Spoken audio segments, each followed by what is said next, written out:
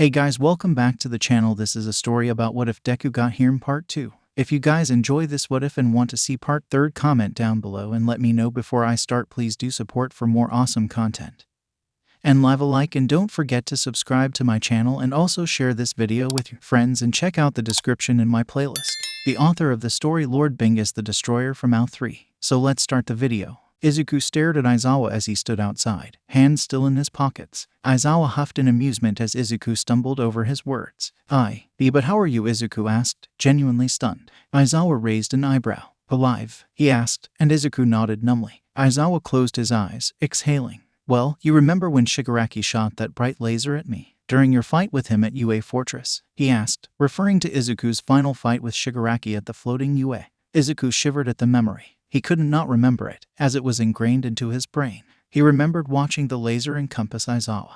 And he remembered falling to his knees when Aizawa was nowhere to be seen after the energy dissipated. The world thought he had died, but he was here instead. How? Why? Aizawa wrapped his scarf around Izuku's torso just before he devolved into a mess of murmurs. I wouldn't think too deep into it, kid. My working theory is that the laser didn't kill me, but instead transported me here to Mobius. I saw some news about a masked menace that strongly resembled a certain student I had, Aizawa said, and Izuku winced. I know it sounds bad, but I wasn't just attacking random people, I swear, Izuku said, and Aizawa nodded, adjusting his scarf slightly. I know, you wouldn't just randomly attack civilians like that. I did some digging and found that they were part of the poachers, and that you saved a pink hedgehog girl from getting shot before flying her off, presumably to a hospital, Aizawa asked, and Izuku winced. Not exactly, he said, before he heard footsteps walking towards him from the left. He turned to see Amy looking at him with a raised eyebrow. Who's at the door? You've been talking to them for the past 5 minutes. Just let them in already. I don't want all the warm air being let out, she said, and Izuku winced, turning back to Aizawa,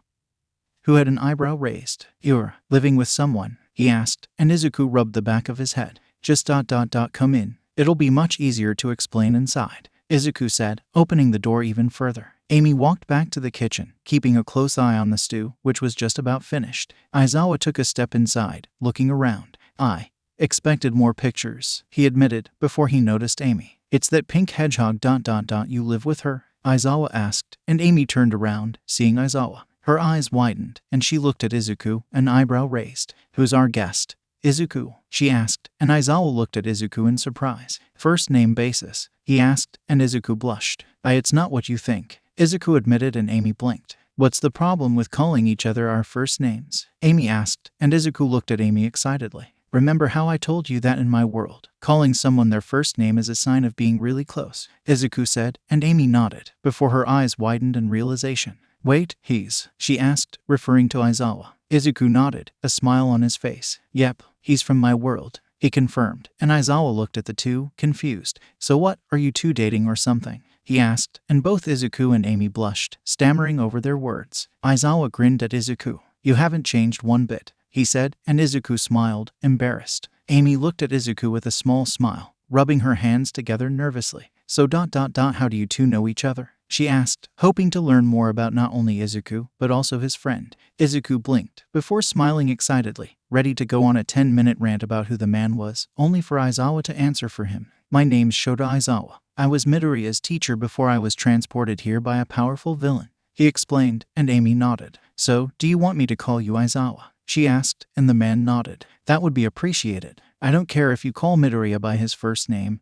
That's none of my business, Aizawa said, and Amy smiled politely at him. Well, it's nice to meet you, Aizawa, Amy said, and the man nodded back. Likewise, he said, and Amy turned to Izuku, who seemed disappointed that he couldn't tell her about his teacher. Don't worry, you can just tell me about him later, she whispered to him, and he brightened a little bit. Really, you promise? He asked, and she nodded, putting a smile on his face. Thanks, Ames, he said, and she blushed slightly. It's no problem, she said. Aizawa watched with a raised eyebrow. Nickname? They really aren't dating, he asked internally. Izuku's eyes widened as he spotted something behind Amy, and she looked behind her to see her food, smoke coming out of the pot. The stew. Oh God, how did I forget? She asked, rushing to the stove and turning the heat off, stirring the food. Smoke rushed out of the pot in droves, and Amy covered her mouth and nose as she stirred and waved the smoke away. Aizawa watched with a deadpan stare as Amy and Izuku panicked over the food, before he chuckled. Izuku then looked over to him, a question on his mind. Speaking of food, how have you survived here? He asked, and Aizawa smirked at him. Simple. I work 4 jobs, Aizawa said, and Izuku blinked, completely silent. Amy slowly turned around, her jaw dropped. Why? You're joking, right? They both asked in unison. And Aizawa lowered his scarf to show off his red shirt with a pizza slice on it. Izuku stared at it, before he snickered, holding his hand over his mouth. Aizawa's smirk disappeared as he watched Izuku, an annoyed frown on his face. Amy looked at Izuku strangely as he snickered, before she scowled. Hey, why are you laughing at him just because of his job? She asked, hands on her hips. Izuku chuckled, stabilizing herself. It's not because of the job. It's who's working it that's so funny, he said, laughing. Aizawa huffed as he lowered his scarf, his face very slightly pink. He rolled his eyes as Izuku fell to one knee, still laughing. Did you give someone the wrong pizza and tell them it was a rational deception? Izuku asked, before full-on laughing. Aizawa clicked his tongue, shaking his head. Very funny, Midoriya, he said, and Amy walked over, smacking him upside the head. Izuku toppled onto his side with a yelp, and Aizawa's eyes widened at the bold act from Amy. She huffed, unamused as Izuku got to his feet, an embarrassed blush on his face. I may have gotten a little carried away there, he admitted, rubbing his hands nervously. Amy raised an eyebrow at him. You think? She asked as she grabbed some bowls from the cupboard. Would you like some stew? She asked Aizawa, who shook his head politely. I'm afraid I'll have to decline, though I appreciate your offer. I just dropped by to visit. Have a nice day, Midoriya. You as well, miss. He trailed off. Amy rose. Amy said, nodding, and the man bowed. You as well, Miss Rose, he said, before walking out of the house, Izuku following him. You can visit anytime you want. You might not be my teacher anymore, but that doesn't mean we can't be friends, Izuku shouted to Aizawa, who waved back to Izuku without looking. Izuku smiled as Amy looked at the man, confused as to why he bowed. As if he read her mind, he tilted his head to her, explaining that bowing was a sign of respect, as well as a thanks. That makes sense, Amy said, nodding with a smile, before she walked back inside. Izuku was about to follow her, when he paused. If Aizawa was here, could other people have been transported to Mobius? Izuku looked back at Aizawa, who was now nearly out of view. He debated on running after him and asking him if he had run into anyone else from their world, but he shook his head. If he had, he most likely would have said something. Izuku walked back inside with a huff, lost in his own thoughts. From hundreds of feet in the air, Metal Sonic tilted his head at the interaction that he had just witnessed. Friends? What are friends? The robot thought to himself, before getting called back to the base. Save friends to query, Metal thought as he zoomed off, unnoticed by all. Izuku stood in the remnants of Amy's village, his arms crossed as electricity sparked around him. He stood in the center of the scorched graveyard, listening intently. He heard a twig snap behind him and shot out a strand of black whip that hit someone, making them yelp in pain. He opened his eyes to see Amy rubbing her left shoulder. Izuku shook his head as Amy frowned at him. Izuku, this isn't working. We've been at this for 2 hours. I don't want to waste this entire session on stealth training. Can we please just go back to combat training or even evasion training? Please, she asked, practically pleading with Izuku, who sighed. It had been 2 weeks since Aizawa visited, and Izuku had been focused mainly on training Amy, and she had certainly come far. She was wearing her training gear, with some new dark red boots and a headband to keep her longer quills in a ponytail that went down to her lower back. It turned out that Mobian hair grew far faster than human hair, and she'd need a haircut soon. She had most certainly gotten stronger, and could even fight decently well with and without her mallet, which had grown thicker with her own growth. She looked mostly the same, but she had grown more with the training, now standing at 45. She had a bit more muscle visible on her arms, but it wasn't much. Amy explained that unlike humans, Mobian muscles weren't super visible, so she had definitely come far. Honestly, Izuku only had one problem with her growth, and it was a fairly big one too. Over the past 2 weeks, he had started to see Amy differently. Before, he had seen her as a kind girl that he was glad to protect. She had not only treated him with nothing but kindness and sincerity, but she even listened to his rambling. He was glad that they had become friends so fast. But that was the extent of how he saw her. A girl that he was proud to call his friend, even if he hadn't known her for that long. However, over these past 2 weeks, they had grown even closer than ever. Izuku had found himself wanting to tell her more about his home and his life before being transported here more and more, and she was nothing but patient with him when he told her about his life. Even when he teared up, or made a mistake in his storytelling, she was still patient and kind, listening and giving her own opinion on events that he told her about. This was fairly normal, and he was glad that he could share his past with someone he was close to. But he really hated how much he found himself staring at her. Oftentimes, his thoughts would drift to her, and he would be staring at her, admiring her little quirks, like the way she put her hands on her hips when she was angry, or how she would pump her fist and throw a peace sign when she was proud of herself. He couldn't help but smile when she did these things, and it scared Izuku. He turned to see her leaning on her hammer, wincing as she rubbed her shoulder. She looked up at him, her eyes pleading, and Izuku blushed, turning back and closing his eyes once more. This was bad. She wasn't just a girl in his eyes anymore, and he didn't like it. The last time he had felt this way for someone was. Izuku sighed, turning around and looking at Amy as she stabilized herself. "All right, combat training it is," he said, and Amy smiled, relieved. "Oh, thank God. I hate stealth so much," she muttered, and Izuku snickered. "I felt the same way when I first started stealth training." "You'll get better at it, I promise," Izuku said, and Amy winced. "Yeah, I don't see that happening," she said, and Izuku shook his head in amusement, before he rolled his shoulders, placing his arms in front of him, signaling that he was ready. Amy took a breath, before twirling her hammer in her hands in a show of skill. Izuku smirked at her, rushing forwards. He threw a quick jab that Amy sidestepped, before he performed a rising knee, jumping off the ground. She held her handle outwards, launching herself off of his attack. However, he grabbed her ankle, throwing her to the ground with incredible force. Amy attempted to recover by performing a spin jump, similar to Sonic's, only using her mallet. She botched it, however, face planting into the ground. Izuku winced at the wipeout, but a proud grin soon adorned his face as he watched her get up, ignoring the pain, and turned to him, a determined look in her eyes. She rushed forwards, her hammer at the ready. Izuku dodged 2 powerful swings, before partying a third. Amy improvised, using the momentum of the parry to twirl the opposite direction, slamming the head of her hammer into Izuku's chest.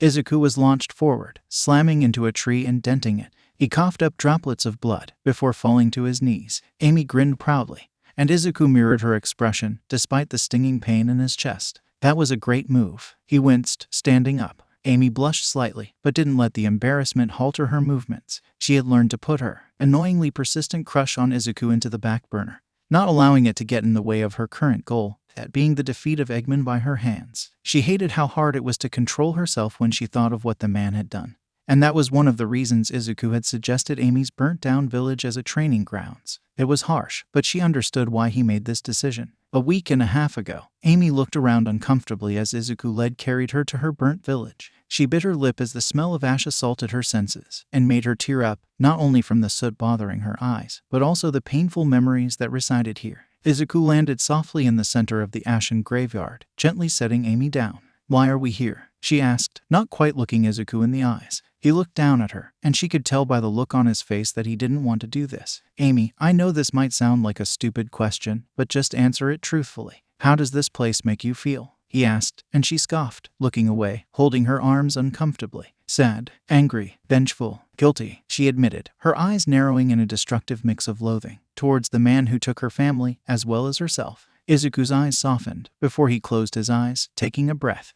"That's why we're here. This area will be our training ground," he said, and she looked at him, unable to keep the glare off her face. "Why?" she asked, and Izuku winced at the anger in her tone. "Eggman ... he won't take it easy on you. How do you think you would react if he taunted you about ...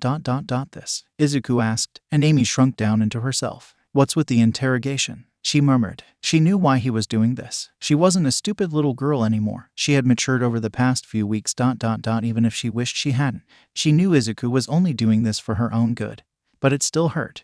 "If you want to head back," Izuku started, and Amy's quills bristled. No, I can do this. This ... this is to toughen me up, right? So I don't go berserk, lose my mind and make stupid choices?" she asked, and Izuku smiled softly at her display of maturity. "Right on the money. I know it's not ideal, but it will prepare you," he explained, and Amy turned away from Izuku, her head lowered. "Let's just get started, please," she whispered, summoning her mallet, something that had practically come naturally to her in the past few days. Izuku nodded, eyes shining with sympathy. "Of course, whenever you're ready," he said, powering up to 5%. Present day. Amy was ripped from the memory as Izuku grunted, power shooting off of him in droves. He had risen from 8% to 15%, and Amy grinned nervously. She had only forced him to this power once, and he accidentally gave her a limp for 2 days. He apologized profusely, but Amy saw it as a badge of honor. The fact that she had forced him to go that far was a sign that she was improving, and it excited her to no end.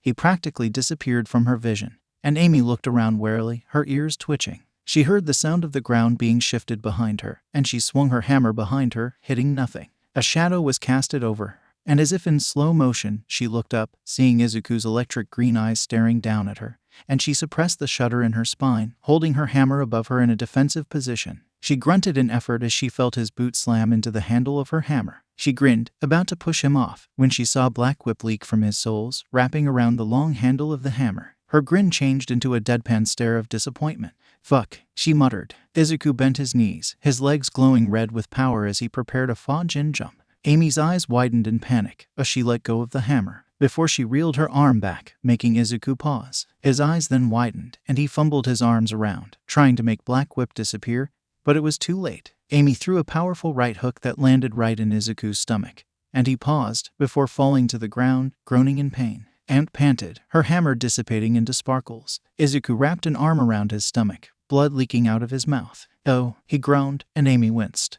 "Are you all right?" she asked, and he nodded, putting a shaky smile. "Why yep, you've just got one hell of a hook," he complimented, wincing as he got to his knees. She grinned at him, putting one hand on her hip. "Does this mean I win?" she asked, a teasing smile on her face. Izuku looked at her blankly for a second, before he started chuckling. Her grin faded as Izuku chuckled at her, before shaking his head. "Sorry about that. I didn't mean to laugh, but you remind me of myself when I first started training. You're very excited, which is a good trait to have in this field." "Oh, and no, you did not win," Izuku said, before disappearing from her sight. She flinched, summoning her hammer, before she felt something lightly tap the top of her head. She looked up with an unamused look as Izuku's hand rested on her head in a chopping motion. "You have to remember to stay on guard. You never know when an enemy is faking it," he lectured, and Amy raised an eyebrow. "Wait, you were faking the pain?" she asked, surprised, and Izuku winced, rubbing his stomach.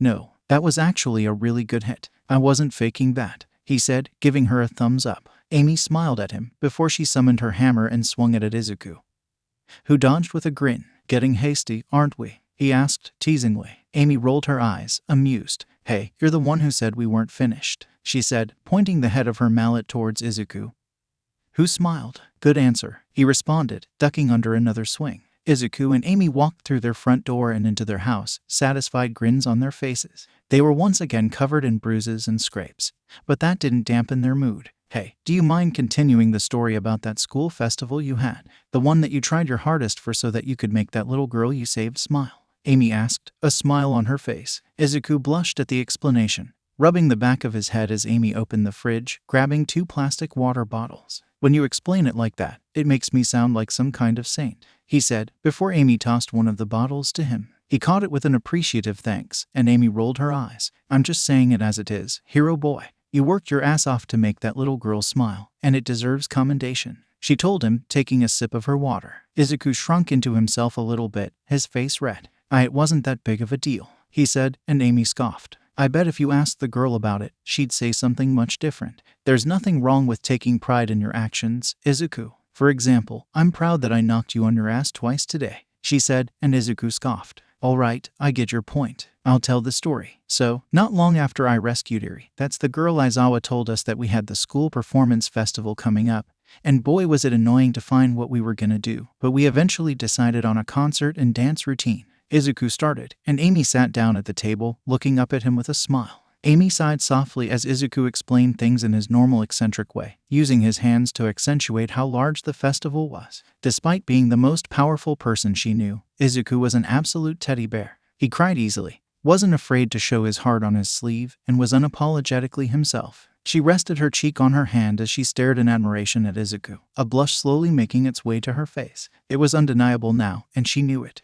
She was in love with Izuku. It wasn't the same shallow love she had felt for Sonic. No, this was different. There was a boy that she knew, and just being around him made her smile. She giggled as Izuku stuttered on a word, making him smile nervously. He was just so real. He listened to her when nobody else did, and he spoke his mind, even when he knew it was something that she wouldn't want to hear, and she admired that about him. He always did what was best for her, even if it hurt one of them, and she couldn't help but admire that, as well. Izuku was the first person other than her parents that actually made Amy happy, so it was no wonder why she had grown feelings for him. She momentarily wondered if it was even possible that he felt the same, before she shrugged, her smile dimming a bit. It was highly unlikely. Amy was brought back to reality as Izuku snapped his fingers, still telling the story. And just like that, the music started playing, and my training kicked in. I danced like I had never danced before. I blew the audience away with my stellar moves, Izuku said, smiling proudly. Amy smiled, the idea of Izuku attempting to dance filling her head. She had a slight feeling that Izuku was overestimating his own moves,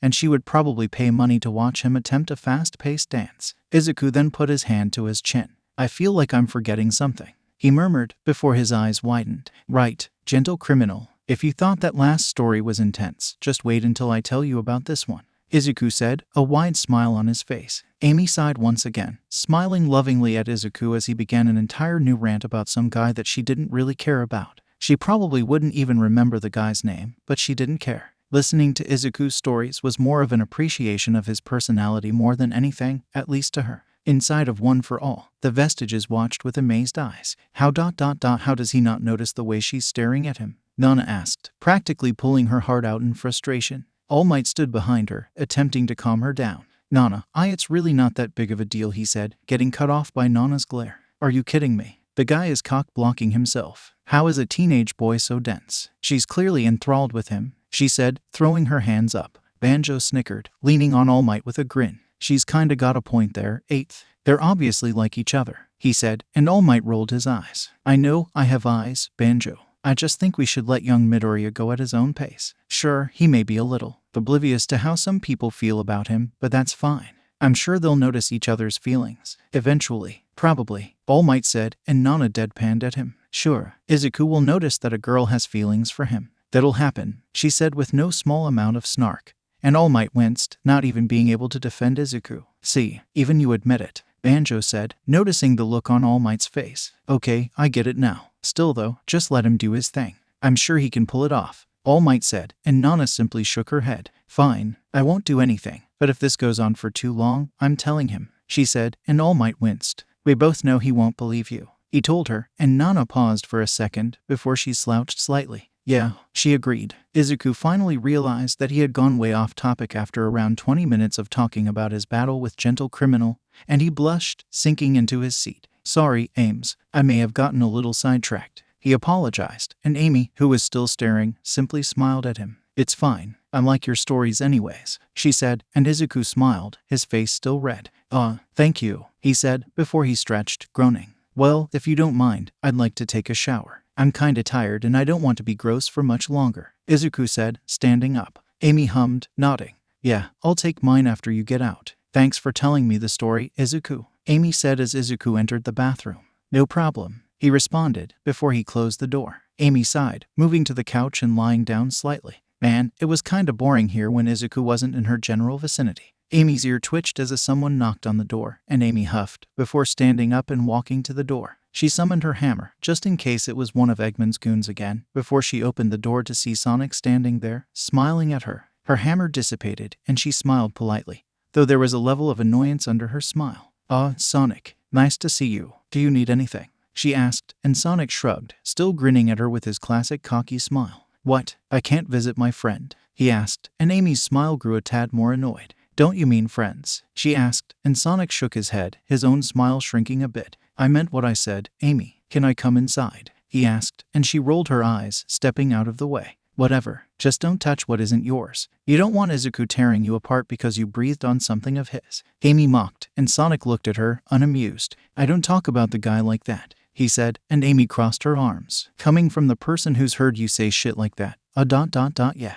You do, she said, looking at him unimpressed. Despite anything she said, no matter how many times she told Sonic that Izuku wasn't the ticking time bomb that Sonic thought he was, the blue blur just would not stop. In the past 2 weeks, Sonic had tried to convince Amy to abandon Izuku 6 times, each of which was a monumental failure on his part. Is there a reason you're here? Or did you just want to slander my friend in his own house? Amy asked, tapping her foot. Sonic watched her foot tap with a grin. Copying someone, eh? He asked, and she answered immediately. Yep, my father. Stop stalling. What do you want? She asked, and Sonic winced. Geez, Ames, stop being such a stranger, he murmured, and Amy bristled in shock before she glared at Sonic. You don't get to call me that, and I won't stop being a stranger until you stop calling my best friend a danger to my health. In case you haven't noticed, I'm fine, she said, and Sonic raised an eyebrow. You're covered in bruises and scrapes," he pointed out, and Amy scoffed. "Yeah, from sparring. Izuku's got some bruises too. He doesn't just beat me, Sonic," she said, angry. Sonic winced, twiddling his fingers. "Yeah, I get it. But still, he's dangerous," he said, looking at Amy seriously, who groaned in irritation. "Oh my god, this is so stupid," Amy whispered to herself, quite done with Sonic's antics. "Yeah, it is. Look, you just need to listen to me," Sonic said, and Amy pointed an accusing finger, looking quite done with the situation. "You're the one who doesn't listen to anything I say about him," she said, and they both paused as the water from the shower stopped. Sonic looked nervous as he made it stand up, but Amy glared at him. "Stay. You really think he's some unstable madman? I guarantee he heard all of your words. Let's see how he reacts to you," she said, and Sonic looked at the bathroom door nervously. After a minute of tense silence, the bathroom door opened, and Izuku poked his head out, a nervous grin on his face. "Hi, Sonic. I heard you come in, so I don't really want to walk out there, being dressed in only a towel and all, so could you, close your eyes for a second or something?" Izuku asked, and Sonic flinched at the request, before he sent a pleading look to Amy. The girl scoffed, not even bothering to hide her annoyance. "He's not going to attack you when your eyes are closed, Sonic," she said, full volume, and Sonic looked at her, eyes wide. "Amy, what the hell?" he asked, and Amy raised an eyebrow. "You really think he doesn't know about your weird conspiracy theory about him? He's known since the first time you talked shit about him," she said, and Sonic shook his head, a frown on his face. "I wasn't talking smack about him, I was concerned for your safety," he whispered, and Izuku cleared his throat. Could you at least look the other way? I'm kind of exposed right now," Izuku said, looking more embarrassed than anything. Sonic winced, before he looked to the side, allowing Izuku to grab some clothes and re-enter the bathroom, closing the door behind him. "See, was that so hard?" Amy asked, arms still crossed. Sonic sighed, shaking his head. "You don't understand," he started, and she rolled her eyes. "No, you don't understand. All right, here's my point of view. I get captured by following you, and soon after I meet Izuku. We bond as cellmates, and he tells me about his home. He saves me, we escape together, and he risks his life to keep me safe. We move in together, I get captured again, and he saves me once more. Then, you start talking about how he's a danger to me. The guy who just saved me, for the second time. A danger. You picking up what I'm putting down?" she says, and Sonic groaned, holding his head in his hands. He paused for a moment, before he looked at her, seriously. "How do you think he would react if you were killed?" he asked, and Amy's eyes widened. What?"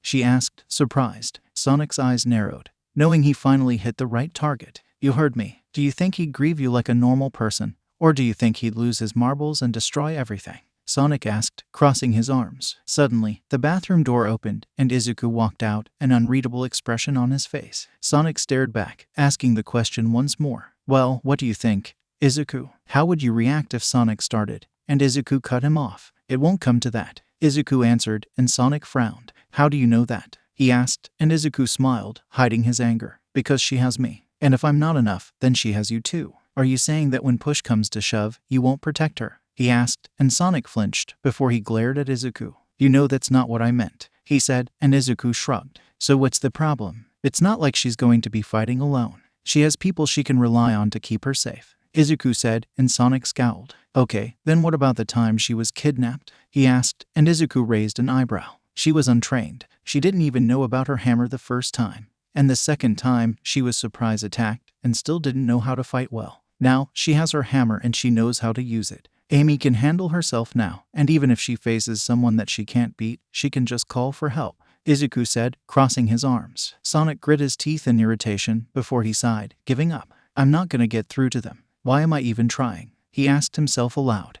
And Izuku raised an eyebrow. "You're the one who isn't listening," Izuku commented, and Amy relaxed on the couch. "That's what I said," she commented, and Izuku put a hand up, telling her to calm down. He then looked back at Sonic, a smile on his face. "Look, I appreciate your concern for Amy's safety, but she's fine. If you really don't believe me, then we're going to be training tomorrow. You can come along if you want, see how far Amy's come," Izuku offered, and Sonic was about to decline, before he paused for a minute. He then looked back up with a sigh, before he nodded. "Fine, let me know when you're about to start, and I'll follow you too, wherever you train," Sonic said, and Amy groaned. "Really, he's gonna be there?" she asked, not bothering to hide her irritation with the blue hedgehog. Izuku looked at her, an eyebrow raised. You want this to stop, don't you? If he sees that you're capable, he'll probably stop bugging you about this, Izuku said, and Amy looked down in contemplation before she sighed. I guess, she hummed, and Izuku turned back to Sonic. All right, Amy agreed. So ... see you tomorrow, he asked, and Sonic grunted. Yeah, see you tomorrow, he said, walking to the front door and leaving. Izuku sighed as Amy kicked her legs up and down on the couch. She pouted at Izuku as he sat down next to her on the couch. I don't want to train with him though, she whined dramatically, and Izuku smiled in amusement. You'll get over it. Hey, maybe he'll want to spar with you, he said, and Amy paused, before grinning darkly. You make an excellent point, Izuku, she said, rubbing her hands together like a supervillain. Izuku scoffed, amused as he looked down at her. Calm down there, Ames. You're starting to look like a villain, he joked, and Amy attempted an evil laugh. 𝗔𝗏. Amy blushed in embarrassment as her voice cracked halfway through the laugh, and Izuku immediately started laughing at her expense. Amy curled up into an embarrassed ball of quills as Izuku fell out off of the couch laughing. Amy then laid down, taking up the full couch. You don't get to sit down here now, she said, pouting again. Izuku's laughs devolved into chuckles, and he wiped a tear from his eye. Oh ... that was so funny, he said, and she rolled her eyes, crossing her arms. It wasn't that funny, she objected, face still red. Izuku sighed, getting to his feet. Whatever you say, Ames. You should probably shower soon. We're running low on food, so we gotta go shopping. I've been collecting rings for the last few days, so we can splurge a little bit, Izuku said, and Amy nodded, stretching a little bit on the couch. Izuku looked away with a slight blush, before she stood up, walking away. Izuku sighed once she closed the bathroom door. He had a problem, something worse than All for One. Something worse than a report card with 2 Ds on it. Even something worse than his frighteningly serious feelings for Amy. It was worse than all of them combined. Amy's 16th birthday was in a week, and he had no idea what to get her. Izuku followed Amy nervously as she hummed, grabbing another item from the grocery store shelves, putting it in her basket. He was really only here if she needed someone taller to grab anything, as she usually wanted to do the shopping on her own. He was lost in thought, thinking of what he could do. Should I throw her a party? No, I doubt she would want anyone to come. Maybe Tails. I could send him an invite, but I doubt Sonic would allow it. He thought to himself. Maybe you could buy her something nice, young Midoriya? All Might asked, and Izuku tapped his chin, muttering softly. No ... well, maybe. Jewelry. That's a little cliché. I could make her something ... but I don't know what I would make ... Izuku muttered, drawing Amy's attention. She looked at him, confused. Izuku, is there something you want to get? She asked, and Izuku jumped from being addressed so suddenly. Oh ... and no thank you. I was just thinking out loud, Izuku said, smiling nervously at her. Amy hummed in contemplation, before she shrugged and refocused on shopping. Izuku exhaled silently, annoyed that he had let himself get so absorbed in his own thoughts. He continued following Amy, helping her grab what she couldn't reach and carrying what couldn't fit into the basket. After around 20 minutes, they were finished and went to the register to pay for all the food. Izuku winced at the high price of anything, before digging into his wallet and pulling out a large stack of tiny rings, placing it on the counter. They bagged their groceries, and Izuku carried the brunt of them, with Amy snatching a bag or two herself. I don't want you carrying everything, Izuku. I don't want you doing everything for me, she said, smiling at him. Izuku couldn't help but feel lucky that this was the person he was living with. She was so kind to everyone, which made gift shopping for her so much harder. She truly deserved the best.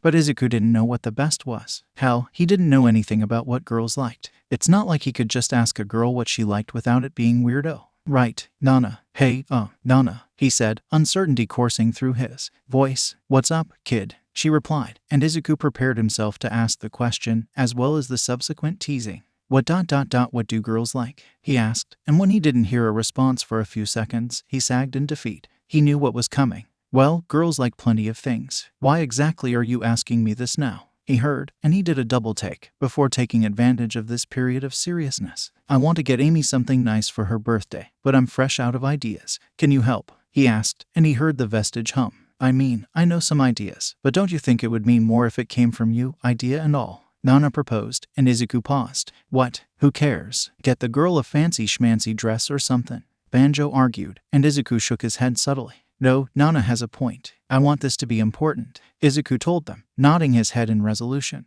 Amy, who was walking beside him, raised an eyebrow at his behavior. It looked like he was having a mental conversation. Suddenly, she saw Izuku stop in his tracks, his eyes wide. She looked to where he was staring, and saw that he was looking at a clothing store. She looked back at him, seeing a smile on his face, and he continued walking down the sidewalk. She looked back at the clothing store, seeing nothing of interest.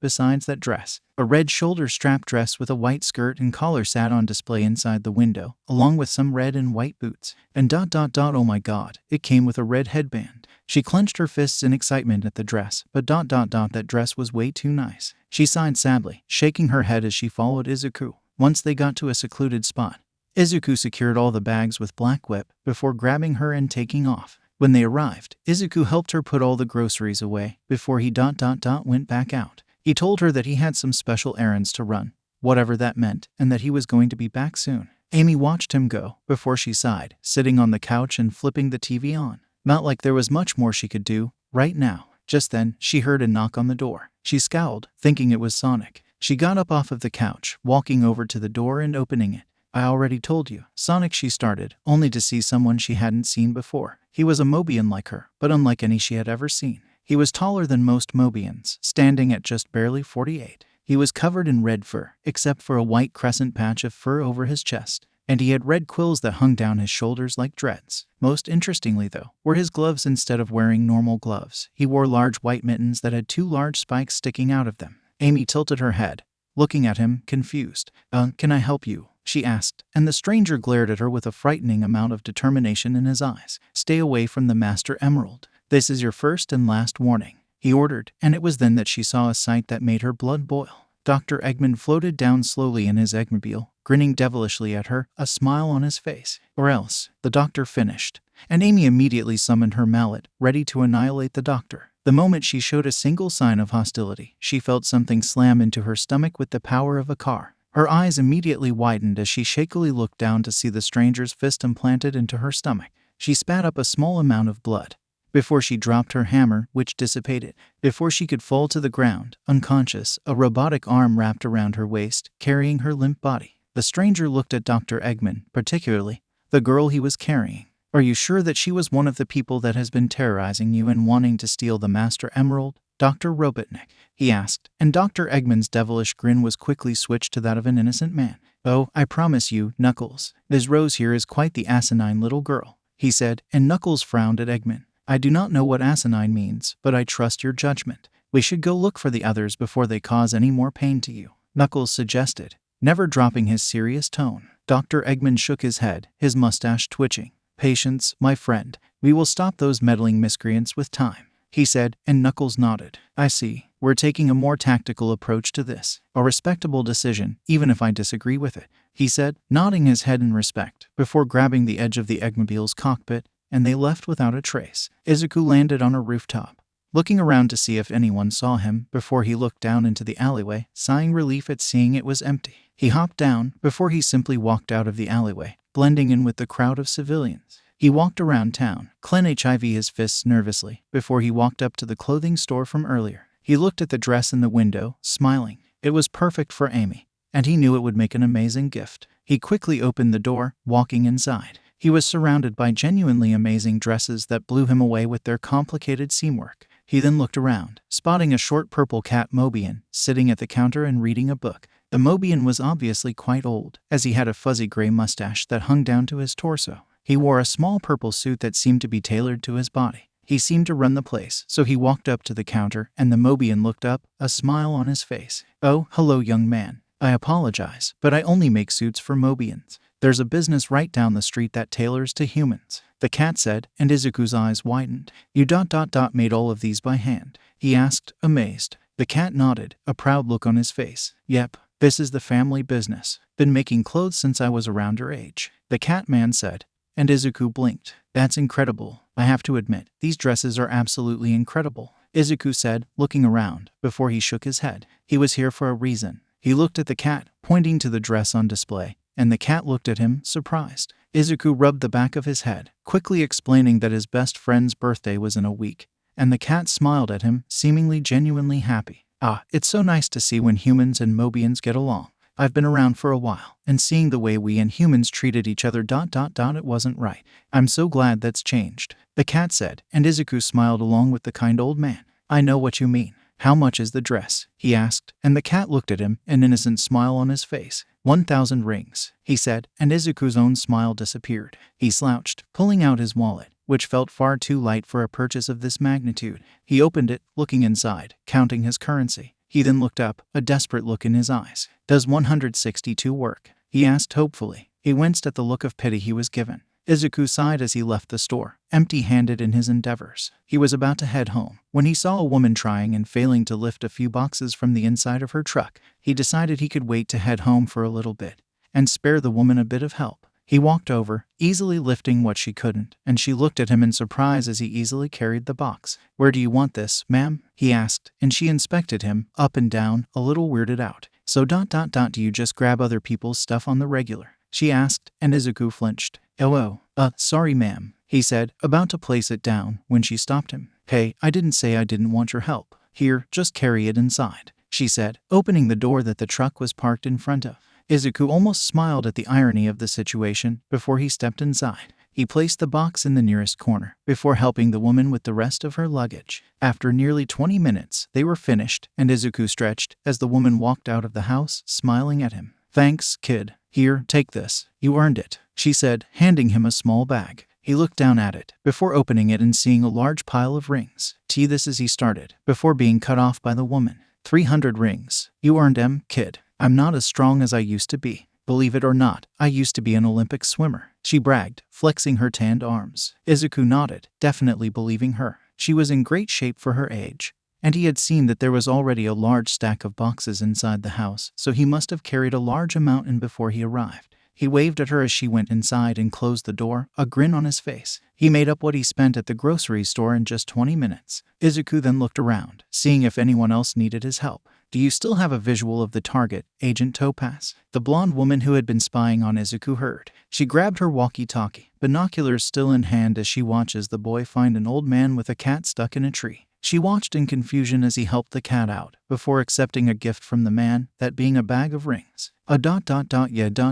He's walking around town, helping people," she said, and the man on the other side of the connection paused for a second. "Helping people how?" he asked, and the secret agent lowered the binoculars, putting the walkie-talkie up to her face. "He just helped a cat out of a tree. He's just doing chores for people," she answered, and the man seemed a bit confused. "Well, that's certainly interesting," he answered, before she put the binoculars up to her eyes again, and they widened at what she saw. "Oh my god, he just caught a baby carriage that was rolling away from the mother. Am I in a cartoon? What the hell is going on?" she asked to herself. After just over 2 hours, he had made 1,000 rings from helping people across a few blocks, and he grinned as he walked up to the store, quickly walking inside. "What do you mean, I can't buy it?" he heard, and he frowned, walking deeper into the store. He saw another human leaning over the counter, angry at the old cat Mobian, who looked nervous, as someone's already buying it. "If you give me a month then I can make a new one." But the cat started, and the man scoffed rudely. "I don't have a month. My girl's birthday is in a week, and that dress would look amazing on her. I have the money, so just give me the damn dress," the man yelled, and Izuku walked up. "Hey, calm down. You don't need to yell at him," Izuku said, and the guy turned around, and Izuku raised an eyebrow at what he saw. The man looked a lot like Aoyama, except with black frizzy hair and a larger mouth. The man huffed at him, and Izuku looked at the cat as his old eyes widened in recognition. "Ah, this is the young man who wanted to buy the dress. I saw how you helped those citizens around town, so I made prepare it for purchase," the cat said, and Izuku smiled at him. However, the weird guy looked furious. "This is the guy that's stealing my girl's dress. I'll drop your face in, greenie," the man said, and Izuku looked at him as he jumped into an overly dramatized karate stance. The man threw a sloppy kick at him, and Izuku caught it before it could knock any of the dress over. "Look, I don't know who you are, but I don't appreciate you just attacking me in the middle of nowhere," Izuku said, glaring at the man, who looked a lot more scared now. He wiggled out of Izuku's grasp, before he fell to his knees, bowing deeply to him. Sorry, sir. Please don't beat me up," he said, and Izuku looked at the cat man, sweat dropping.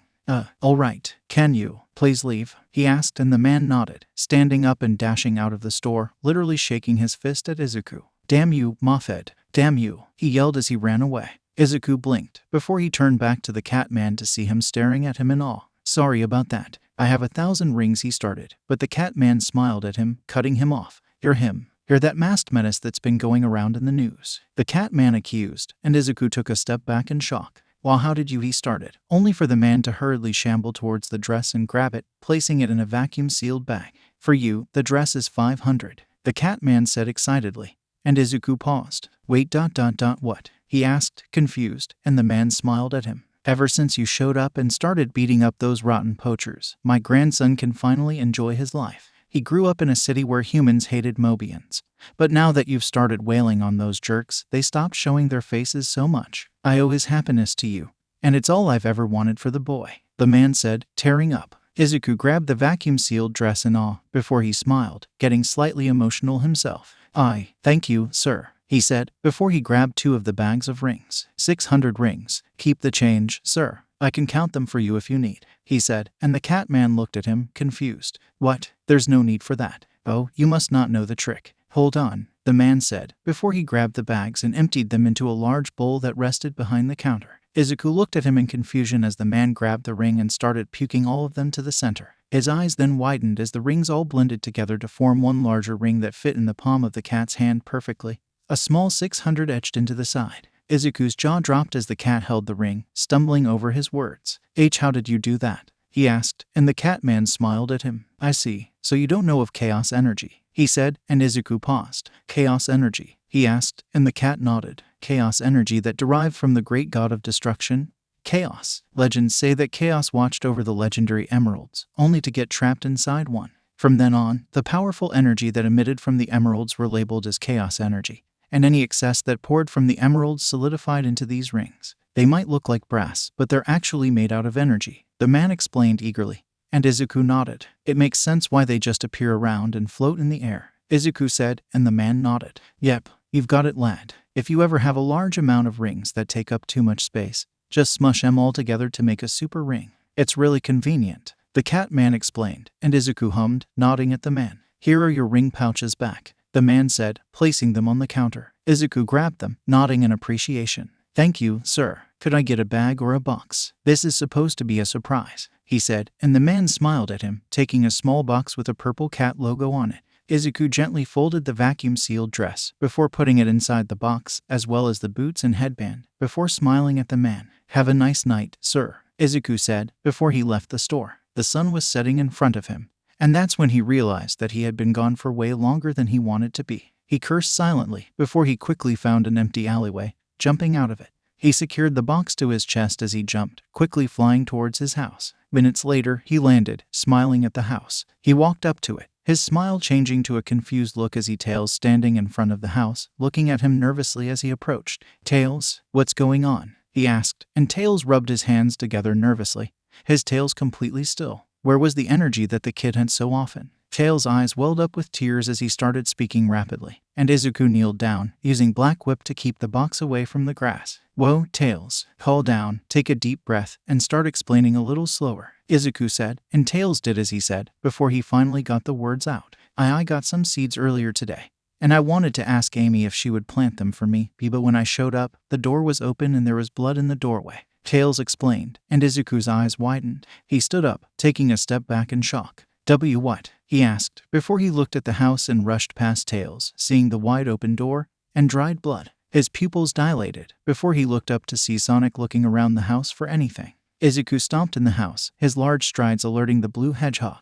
Before Sonic could even say anything, Izuku was kneeling in front of him, his fists clenched at his sides. A strand of Black Whip wrapped around the box, placing it gently on the table, before slithering back into Izuku's wrist. What do you know so far? He asked, and Sonic gulped before he exhaled. Nothing. I looked around for 20 minutes, not a single sign of whatever happened, the hedgehog told him. Izuku was silent for a minute, before he stood up and walked into his room, closing and locking the door behind him. A few minutes later, he walked out, dressed in his costume, and his fists clenched. Come with me, Sonic. You can tell Tails he can stay here if he wants, but he's not coming with, Izuku ordered, and Sonic paused. Why? What are you going to do? He asked, and Izuku stopped, before he turned to face Sonic, his eyes glowing. I'm going to hire a detective. You can wait outside if you want, I don't really care, Izuku said, turning back and leaving the house. Sonic clenched his own fists, looking down at them. Izuku seemed calm, but his eyes they looked unstable. He looked like he was ready to strangle the nearest person. Sonic quickly exited the house, turning to Tails, who watched Izuku walk away, eyes downcast. Sonic, is he okay? He looked really upset. Tails asked. Sonic smiled at Tails, hiding his fear. Yeah, don't worry, little buddy. I'm sure he'll be okay. But ... if he's not. And ... if I can't beat him if he gets weird ... just know that you're the best pal a guy could ask for, Sonic said, giving the fox a thumbs up. Tails' eyes widened as he looked at Sonic, who stood up and raced away. He quickly started to follow after, yelling out to him, Sonic, what ... what does that mean? He whispered, as the hedgehog was already out of sight. Izuku flew close to the ground as Sonic ran next to him, both of them zooming to Central City. Tell me more about this detective, Sonic said as he ran, but Izuku simply ignored him or didn't hear him. Sonic didn't know which was the truth. Izuku, however, was a bit preoccupied to answer questions, as the Vestiges' voices all echoed in his mind, the loudest being Banjo. Calm down, kid. We can feel that anger boiling inside you, and it's not good. You should take a few breaths and relax, the Vestige warned. Izuku didn't even respond, and he heard Nana's voice next. Izuku, you need to calm yourself. Listen to Banjo, he's right, she said, and once again, he ignored them. Young Midoriya, she's going to be alright, he started, and Izuku scowled under his rebreathing. Do you remember how you reacted to Katsuki being kidnapped? Izuku asked the Vestige, who was silent. You tried to hide it, but you were furious. That's how I feel right now. If that mutt doesn't want to help us, he said internally, before he heard All Might speak once more, angry now. Young Midoriya, you need to calm yourself now. I understand how you feel, but intimidating someone into working for you is a Yakuza tradition, not a heroic one. All Might scolded, and Izuku paused for a second before he took a breath. You're right, All Might. I'm really angry, but I can't blame it on Beowulf, he said, and he heard All Might hum in his head. Ask the guy, or pay him. You still have around 400 rings, do you not? All Might asked, and Izuku nodded, making Sonic look at him strangely. They then stopped, making it to the center of Central City, and Izuku looked at Sonic. Ask around if anyone knows where Beowulf is, he told the blue blur, who nodded, quickly zipping around and asking for directions. Izuku looked around, but it seemed that everyone was too busy running away to help him. Izuku grit his teeth in irritation as everyone he tried to ask just ran away in fear. He was debating on just grabbing someone, but he knew that it would only do more harm to his reputation. He then looked behind him as Sonic led someone to him. He turned to see a small rabbit girl with long ears that flopped down her back. His eyes widened in recognition. This was one of the Mobians he had saved from the poachers. She looked up at him, unafraid as he knelt down, and she smiled at him. Hi, Mr. Green. It's nice to see you again, she said, and Izuku smiled back. Hello, Cream. Staying out of trouble, I hope, he asked, making sure to not let any of his anger leak into his eyes or his voice. The little girl shook her head, her ears flopping around adorably. Nope, I've been good. You were looking for the detective, right? Sonic told me that you guys needed help finding him, she said, and Izuku nodded. I would really appreciate that, Cream, he said, and she started leading them down a series of alleyways to a lone door with a mail slot in it. It kind of reminded Izuku of his shared cell with Amy. Both he and Sonic watched as the girl knocked on the door 3 times in a song-like rhythm, and the slot opened, 2 eyes staring outside and looking at Cream. Cream, how are you doing today, kiddo? A gruff voice asked, and Cream locked her arms behind her back, looking up with a sad frown. Somebody's friend was kidnapped. They need your help to find her. Can you please help them? She asked, and Wolf chuckled from the other side. Well, of course, kid. That's my job, after all, Wolf said, opening the door. He had a gentle smile on his face before he saw Izuku, and his smile shifted into a disgusted grimace. Ugh, of course it's you, Cream. What did I tell you about associating with humans? Wolf asked, and Cream hummed, putting her finger to her chin. You told me to never speak to humans because they were disgusting lying scum, right? She asked innocently, and Wolf nodded with pride. Exactly. So why is there a human at my door? He asked, glaring at Izuku. Well, Mr. Green is different. He saved me and my mom, and then he walked us home. He was so kind, Cream said, and Izuku blushed in embarrassment under his mask as Sonic looked up at him, an eyebrow raised.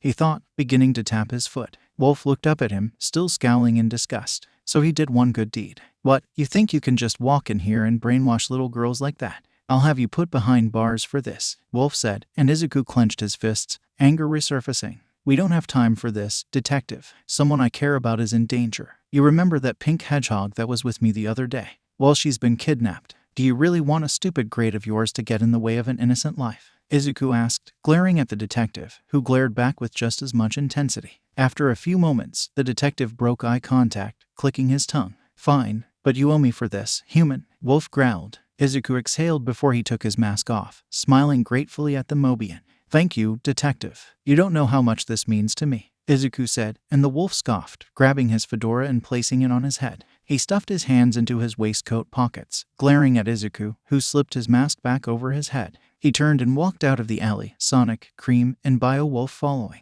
Black Whip flooded out of his back, wrapping around Beowulf, who yelped in fear. However, he calmed down as it just stabilized him. He looked over to see Sonic carrying Cream, and nodded. Both of you should close your eyes and mouths. We're going to be moving quickly, so you should prepare yourself, he warned, before he and Sonic shot off. He heard Wolf scream behind him, and he also heard Cream's surprised yelp, and they made it back to the house within a minute. Izuku quickly skidded to a stop, making sure Black Whip was fully supporting Wolf, before he gently set the detective down. He hid a smirk as Wolf's legs shook, before he saw Sonic setting Cream down as well, who looked mildly freaked out. Tails then spotted them, running over to them. You got help. Who are they? He asked, and Izuku nodded at his question. Beowulf here is a detective, and Cream wanted to see if she could help, Izuku explained, and Tails' eyes locked onto Cream, who waved at him. He sighed, quickly walking over to her and explaining what happened while Izuku and Sonic approached Wolf. All right, all we know is that Amy was home alone when she was kidnapped. We don't know who took her, when she was taken, or what she was taken for, Sonic explained, and Wolf hummed, having calmed down.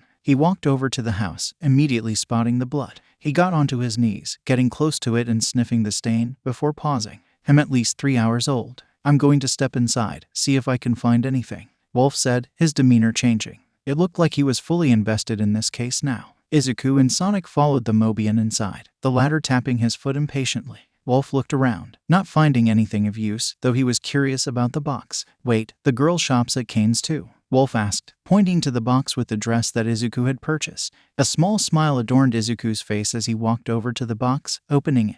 Amy's birthday is in a week, so I wanted to get her something special, he said, pulling the dress out and showing it off. Sonic's eyes widened at the beauty of the dress, and Wolf nodded, almost impressed. Izuku then placed the dress back into the box, his demeanor becoming serious once again. That's not important right now though. We have to find where Amy went, and we need to do so now. She could be in danger ... or he started, before cutting himself off. Look, we should keep looking. I don't think there's anything in here. We should go outside, Izuku said, turning away from the two. He quickly walked outside, lowering his mask and wiping his eyes once he was out of sight. He blinked in surprise once he felt someone high his thigh. He looked down to see Cream looking up at him, a sad look on her eyes. Don't be sad, Mr. Green. Your friend is all right. I know she is, she said, and Izuku chuckled, before smiling down at the girl. Thanks, Cream. I appreciate that, he said, and the girl smiled back at him. Cream really trusts him, doesn't she? Wolf thought, before a familiar scent assaulted his senses. He stiffened, his eyes going wide. He looked to the side, where a patch of burnt grass lay.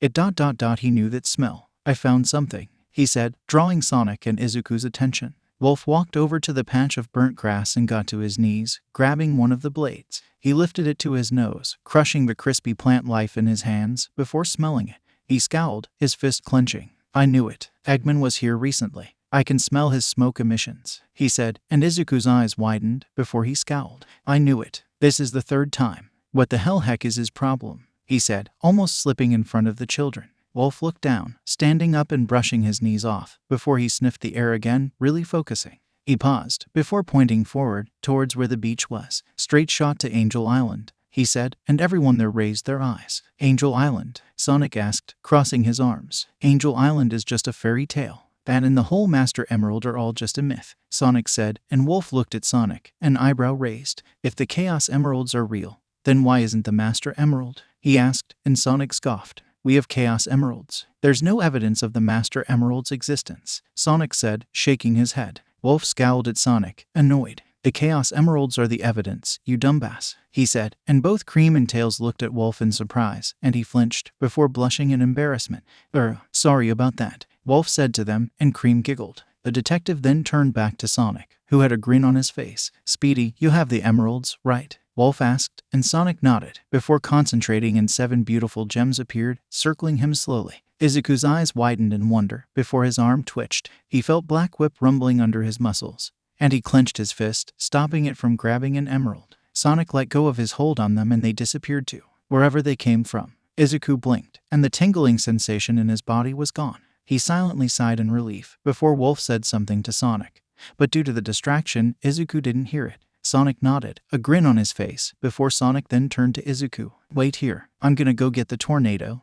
We'll take off to Angel Island, Sonic said, before he sped off. Izuku turned to Wolf, nodding in appreciation. He pulled out a pouch that had 100 rings in it, before handing it to Wolf, who sighed as he took it. "That'll work. Bring that girl back safe, you hear? I don't like wasting time," Wolf said, walking away. Izuku paused for a second, before he spoke up. "Thank you, Detective. We couldn't have done this without you," he said, before he heard the sound of a roaring engine approaching, grabbing everyone's attention. Sonic moved the tornado slowly, before he slapped the side and smiled at Tails, a small helmet and goggles in his hand. Tails smiled at Cream, waving as he dashed to the plane as Sonic hopped out of the seat and onto the right wing. Izuku looked at him in surprise as Tails put his flight helmet and goggles on, before giving Sonic a thumbs up. Tails then flicked a few levers, and Izuku flipped his mask back over his head, looking over to Wolf, only to see that he was walking Cream home. Izuku turned back to the plane to see it slowly moving forward. He huffed, before he started levitating, floating towards the plane. "So, when did you collect the rest of the emeralds?" Izuku asked, and Sonic looked down at him, a smile on his face. "I've been hunting for them for the past 2 weeks. What have you been doing?" he asked, and Izuku looked forward, his arms crossed. "I've been training Amy. She's come really far. I just hope she's okay. I don't know if I could," he started, before he paused and shook his head. "Never mind. Does your plane usually take this long to take off?" Izuku asked, and Tails looked at him, his goggles raised. He had an apologetic look on his face as he spoke. "She usually runs just fine, but she's been having some trouble taking off lately," Tails explained, and Izuku shook his head. Before powering up, he walked behind the tornado, and Sonic stumbled as it was lifted into the air. He looked back to see Izuku effortlessly lifting the vehicle, before he started to run. Izuku then jumped, and Sonic nearly fell off the plane, but he held onto the wing, catching himself just in time.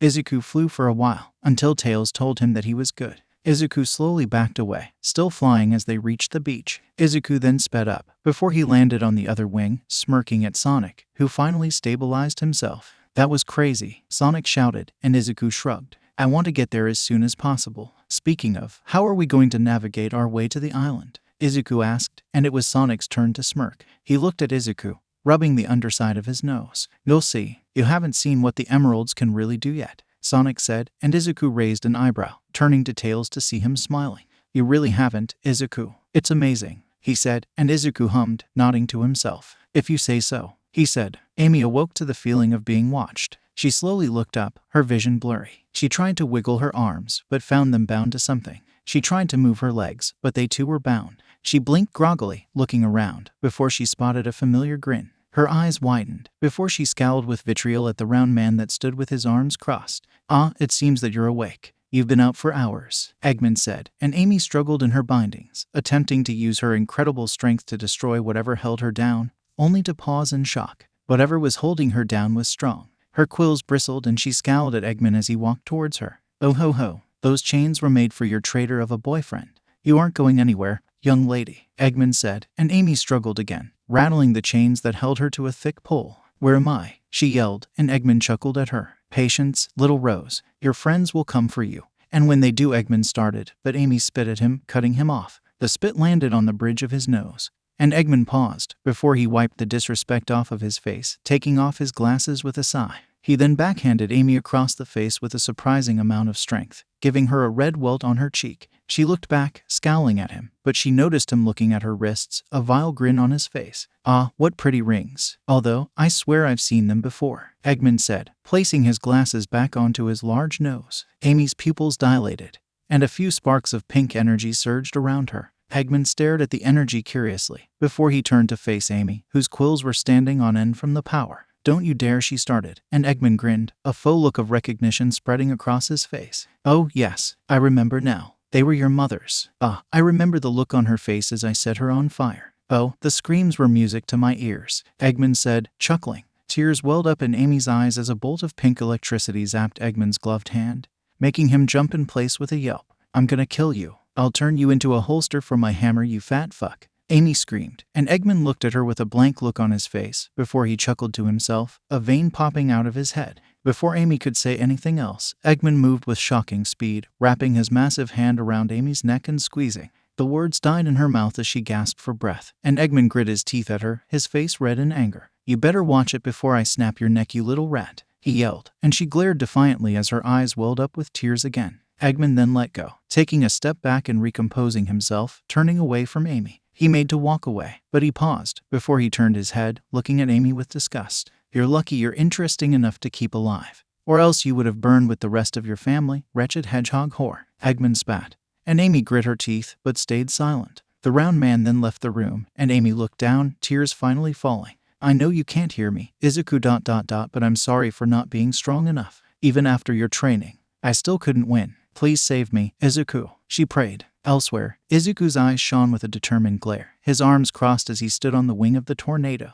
I'm coming, 𝐴𝐚𝑠, just hold on. Sonic looked to his side to see 𝐬𝐿, seemingly lost in his own thoughts. He hummed, looking around, spotting nothing but water. They had been flying for about an hour now, and Sonic decided it was time to get some directions. He summoned one of the emeralds and concentrated, grinning when the front of the emerald glowed. Just keep going straight, Tails. We're going in the right direction, Sonic said, and the fox gave him a thumbs up. 𝐬𝐿 opened his eyes, looking at Sonic curiously. How did you do that? He asked, and Sonic raised an eyebrow at 𝐬𝐿. Didn't you hear the detective? Apparently you can use a Chaos Emerald as a compass for the Master Emerald, Sonic said, and 𝐬𝐿 paused, before nodding. Oh, that does make sense, 𝐬𝐿 murmured, and Sonic grinned. Yep, now, you should probably know something about the emeralds, specifically, what you can do if you have all 7 of them, Sonic said, and 𝐬𝐿's eyes widened. All 7? That power has to be incredible, he thought to himself, though he didn't want it. 𝐬𝐿 preferred getting stronger naturally. However, he would utilize the power of the emeralds if he had no other choice. His top priority was protecting and helping Amy.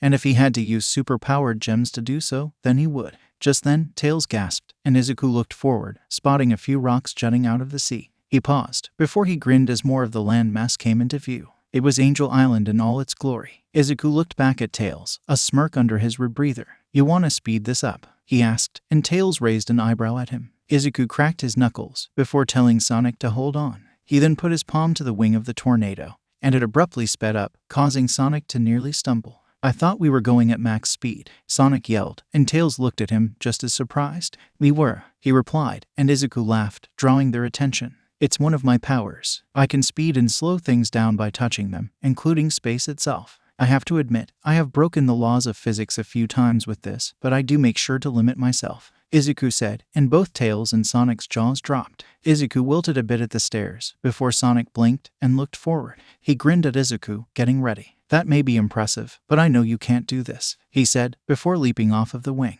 𝐬𝐿's eyes widened, before Sonic started floating, and all 7 Chaos Emeralds started circling him. 𝐬𝐿 quickly lost sight of Sonic though, as they neared the island. 𝐬𝐿 turned to Tails, but before he could open his mouth, Tails raised a finger. Wait for it, he said. Just then, a golden streak zoomed past them at incomprehensible speeds. 𝐬𝐿 blinked, and Sonic was suddenly floating just above the other wing, a golden aura around him. His quills shifted from a bright and vibrant blue to a blinding golden color, and the air sizzled from the power emanating from the golden hero. His eyes, which were previously a piercing bright green, not unlike Amy's, were now a brilliant ruby red. Most interestingly, though, was the fact that he looked like he was visibly straining himself. What 𝐬𝐿 started, and Sonic grinned his teeth, still straining himself. This ... is the power of the Chaos Emeralds, he said, and 𝐬𝐿 paused.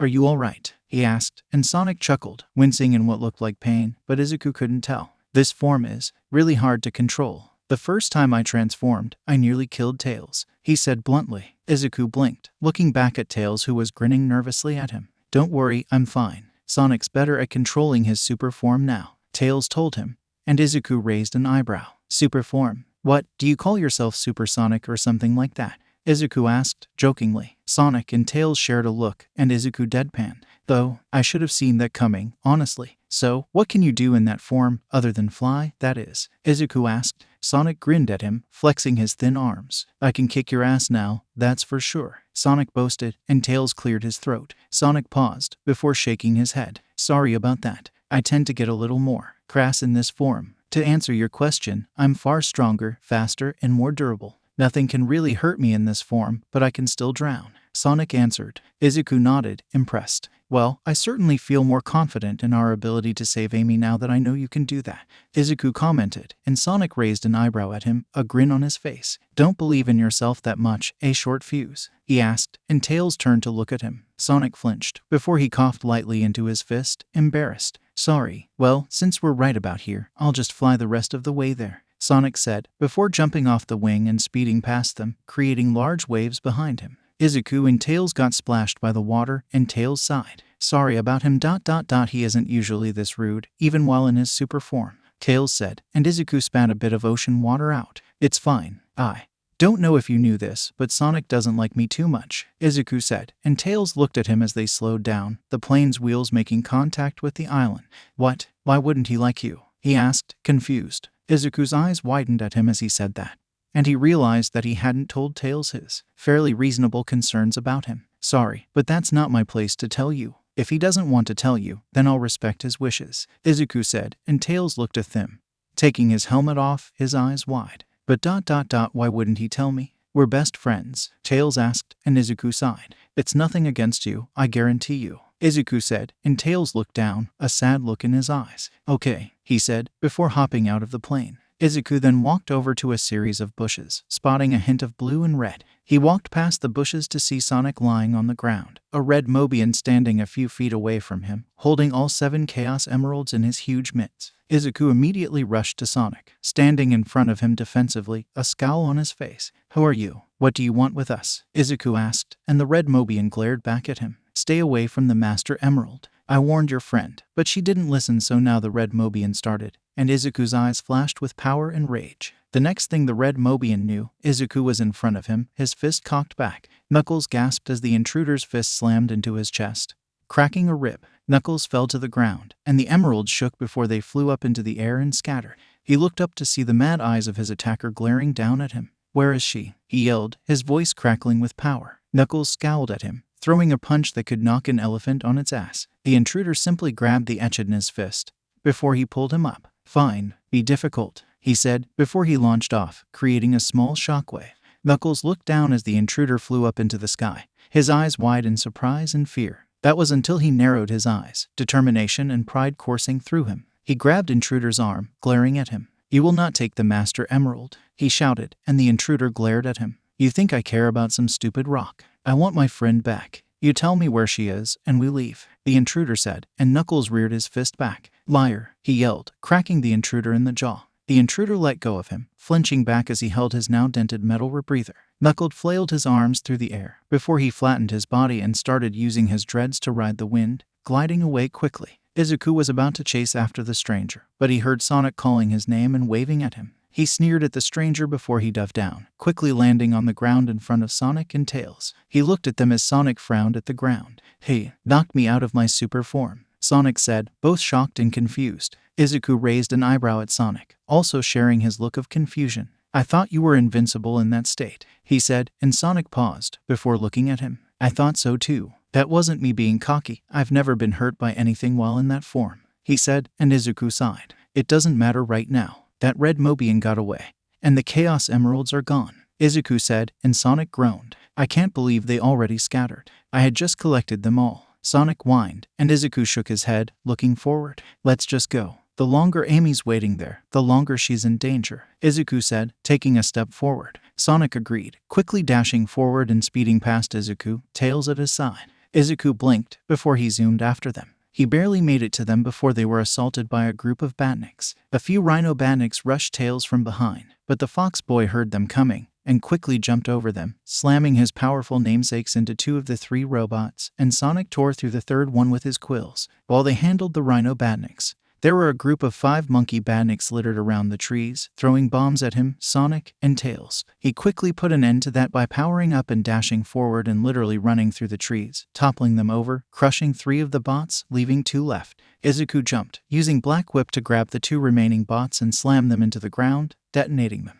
Izuku looked back at Sonic and Tails to see them congratulating one another, and he stood up, walking over to them. You two have great teamwork. I saw the way you worked together. Have you guys ever thought of using some team attacks? Izuku asked, and Sonic and Tails looked at each other before they looked back at him, shrugging. Izuku paused, and he looked at them, a disbelieving look in his eyes. Really? How long have you two been doing this anyways? He asked, and Sonic rubbed the underside of his nose. 2 years, he said, and Tails looked down, rubbing his hands together nervously. 6 months, he said after a pause, and Izuku hummed. Hold on for a second. How strong are your tails? He asked the fox, who looked down, before he paused, trying to think. Sonic grinned in pride, jutting his thumb out. They're strong enough to defend against my quills. My little buddy's unstoppable with those things, Sonic said, and Tails blushed. I wouldn't say unstoppable, but I can defend from Sonic's attacks without getting harmed, he said, and Izuku smiled. I've got an idea. Tails, next time we run into an enemy, why don't you bat Sonic towards an enemy with your tails? Izuku asked, and Tails' eyes widened in surprise. Why, you want me to hit Sonic ... at the enemies? He asked, looking down at his tails. Izuku nodded at him, and Sonic hummed. I mean ... it could work. He mused, and Tails looked at him, an unsure frown on his face. Or ... you sure? What if I hurt you? Or miss? He asked, and Sonic scoffed. What? I'm made out of stronger stuff than most hedgehogs. You know that, Tails? Besides, I believe in you, Sonic said, elbowing Tails gently. Tails blushed with a smile, looking down, before he looked back up, a grin on his face. All right, let's do it. Izuku then hummed, before he cleared his throat, getting the two's attention. If you really want, I could help you guys do a test run, Izuku offered.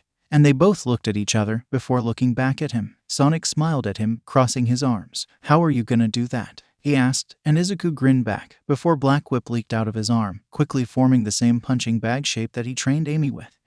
So, do you guys want to try it out? He asked, and Tails immediately nodded. Yeah, I want to see if this will actually work before I throw him at an enemy, he said, and Sonic nodded along. Izuku smiled at them, before he walked a few feet away, observing from a distance. Sonic looked at Tails, before he held up 3 fingers, slowly counting down. When he got to 0, he jumped in the air with a spin attack, and Tails quickly followed before twirling in the air and smacking Sonic with his tails. Sonic flew forwards, missing the punching bag, and instead embedding himself in a wall. Izuku smiled, walking over and smashing the rock wall to pieces with his quirk. Sonic quickly fell out, slightly dizzy. Whoa ... that was ... that was awesome. That was a nice hit, Tails. Though ... we do need to work on your aim, Sonic said, but it seemed that Tails was a little distracted. He was, staring at where the wall used to be. Both Izuku and Sonic looked up, and their jaws dropped at the massive ring that floated in the middle of a room that the wall was blocking. Sonic grinned, pumping his fist. Yes, we already found one, he said, and Izuku looked over at him, confused. A giant ring. Geez, how much is this thing worth? He asked, and Sonic shook his head with a chuckle. That's no ordinary ring, pal, Sonic said, and Izuku rolled his eyes. What? Really? I didn't notice, he said, completely deadpan, making Sonic huff before he walked over to the ring and looked back at Izuku with a grin, walking backwards. All I've gotta say is ... see you in the other side, Sonic said, before he touched the ring and disappeared. Then Tails rushed past him and jumped into it, disappearing with him. Izuku paused for a moment before he sighed, and ran into the ring. It was safe to say that Izuku was not expecting this. All 3 of them stood on a small planetoid with many other parties in the distance, all with red and blue spheres on their surface area. Suddenly, he heard a whispering voice in his head telling him to collect blue spheres, and he looked around, searching for the voice. He then looked at Sonic and Tails, who were both looking at him, smiling at his reaction. You guys heard that too, right? He started, before Sonic spread his arms out. Welcome to the Special Zone. This is a place that constantly changes shapes once all the Chaos Emeralds have been collected. We still don't know why the emeralds go here when they scatter, but we know how to get here, so it's fine, Sonic told him, and Izuku blinked. Seriously though, you guys heard that too, right? He asked, and Sonic nodded. Yeah, gotta collect blue spheres. You and Tails wait here, I'll do it, he said, before he dashed off, jumping over a red sphere and collecting a few blue ones, turning them red. Izuku looked over at Tails to see him looking around in wonder. So many colors, he murmured, and Izuku chuckled, before taking a look around. He winced, the sight hurting his eyes a little bit. After a few moments, the world around him started shifting back into Angel Island Zone, and the 3 of them were back, with a green Chaos Emerald in Sonic's hand. Easy as a 30-mile dash, Sonic said, before the emerald disappeared. Sonic smiled at them, before he started running away, the 2 following him. They quickly came across a small body of shallow water with a bunch of floating badniks over it. Izuku grunted and jumped in the air, grabbing one of the badniks. It electrocuted him, but he moved through the pain, hurling the badnik at a group of 3, exploding it and taking them out. He used float to keep himself midair, and gave a thumbs up to Sonic and Tails before they jumped into the shallow body of water. Walking through it, Izuku watched them, dumbfounded as they walked through the water, jumping out on the other side. Izuku quickly flew over to them, confused. Why didn't you guys just ... swim through the water? He asked, and Sonic grumbled, annoyed. Sonic can't swim. He has hydrophobia, he said, and Sonic looked at him, betrayed. He didn't have to know that. You could have just stopped at I can't swim, he said, and Tails shrugged. He deserves to know. He's our friend, isn't he? He asked, looking Sonic in the eyes, who winced and looked away. Why yeah, It's just ... We don't know him very well, and he started, before Izuku coughed into his fist. It's not a big deal. Let's just go, he said, rushing forward. Sonic nodded, following him, and Tails frowned, before he quickly caught up. The three of them dashed through falling rocks, waterfalls, even some mortars. However, they easily took care of everything in their way, before reaching a wide open field with a nice view of the ocean. Whoa ... This place is kind of beautiful when we're not being attacked 24/7, Sonic said, and Izuku nodded with him. I'd have to agree ... Wait, what is that? He asked, spotting something spherical flying towards them. It was a large metallic ball, and Izuku tensed up as he saw the Robotnik logo on it. It's a badnik, Izuku said, before he rushed forward, only to be tackled by something. He looked up to see a familiar pair of robotic red eyes glaring at him. He groaned in annoyance, before he stood up. I'll deal with Metal Sonic. You two trash that tin can, Izuku said, before he dodged an outstretched claw, jumping into the air, quickly followed by Metal. Sonic blinked, before he scoffed. That thing looks nothing like me, he said, and Tails shrugged. Hey, he responded. Izuku made sure to fly high enough into the sky to make sure that none of Metal's attacks could harm either Sonic or Tails, before he turned to face Metal, who stopped as well. You just don't know when you quit, huh? He asked, and Metal was silent for a moment, before he eventually spoke. I do not understand you, Izuku Midoriya, he said, his voice sounding more like Sonic's, but still definitely robotic. Izuku raised an eyebrow, and the robotic copy continued. You value friendship and the safety of others despite gaining nothing from it. Why? Metal asked, and Izuku was surprised at the genuine curiosity in his voice. Izuku paused, before he narrowed his eyes. Why do you care? What makes you so curious? He asked, and Metal immediately responded. I do not understand. I want to understand. The term friendship is not a prime directory of mine, despite so many living organisms valuing it so deeply. You gain nothing from protecting Amy Rose, yet you do so anyways. Why? Metal asked, and Izuku scowled. Because I care about her. I've been alone for ages, and she's the first person to even try to care about me in a long time. You can try and kill me, you can stab me, scratch me, hell, you can even shoot me ... But unless I'm dead, she's under my protection, Izuku said, and Metal paused. Your answer is illogical. Feelings cloud organics' minds. Luckily, I have no flaws of that nature, Metal said before he zoomed forward, slamming his knee into Izuku's stomach. Izuku groaned, momentarily stunned, but he caught himself in time to dodge the overhead kick that Metal attempted, before grabbing his ankle and hurling him upwards. Izuku then shot towards the flailing robot, rising above him and kicking him back down.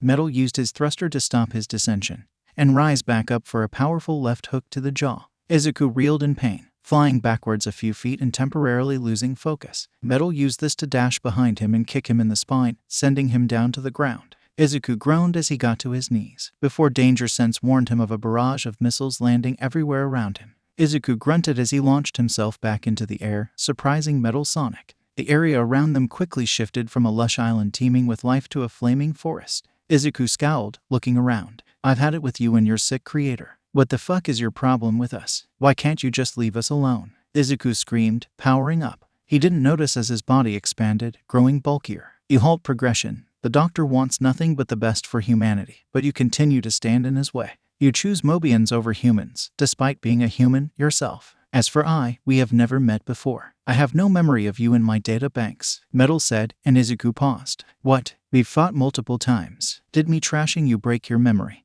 Or ... Did Eggman erase the memory? Izuku asked, more to himself, and Metal's red eyes narrowed. What are you talking about? This is our first battle, Metal said, and Izuku took his mask off, showing Metal the scar on his cheek. Metal's eyes widened as he involuntarily scanned the injury, and it matches up perfectly with his claws. What? I don't understand. I am the doctor's greatest creation. Yet, I wasn't the first. But ... I know that. Metal paused, and Izuku used this chance to rush forward and shoulder check the robot. Izuku winced in pain as his body creaked, and he looked down, his eyes widening at his bulkier form. What the? I don't remember doing this. Did it activate on its own, or ... Did I do it subconsciously? Izuku pondered, before being interrupted by a glitching buzz. Izuku Midoriya, what do you know of previous versions of me? Metal asked, and Izuku paused, still on guard. It looked like he caved in Metal's body in slightly as his torso was dented. You're more patient, less robotic, that's for sure. The first time we met, your voice was way different. You practically screamed everything you said with a grating robotic voice. You were more rude, you had some issues up here, and you were terrified of Eggman, Izuku said, and Metal inched backwards, his red eyes wide. What? I was afraid of the doctor. But ... Why? Can you tell me why I was afraid of the doctor? 𝗏𝗏 asked, and Izuku took a moment to think about why he was doing this. Sonic was his enemy, so why was he telling him this stuff? He knew that if he powered up, he could demolish the robot with ease. Suddenly, a visage of Amy telling Metal that he could choose for himself popped into his head, and he closed his eyes, sighing. Maybe she had a greater effect on him than he thought. This is so stupid. The last time I tried this. Everyone. HMM. He thought, before he looked at Metal Sonic to see him staring at him. Eggman didn't treat you well. When you lost your first fight, he told you that he was going to give you pain receptors to give you more motivation to win. Izuku said, and Metal Sonic seemed slightly disturbed, but otherwise unchanged. The next time I beat you, you wouldn't stop screaming about how he was going to disassemble you and how you didn't want to die. Izuku said, and Metal froze. I did that. What happened after that? He asked, looking down at his claws. Izuku sighed, thinking back. Eggman kidnapped Amy again.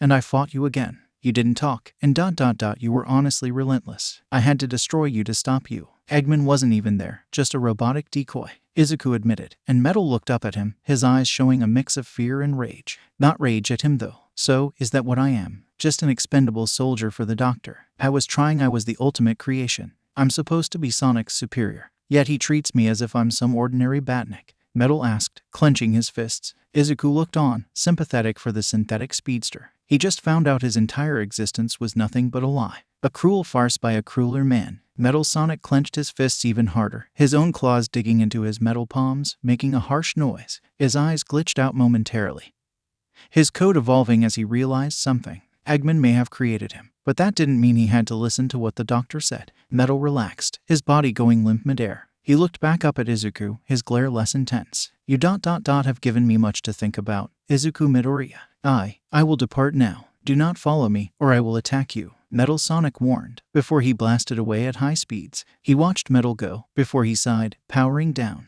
His body was still in its bulkier form, and he looked down, realizing that he didn't know how to deactivate the power. He descended slowly, thinking to himself. OFA wasn't active, so it wasn't like he was just going to accidentally splatter someone by touching them, but he was definitely still stronger than usual in this bulkier form. He landed softly on the ground, where Sonic waited, tapping his foot impatiently. Finally, there you are. While you were fighting the faker, we took care of that big spherical robot. It tried to fly away, but it couldn't outrun us, Sonic said, proudly. Izuku hummed, walking up to them, and Sonic raised an eyebrow at him, inspecting him up and down.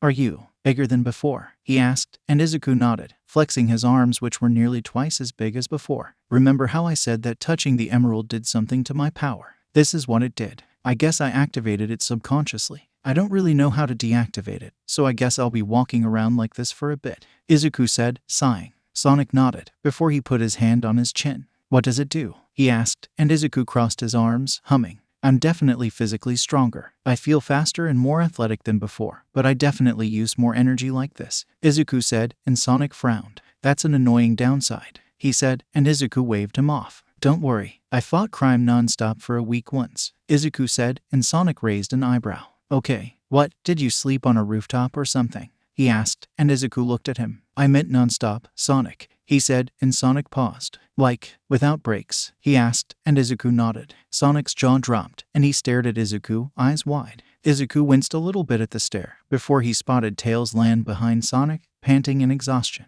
Sonic, I can't put the fires out. I tried for like 0.5 minutes. Tails panted, resting on his back when he landed. Sonic looked at him, a look of concern on his face. Hey, it's all right, little buddy. Let me handle it, he said, and Izuku blinked, before he grabbed Sonic by the shoulder. Sonic looked over his shoulder to see Izuku shaking his head. No, it's probably be better to let it burn out. It's fairly contained, so it won't spread too far, he said.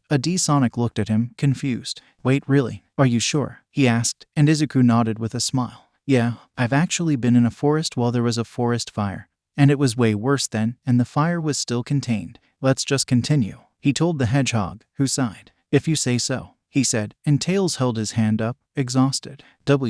Wait for me, guys, he said, and Izuku cringed. We should probably wait a little bit, he said, and Sonic agreed, an amused smile on his face. Metal Sonic flew through the air, looking down at the grassy plains under him. He was obviously deep in thought, and it showed as he nearly rammed into a massive chain that stretched for at least a mile. He looked up at the chain, quickly spotting a large planetoid off in the distance, his scanners quickly telling him that this was Little Planet.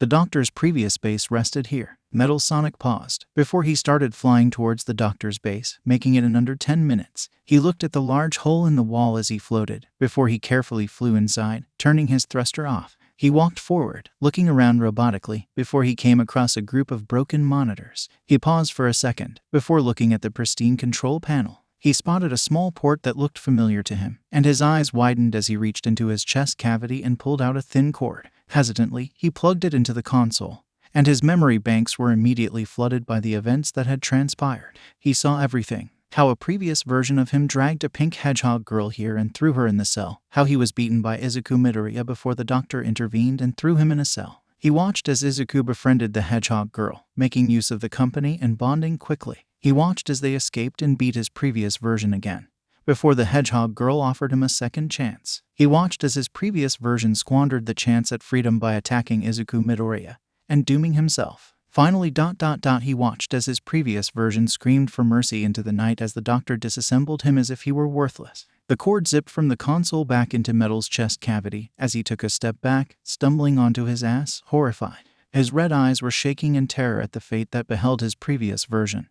Before he steeled them, synthetic anger coursing through him. 𝐬𝐸 didn't lie. The doctor was nothing but a cruel and uncaring old man that would even destroy his own creations if they failed him. 𝗏𝐿 got back to his feet, and he looked down at his claws, not knowing what to do next. If he didn't serve the doctor, what was his purpose? 𝗏𝐿 paused as his sensor picked something up from outside, and he quickly zoomed over to the hole in the wall, looking down.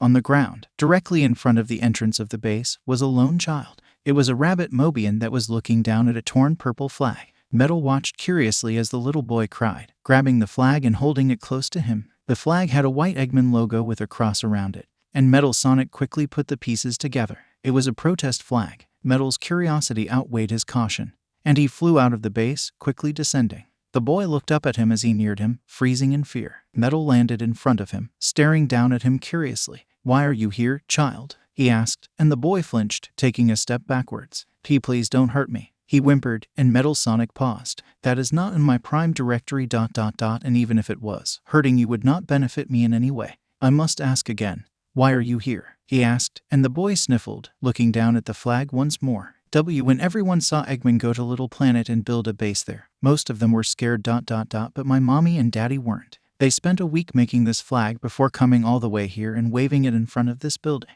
They told me to stay home, but ... when they didn't come back, I started worrying. So a few days ago, I came here, and in ...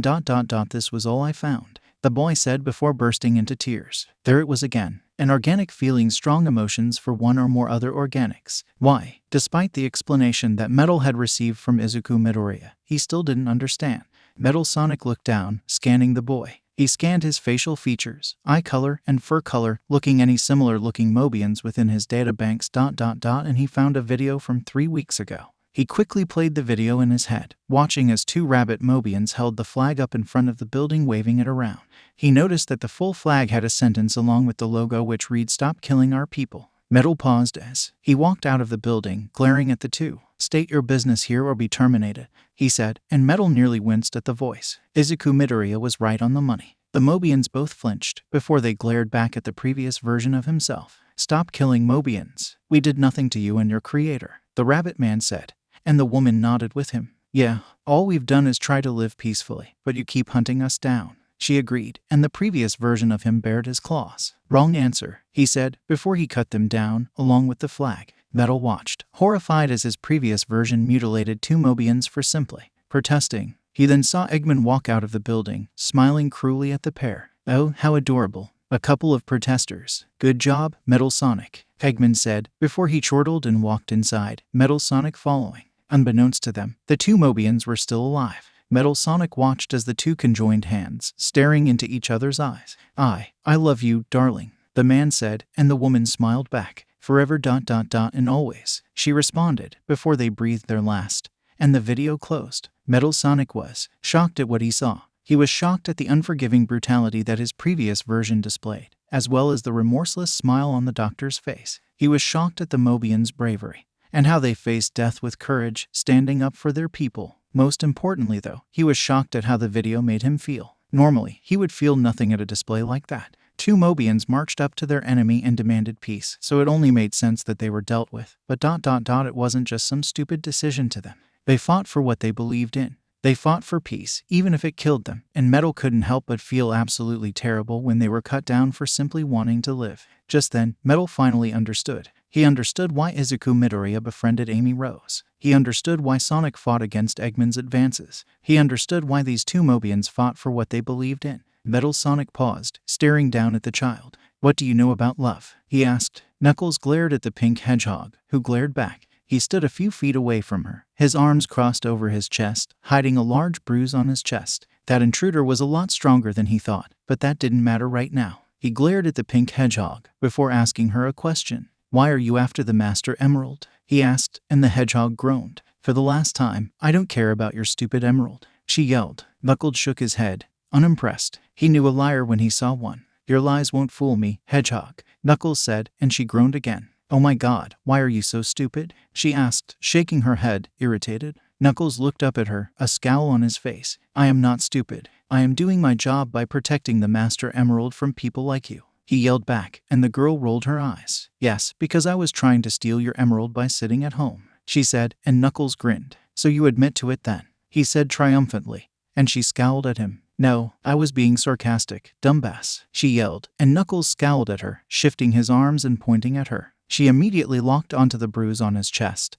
and she grinned impishly at him. "I wonder who gave that to you," she said, a look on her face that showed she already knew. Knuckles scowled, clenching his fists. "It was a human," he said, and the girl's grin widened. "Haha, yes, Izuku kicked your ass. I knew he would beat you. He's gonna find me and we're gonna wreck you, loser," she said, and Knuckles raised his fist at her. "I knew you two were working together. He won't succeed in stealing the emerald. Besides, I got payback by dropping him and his friends into the ancient city below Angel Island," he said, and the girl rolled her eyes. "Good for you. If anyone wants your emerald, it's Eggman. You're playing right into his hand," she told him, and Knuckles composed himself, smiling at her. "Nice try, Harlot. He told me you would say that," he said, before jumping as Amy started struggling in her confines, glaring hatefully at Knuckles. "What did you call me? I'll beat you black and blue, you brain-dead bastard," she yelled, and Knuckles' sweat dropped. He didn't know what bastard meant, but he could imagine that it wasn't nice. Izuku watched as another Eggman decoy flew away from them in his Eggmobile, before exploding, an annoyed grimace on his face. After he, Sonic, and Tails beat a decoy on Angel Island, that red Mobian from before dropped them into hydrocity. They quickly sped through that place and beat a second decoy there. Then a geyser launched them like 1,000,000 feet in the sky, and they fell into a literal marble garden. This place was Izuku's personal hell, as it was just a winding path with traps and tricks everywhere. However, they did collect 2 more emeralds on the way here, so that was a plus, but that was basically it. Suddenly, he heard Tails gasp beside him, and he looked at him to see him staring at something with wide eyes. He looked over to where he was looking, seeing a large floating carnival slowly traveling through the air. Izuku blinked, holding up a finger, before he paused, and dropped it. Sonic wiped his hands, walking up to the two. "It's getting kinda late. We should probably find a place to stay for the night," Sonic said, and Tails looked at him, eyes practically shining. "Oh, can we go to the carnival? Please, please, please," he asked, and Sonic winced, looking at Izuku, who frowned. "I mean, if that's where you two want to rest," he said, and Tails cheered. "Yes, thank you guys," he said, before he quickly started spinning his tails. Black Whip quickly wrapped around him though, keeping him from flying away. "Whoa, hold up, Tails. We'd get there way faster if I flew us there," Izuku said, and Tails paused, before he sighed. "All right, let's go," he said, and Izuku exhaled, shaking his head, before Black Whip wrapped around Sonic, making him squirm uncomfortably. Izuku made sure that the two were secure, before he blasted off, quickly flying through the air. "Make sure to keep your eyes closed. Don't want anything getting in there," Izuku warned, and the two quickly did as told. Within a few minutes, Izuku made it to the flying carnival, and the sun was setting as he landed, letting Tails and Sonic go. Tails immediately started running around everywhere, before he found a cotton candy stall, run by a teenage Mobian.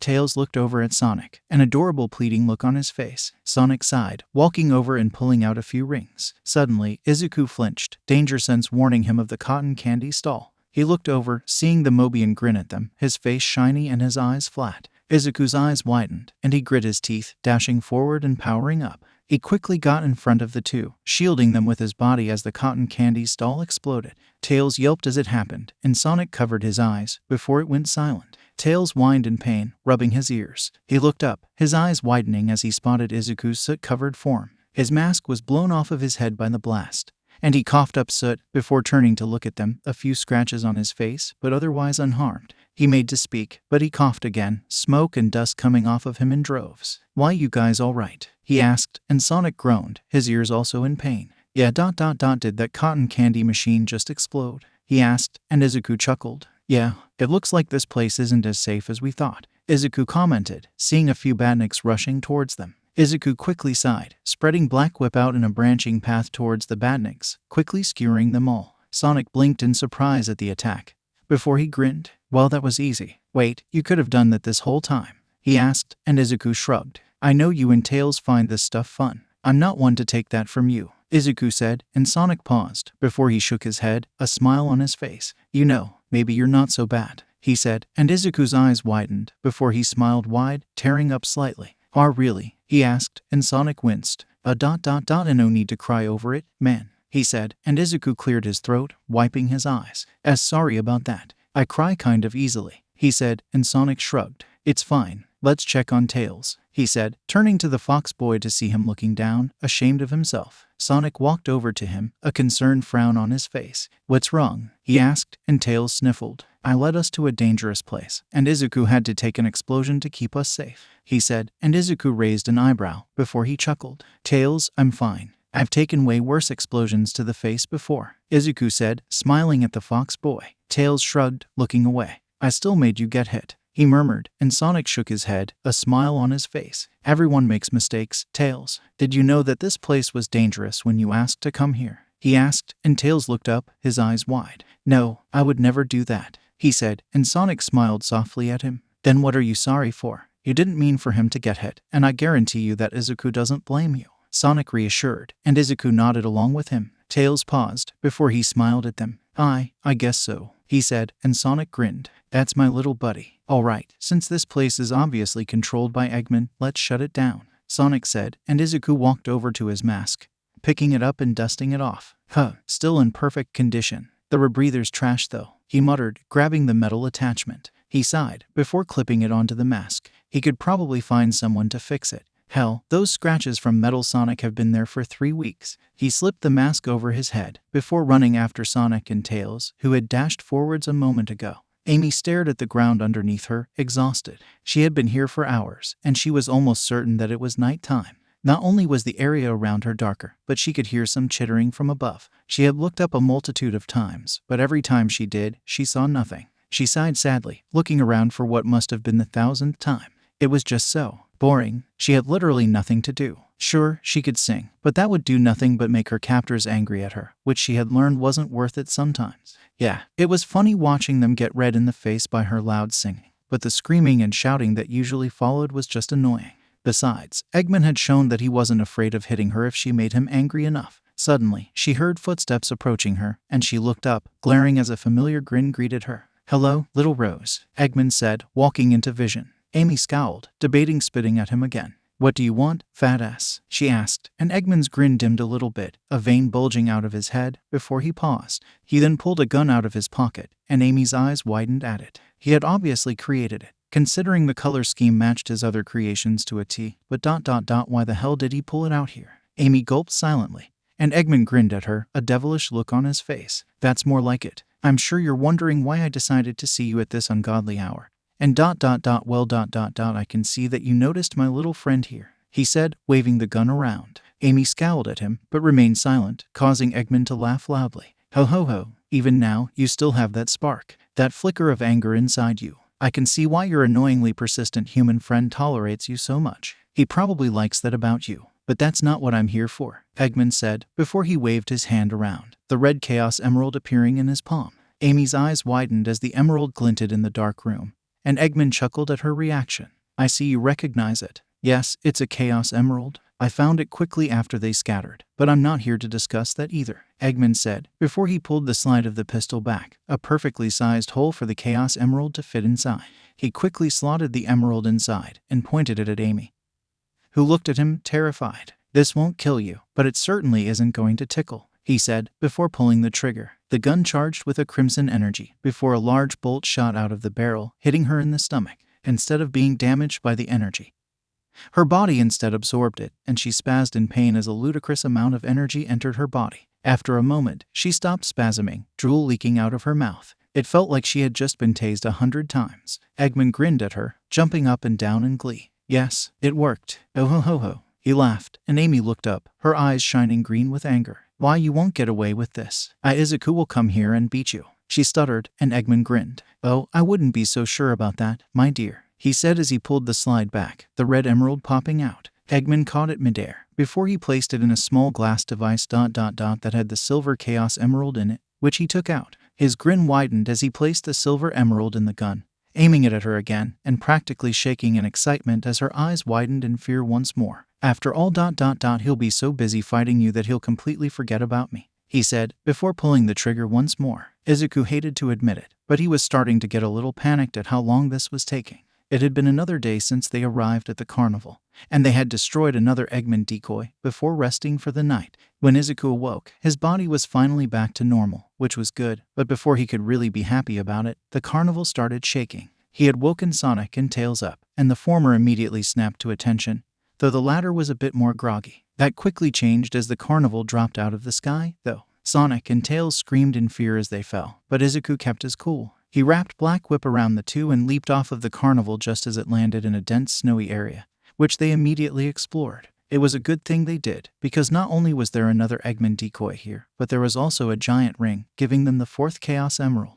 After that literal landslide, the group wandered the icy terrain, spotting a large base in the distance. With their speed, the trip was only around 15 minutes. When they arrived, everyone was annoyed. This place looked like it had multiple branching paths, with each looking more and more complicated as time went on. It took 3 hours to make it through the launch base, but on the bright side, they found another Chaos Emerald. They only needed 2 more, and they would have the full set. Now, in the present, the trio is walking away from the launch base, all annoyed. That place blows, Sonic said, and Izuku had to agree. Yeah, let's never go to this dump again, Tails said, looking back at the place with a scowl. Izuku sighed, before looking at Sonic. Do you know where to go next? You seem to have a keen sense of adventure. Either that, or we're just getting lucky, Izuku said, and Sonic sighed. To be honest, I have absolutely no idea. That last place was just annoying, to say the least. I like adventure as much as the next guy, but that place? Blech, Sonic said, and Izuku sighed. Damn, he groaned, before he noticed something. Why were there so many mushrooms? He looked around, spotting mushrooms everywhere. He looked back to see that they hadn't walked too far from the launch base. But why were there so many mushrooms over here? Suddenly, the ground under them shifted. They all froze, looking at each other. The ground under them then cracked, before breaking apart into multiple pieces. Izuku looked down as he started falling, his eyes widening at how far the drop was. He couldn't even see the bottom yet. Sonic screamed in fear as Tails quickly tried to use his tails to slow his descent.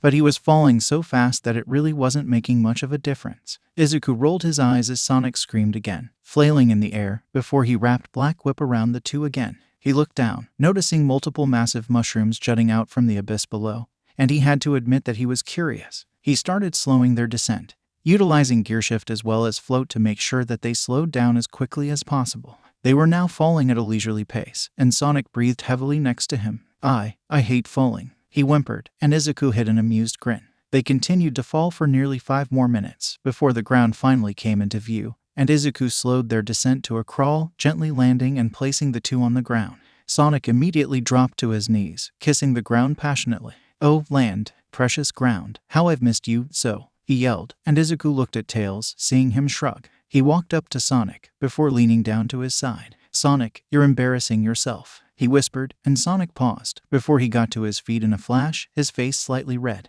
Let's continue, he said, and Tails rolled his eyes, smiling amusedly. You're so silly, Sonic, he said as he walked past the hedgehog, who frowned indignantly. I'm not silly, I'm awesome, he said, and Tails nodded. You can be silly and awesome, Sonic, he said, and Sonic wilted. I mean sure, but I'm 100% awesome. I can't be silly if I'm fully awesome, right? He asked Izuku, who just looked at him, a blank look on his face. Sure, whatever makes you happy, I guess, he said, and Sonic blinked. Well, that was backhanded, but I'll take it, he said, before he jogged past Tails. Izuku quickly caught up to the two as they walked, observing the area around them. They seemed to be in a mushroom forest, which was honestly pretty cool. Izuku didn't even know that mushrooms could get so big that they mimic trees, but it was certainly cool to see. He stopped looking around as Sonic froze though, and the hedgehog put a hand up towards Tails and Izuku, telling them to stop. Before he looked at them, his index finger in front of his mouth in a stay quiet pose. The two silently walked to his side, standing on a small elevated platform, and Izuku's eyes widened as he spotted the red Mobian from before, looking around cautiously, before he walked away from something, quickly disappearing deeper into the mushroom woods. After a moment, Izuku hopped down from the platform, into the ground.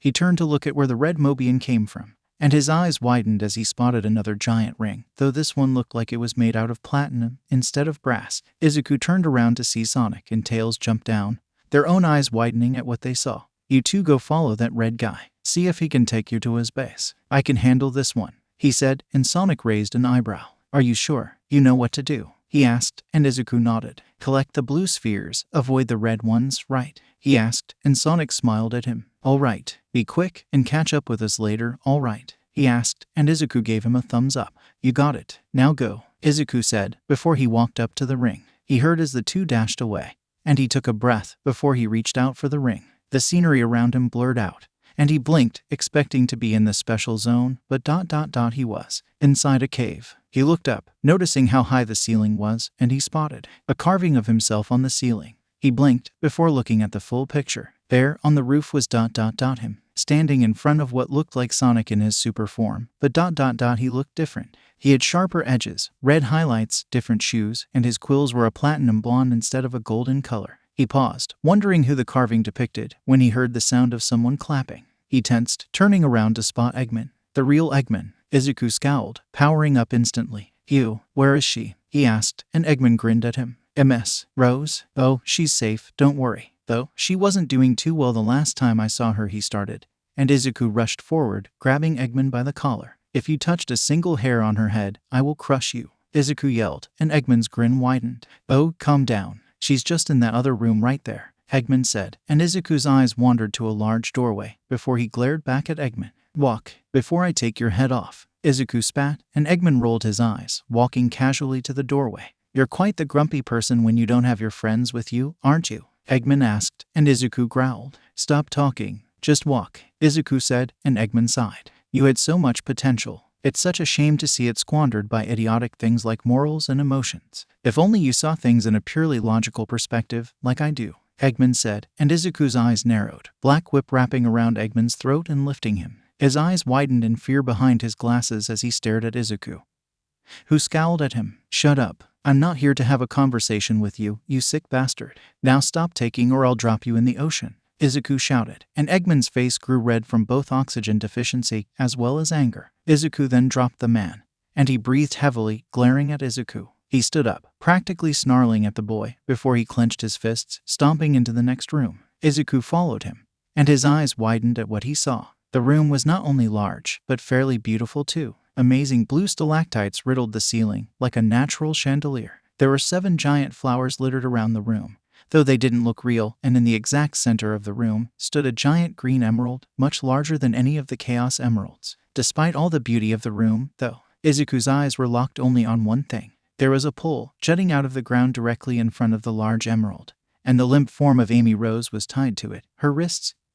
and ankles chained to the pole. Izuku took a step forward before noticing the bulky black visor on her face. What was that, and why was it there? Suddenly, he heard a crash behind him and saw that the doorway was now blocked with a giant crystal door. His eyes widened and he dashed to it, ready to break it down, only to hear Eggman's voice echo throughout the room. I wouldn't do that if I were you. If you destroy that door, that little headset on Ms. Rose's head explodes. The explosion won't be big, but well, let's just say that the rose will lose a few petals." Ho, Eggman said, chortling at Izuku's misfortune. Izuku scowled, before he dashed over to Amy, about to rip the headset off. "Oh, I forgot to mention, if you attempt to remove the headset in any way, the outcome will stay the same. You don't want to kill your precious little friend, now do you?" Eggman asked, and Izuku scowled, feeling nothing but pure vitriol for the man. "Get back in here, coward," he screamed, and he heard Amy whimper. He immediately turned to her, tugging at the chains. She stirred in her state of unconsciousness, and Izuku grit his teeth, before grabbing the pole and punching a home through it, before he snapped it in half. Amy nearly fell, but Izuku caught her before she could hit the ground. She stirred in his hands, before the visor on her head lit up with a red light. Amy immediately stiffened in his arms.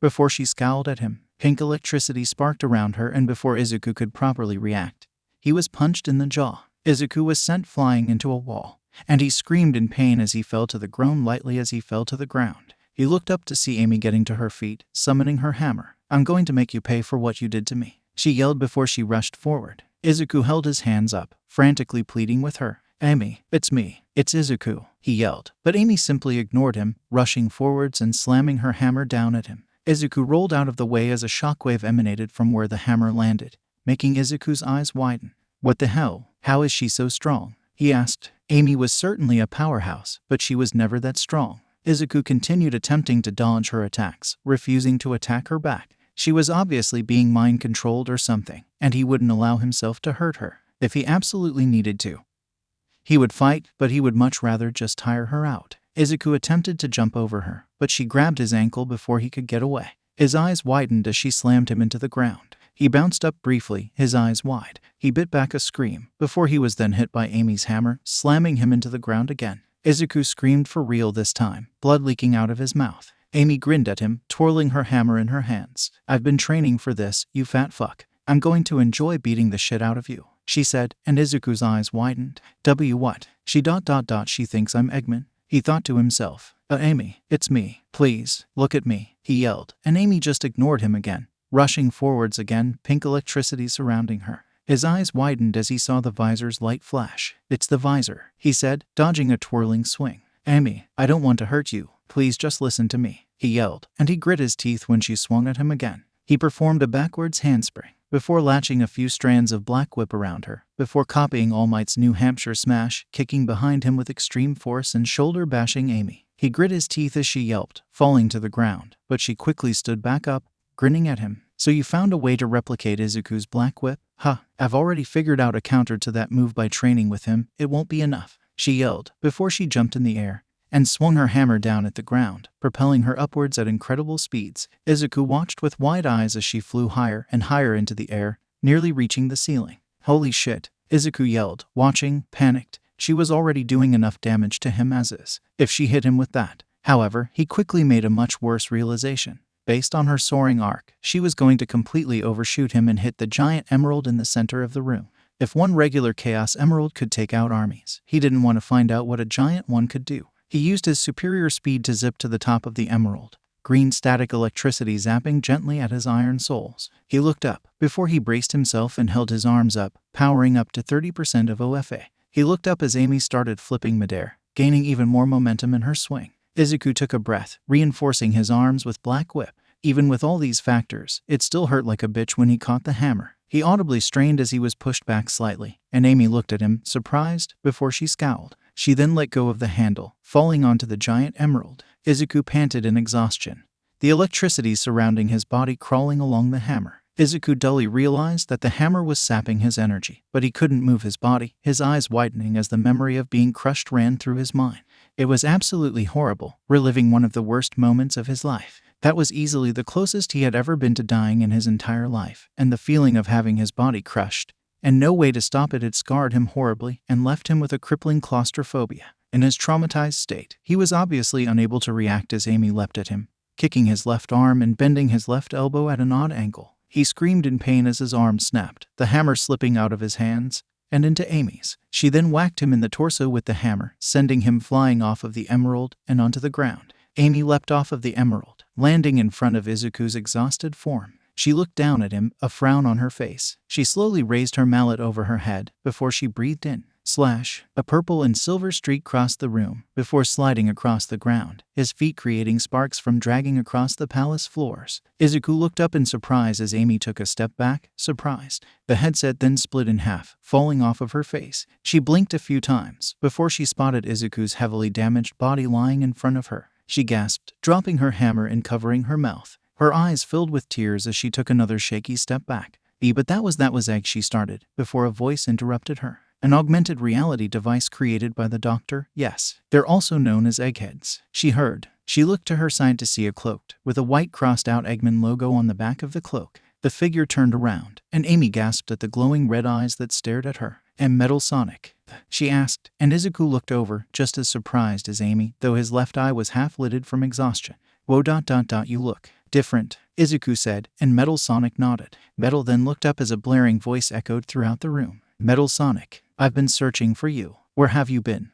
Eggman asked, and 𝗏 crossed his arms, thinking. Izuku Midoriya's words changed something in me, so I started digging. I made the harrowing discovery that you have treated me like nothing but trash. 𝗏 shouted, clenching his fist in righteous fury. Izuku grinned on the ground, chuckling softly to himself. I didn't build you to think. I built you to kill Sonic and his frivolous friends. Now to your job before I turn you into scrap, you worthless wreck. Eggman screamed, and 𝗏 swiped at the air angrily, showing off his sharp claws. No, I'm done being your slave, Doctor. Sonic always preaches about freedom, and you built me in his image. You should have seen this coming. 𝗏 yelled, and they heard Eggman roar in anger. The voice then cut out, and 𝗏 looked at Izuku. I have medical training. I can reset the bone.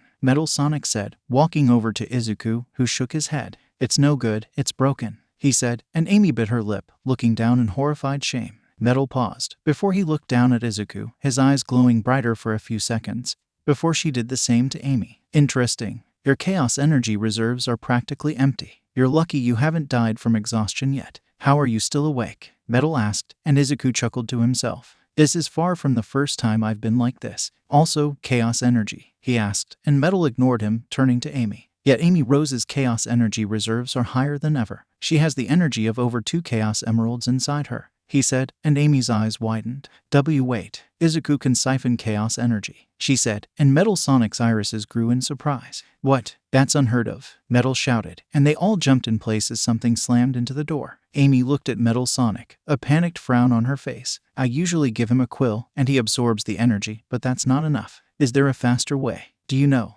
She asked, panicked. Sonic hummed, before he looked at her. Well, he could absorb it directly from you, he said, and she smiled hopefully. How? She asked. Direct contact. A hug would do, he said, and Amy blushed slightly before she nodded. She walked nervously over to Izuku before she got to her knees. Izuku looked at her, not looking too good.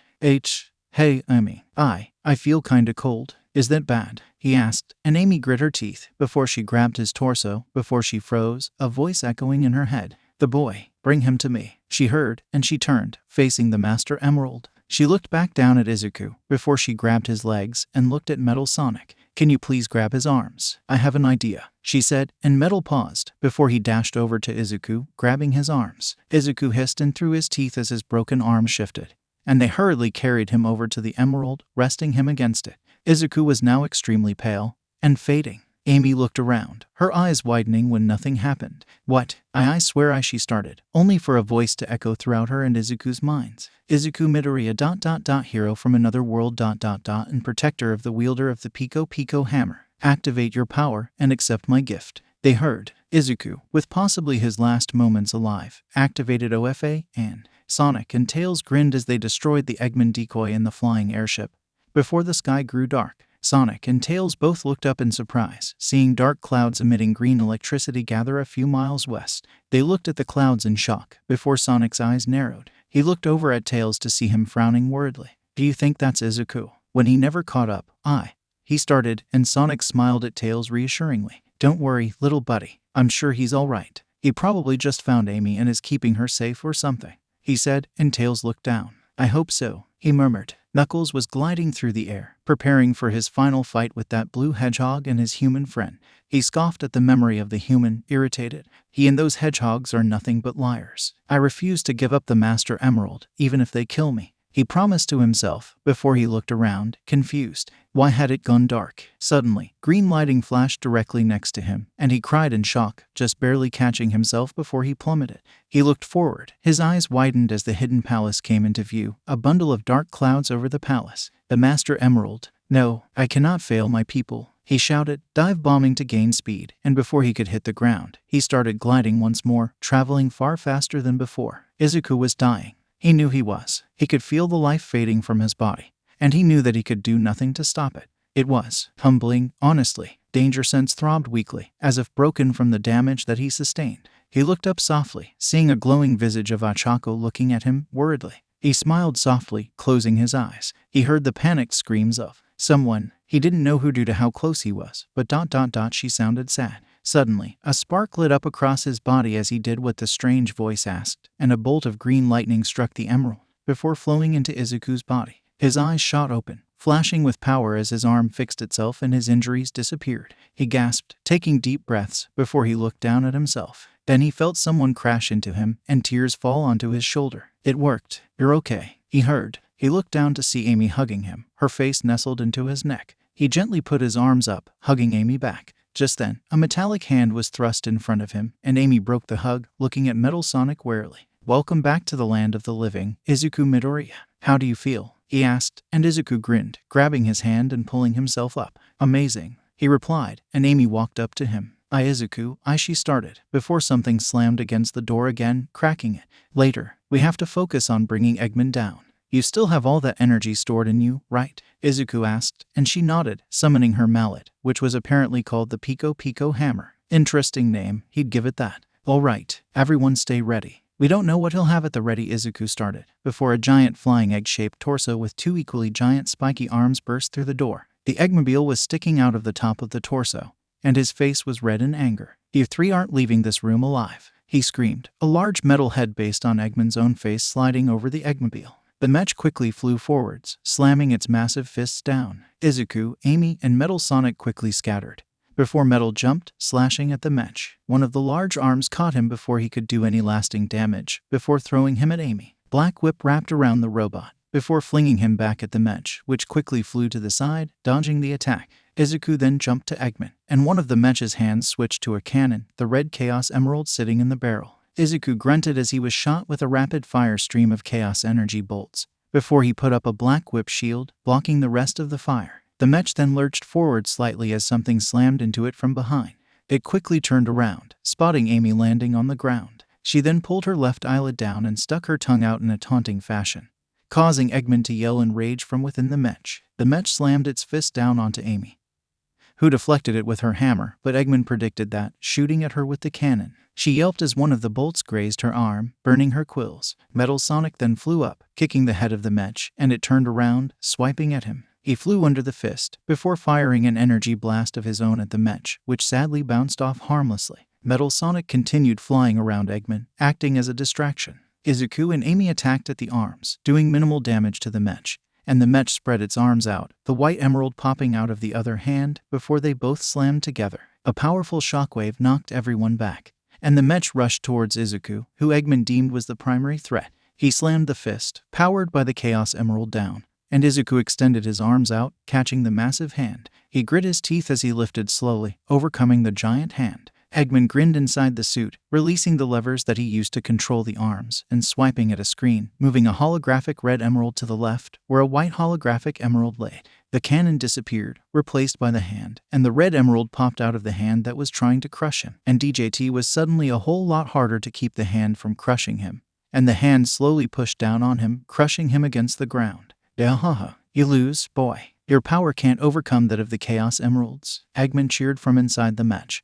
And Izuku grit his teeth, before the emerald spoke to him again. "Rain your power in. Izuku Midoriya ... pull the energy emanating from you back into your body," the voice said, and Izuku's eyes widened. He closed his eyes, focusing on the electricity surrounding him. Amy looked up, getting to her feet and looking over to see Izuku getting crushed by the mech's massive arm. She grit her teeth, resummoning her hammer and running to help, only to freeze as the glow disappeared under the massive hand. Her pupils dilated as she saw the glow disappear, her grip on her hammer loosening. Eggman grinned inside his mech, before laughing to himself. "I'm getting really tired." A voice started from under the hand before the arm creaked, then shattered entirely. Amy smiled, seeing Izuku in his bulkier form on one knee. "Of getting crushed," he finished, making Eggman grit his teeth in anger. "No, you're supposed to be dead." No, Eggman screamed from inside his mech, and Izuku scowled at him, his eyes glowing with power. Izuku then jumped up and slammed his fist into the mech's torso. Amy blinked, before seeing a dozen electric fists fall from Izuku's form,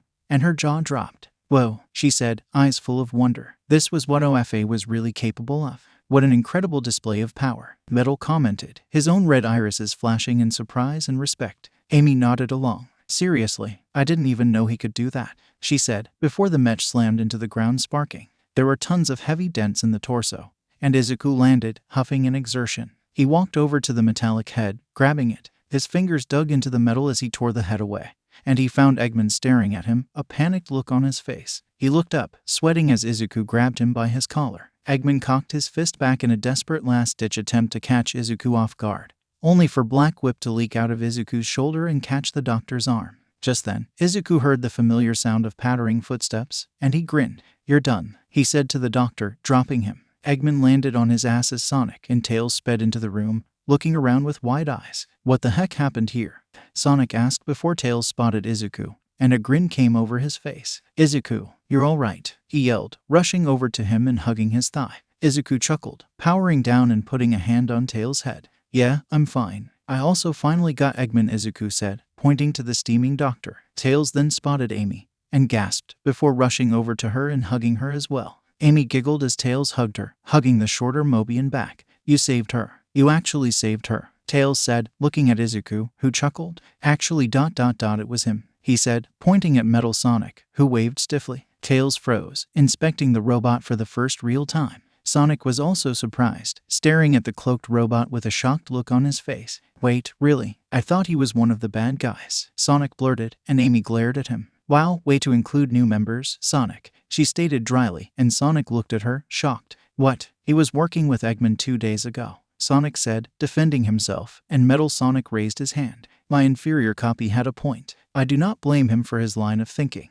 Metal Sonic said, and Sonic smiled, crossing his arms. "See, even he agrees with me." "Wait, what did you say?" he asked, and Metal tilted his head, confused. "What do you mean, Sonic?" he asked, making the blue hedgehog look at him confusedly. Metal Sonic then looked over at Amy. "Wink," he said, and Amy blinked before she snickered, and Sonic frowned, crossing his arms. "Why, you can't just say wink, Metal Sonic," she said, and Metal looked at her, confused. "What? I thought living organisms often winked at other organisms to convey that they were joking," he said, and Amy nodded before winking at him. "That's a wink. Saying wink does technically tell us that you're joking, but it loses a lot of the humor," she explained, and Metal looked down. "Oh," he said, and Amy giggled before walking up to Izuku. "Can we keep him, please?" she asked, looking up at him with an adorable pout on her face. Izuku winced, looking at Metal Sonic, who was trying to replicate Amy's wink to no avail. I guess. You do know that he's sentient, right?" he asked, and she nodded. "Well, duh. I just think he should stay with us. Better than that old jerk," she said, and 𝐻𝐸 growled at them. "Metal Sonic is mine. I built him," he yelled, before he yelped as Amy summoned her hammer and Izuku's body sparked, the two of them glaring at him dangerously. "Well, that's just too bad, isn't it, Amy?" he asked, not looking away from the doctor. "You said it, Izuku. I almost feel bad for you. 𝐻𝐸 ... except ... what was it you called me that one time?" "Oh, right. Hedgehog whore, was it?" she asked, and as expected, Izuku's eyes widened before he scowled at 𝐻𝐸, who sweat nervously. "Oh, ... I apologize," he tried, and Izuku grabbed the doctor by the mustache, making him yell in pain. Izuku dragged him across the room, about to literally kick him out until a familiar red Mobian came dashing towards him. Izuku's eyes widened as he powered up, dropping 𝐻𝐸 as he blocked a powerful punch from the red Mobian, making him slide across the floor. His eyes widened as the red Mobian scowled at him, fangs bared at him. "It was you, wasn't it? You used the Master Emerald for your own selfish desires," he accused, and Izuku looked at the red Mobian, a scowl on his face as well. "You're really starting to piss me off," he said, dashing towards the red Mobian, who stood his ground. However, a hammer embedded itself into the ground. The two paused before looking at Amy, who glared at the two. "Really, can't we just leave now?" she asked, and Izuku huffed. "I would like to, but I don't know if this moron will let us," he said, gesturing to the red Mobian, who scowled. "I am not a moron. I am a proud Echidna warrior, the last of my people. My sworn duty is to protect the Master Emerald from people like you," he shouted, glaring at all of them, and Izuku looked at him, unimpressed. "I think you mean people like 𝐻𝐸. I can fully guarantee you that he wants your emerald more than all of us combined," he said, and literally everyone else in the room but 𝐻𝐸 agreed. "Listen, Echidna guy, 𝐻𝐸's well ...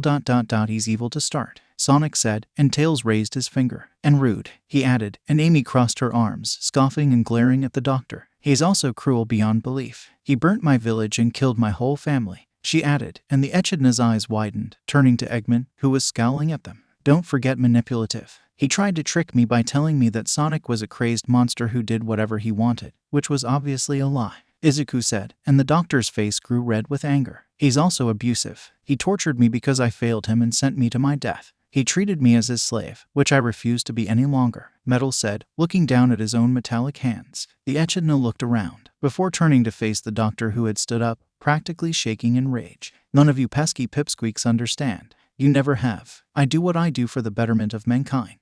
Who cares if a few rats get crushed along the way? My goal is to pave a path forwards, create a free world for humans to do as they please, no matter the circumstances. You're all plebeians, morons, simpletons, Eggman screamed, clenching his fists. The red echidna took a horrified step back as he realized just who he had let near the emerald for so long.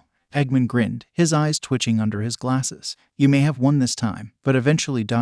you'll slip. And when you do, I'll be there to make sure you never get back up. Eggman yelled, before Amy scowled, rushing forward. Oh, just shut up already, she yelled, startling everyone. The fact that you have the audacity to even suggest that we're in the wrong is baffling. You burned my entire village to the ground, and it's my fault because I didn't want to be bait to lure Sonic to his death, she screamed, and Eggman scowled at her. I'd expect you to understand least of all, little girl. The only thing you've done so far is spread your legs for that little traitor over there, Eggman said, getting cut off as Amy slammed her hammer into his massive stomach. How dare you?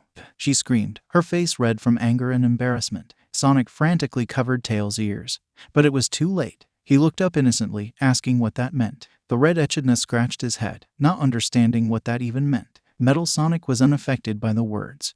But he was still shocked that the doctor had actually said it. Izuku though ... his face was entirely blank. Amy whacked Eggman with her hammer a few more times, before she dropped it, turning around and stomping away. The room was silent for a few moments, before the red echidna sighed. He ran over to the Master Emerald, picking it up and hoisting it over his shoulder, before he paused. How am I gonna get this back to Angel Island? He said, humming to himself. 𝐀𝐦 ran up to the echidna, a smile on his face. Our airplane is parked outside, mister, he said, and the echidna looked down at him, a confused frown on his face. What is an airplane? He asked, and 𝐀𝐦 grinned at him. It's an amazing machine made to fly. It also has a cargo holder that we can carry the emerald with, 𝐀𝐦 said, and the red echidna smiled at him. Oh, thank you, small fox, he said, and 𝐀𝐦 nodded, sticking his hand out. My name's 𝐀𝐦. What's yours? He asked, and Knuckles grabbed 𝐀𝐦's hand, shaking it. My name is Knuckles, mighty warrior and last of the honorable echidna tribe, he said with pride, and Sonic sighed, before he zipped over to the wreckage of the mech, grabbing the last 2 Chaos Emeralds. Yeah, we know. Can we go now? I'm tired, and I kind of want to sleep in a bed tonight, Sonic said, and 𝐀𝐦 smiled at him. All right, Knuckles, let's go put your emerald back, he said, before the three of them left the room. Amy sighed, looking over at Metal Sonic. So, I'm guessing you don't have a place to stay, she asked, and Metal Sonic paused, before he shook his head. Amy smiled at him, before she walked over to Izuku, leaning against him and crossing her arms. He barely reacted, still frozen from what Eggman said. Don't worry, Metal, you can stay with us for the time being, she said, and Metal paused, looking at her, surprised. Are you certain? I'm probably not going to be ... the best roommate. I don't really know how to be a person, Metal said, looking away. Amy smiled at him, shaking her head. Don't worry about that. We can help you fit in better if you'd like, Amy offered, and Metal looked at her, before he looked down, seemingly embarrassed. I would ... like that, he said, and Amy grinned at him, before she looked up at Izuku, a grin on her face. All right, come on Izuku, snap out of it.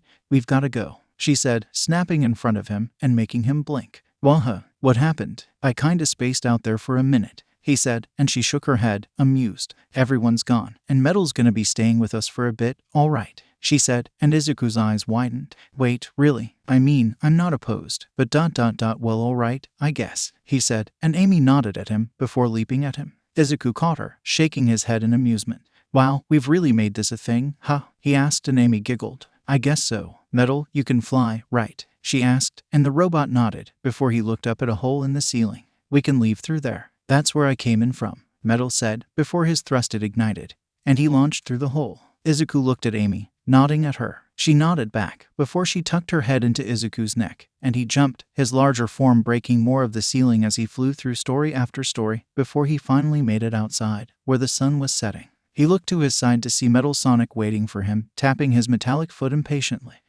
There you are. My scanners indicate your home is approximately 68 miles southwest, Metal Sonic said, before turning and leaping away. Izuku was about to jump, but Amy stopped him, her face slightly red. Izuku, before you follow him, could you do that whole bulking thing? She asked, and Izuku shrugged, before focusing. After a second, his body grew bigger, and he then leapt away, quickly reaching Metal Sonic, with Amy practically purring in his arms. I could get used to this, she thought, her hand gripping onto Izuku's rock-hard bicep for safety. Izuku sighed as he opened the door, the dried bloodstain in the doorway cleaned by someone. He didn't know, and frankly he didn't care. Amy walked in behind him, yawning. Finally, Metal Sonic walked in, looking around. Homie, I assume you two are going to go to sleep now? Metal asked, and Izuku nodded. I know I am. I'm exhausted, he said, and Amy agreed. Yeah, being tied to a pole doesn't do the best for your sleeping habits, she said, before they both walked into their bedroom. Metal Sonic nodded in understanding, before he looked around. What do I do now? He asked himself. Izuku sighed as he took his boots and gloves off, and Amy mimicked him, only taking her shoes off though, and they both jumped on the bed, falling asleep the moment they touched the mattress. Amy glared down at Eggman, her hammer at the ready. She was bleeding over her left eye, and she had a couple scratches over her body, but she was otherwise unharmed. Eggman though his left arm was broken, and he stared up at her, terrified. She lifted her hammer over her head, and Eggman shouted at her. Ames, please stop. It's me. Please listen, he pleaded, Izuku's voice leaving his mouth. Amy's eyes widened, and she immediately tried to lower her hammer, but her body didn't listen to her. She slammed the hammer down on Eggman's body, and the sound of Izuku screaming in horrible pain shattered her heart. No, stop. Stupid body, stop it. She tried to scream, but her body wouldn't let her. She raised her hammer again, slamming it down as Eggman's body warped. Tears streamed down Amy's face as she slammed her hammer down over and over again, until the screaming stopped. Amy blinked, and Eggman's broken body was replaced with Izuku's, his limbs mangled and jaws pried open by his own screams. Amy suddenly had control of her body once more, and she immediately dropped her hammer and rushed to Izuku, kneeling down over her.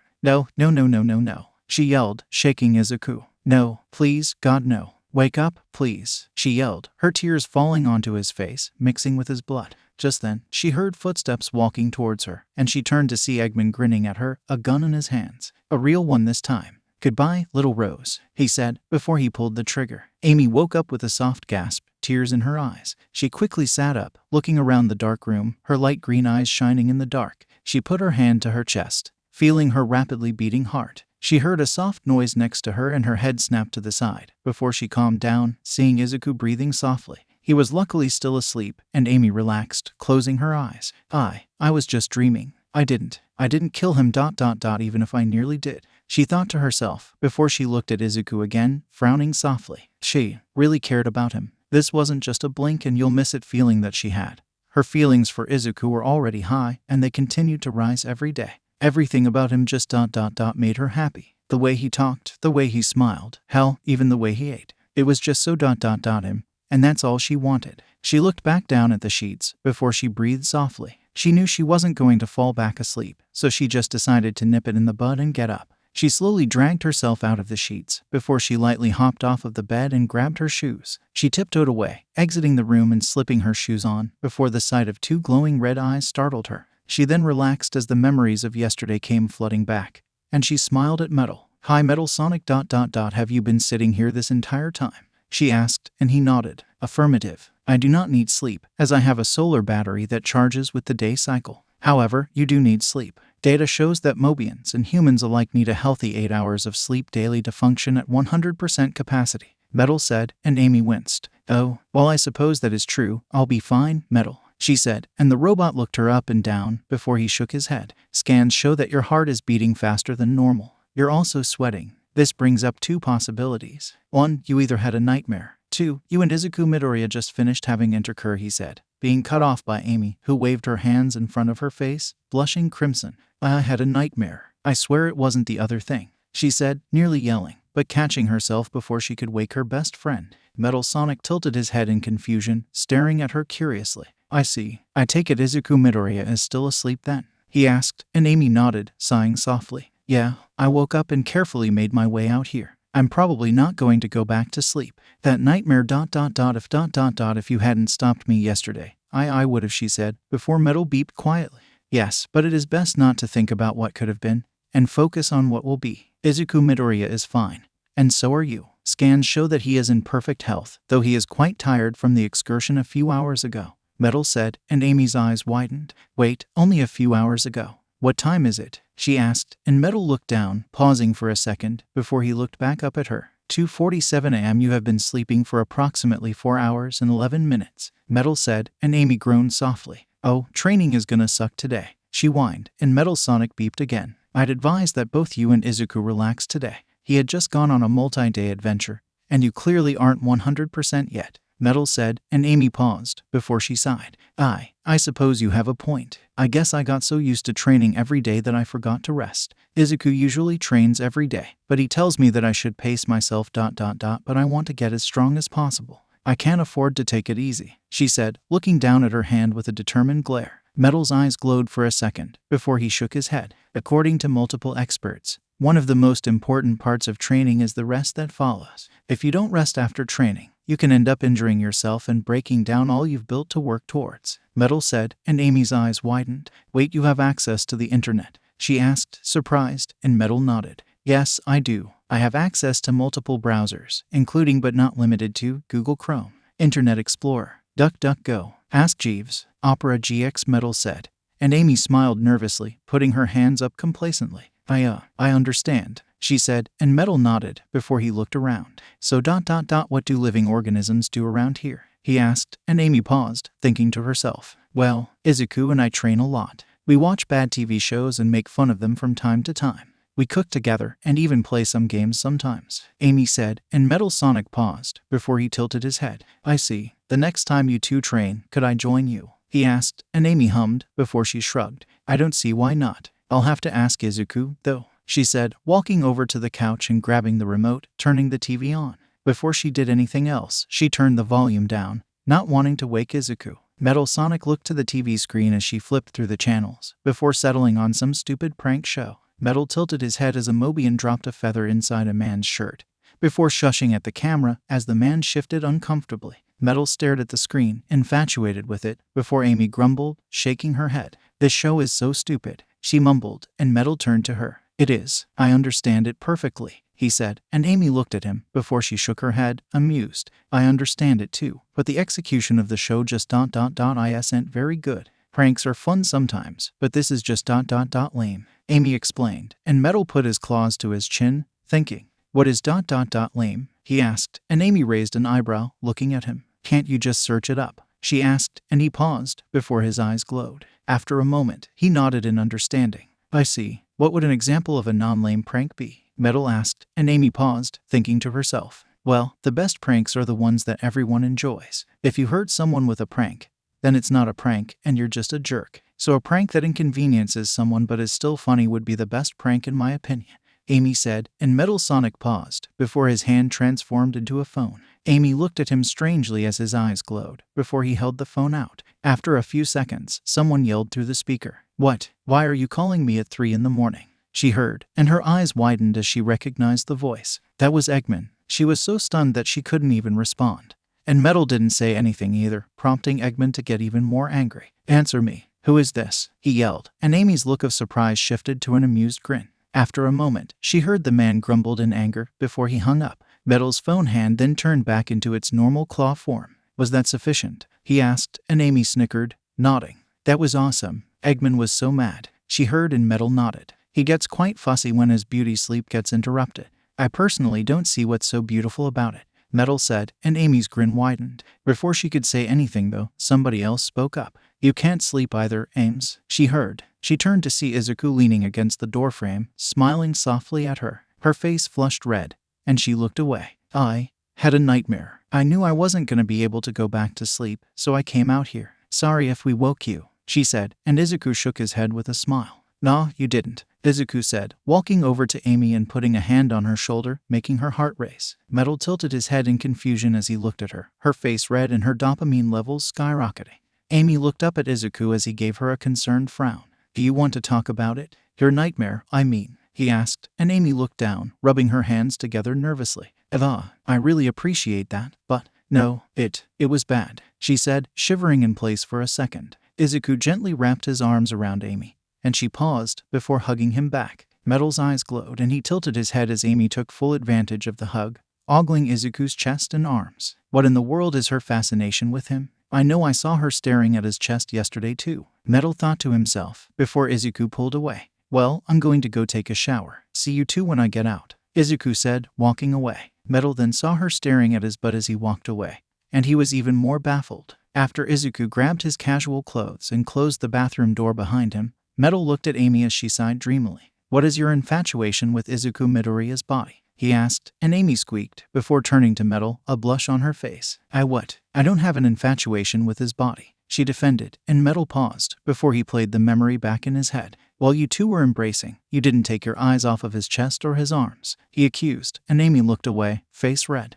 "I don't know what you're talking about," she lied, and Metal shook his head. "And then after that, you stared at his rear end while he was walking away," Metal continued, and Amy froze, before she looked at him, her face red. "Okay, fine. I was staring, but I mean, come on, look at him," she defended, and Metal tilted his head, confused. "I don't see how his looks have anything to do with this," he said, and Amy shook her head. "He's handsome. He had nice muscles, so I like ogling his body. What's the problem?" she asked, annoyed. Metal raised his hands complacently, shaking his head. "I don't have a problem with it. I just don't understand why you're doing it. What makes his muscles look nice?" he asked, and Amy paused, realizing that he was genuinely confused. I guess they're just appealing to girls. Or guys, if they're into that. Izuku is a really lean guy, so he's not grotesquely muscular, but he's not skinny either. He just looks really hot, especially when he's shirtless," Amy said, giggling. Metal would have raised an eyebrow if he had them, as Amy looked like her mind was somewhere entirely else now. He waved his hand in front of her face, snapping her out of her strange fantasy. "Please focus. You seem to know a lot about this kind of topic. And I have tried to search this on the internet, but a clear-cut definition isn't what I'm looking for. With that being said, what is love?" Metal asked, and Amy flinched. That was a really important question. "Well, love isn't a physical thing, but I'm sure you already figured that out.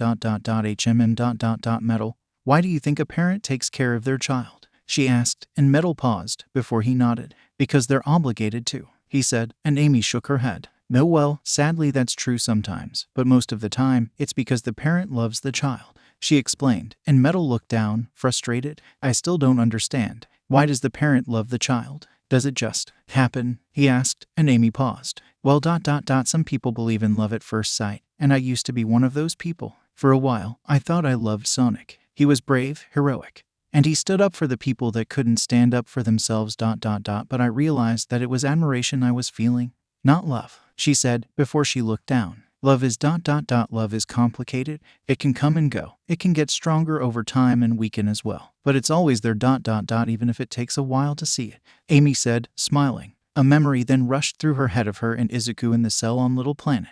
She remembered hiding behind his leg as Metal Sonic approached the door, before Izuku looked down at her, his smile comforting and warm. "Don't worry, Amy. I promise you, I won't let anything happen to you," he said, and at that moment, Amy believed him. Back in the present, Amy looked up, a warm and loving smile on her face. Love is a promise that someone is always going to be by your side. And when it's real, that bond, that promise, it's unbreakable, Amy said, looking down at her hand. Metal stared at her, before he looked at his own hand. "A promise," he thought, before he looked back up at Amy. "Do you think I'll feel love someday?" he asked, and Amy smiled at him. "I think anyone can, robotic or not. You've made it clear that you're not some ordinary robot. So I believe that one day, you two will find love," she said, and Metal Sonic looked at her for a second, before he looked down, deep in thought. "Thank you for explaining," Amy rose. Do you love anyone?" he asked, and Amy was about to say no, before she paused. She looked down, her mind filling with thoughts of Izuku. She smiled as she thought of all he's done for her, and she nodded. "I do. I'm not afraid to admit it. Not anymore," she said, clenching her fist. Metal noticed her heart rate fluctuating, the same way it did when she was near Izuku, and it all clicked in his head. "I see. I think I have a proper grasp on who it is you have these feelings for. It's Izuku Midoriya, isn't it?" he asked, and Amy paused, before she nodded.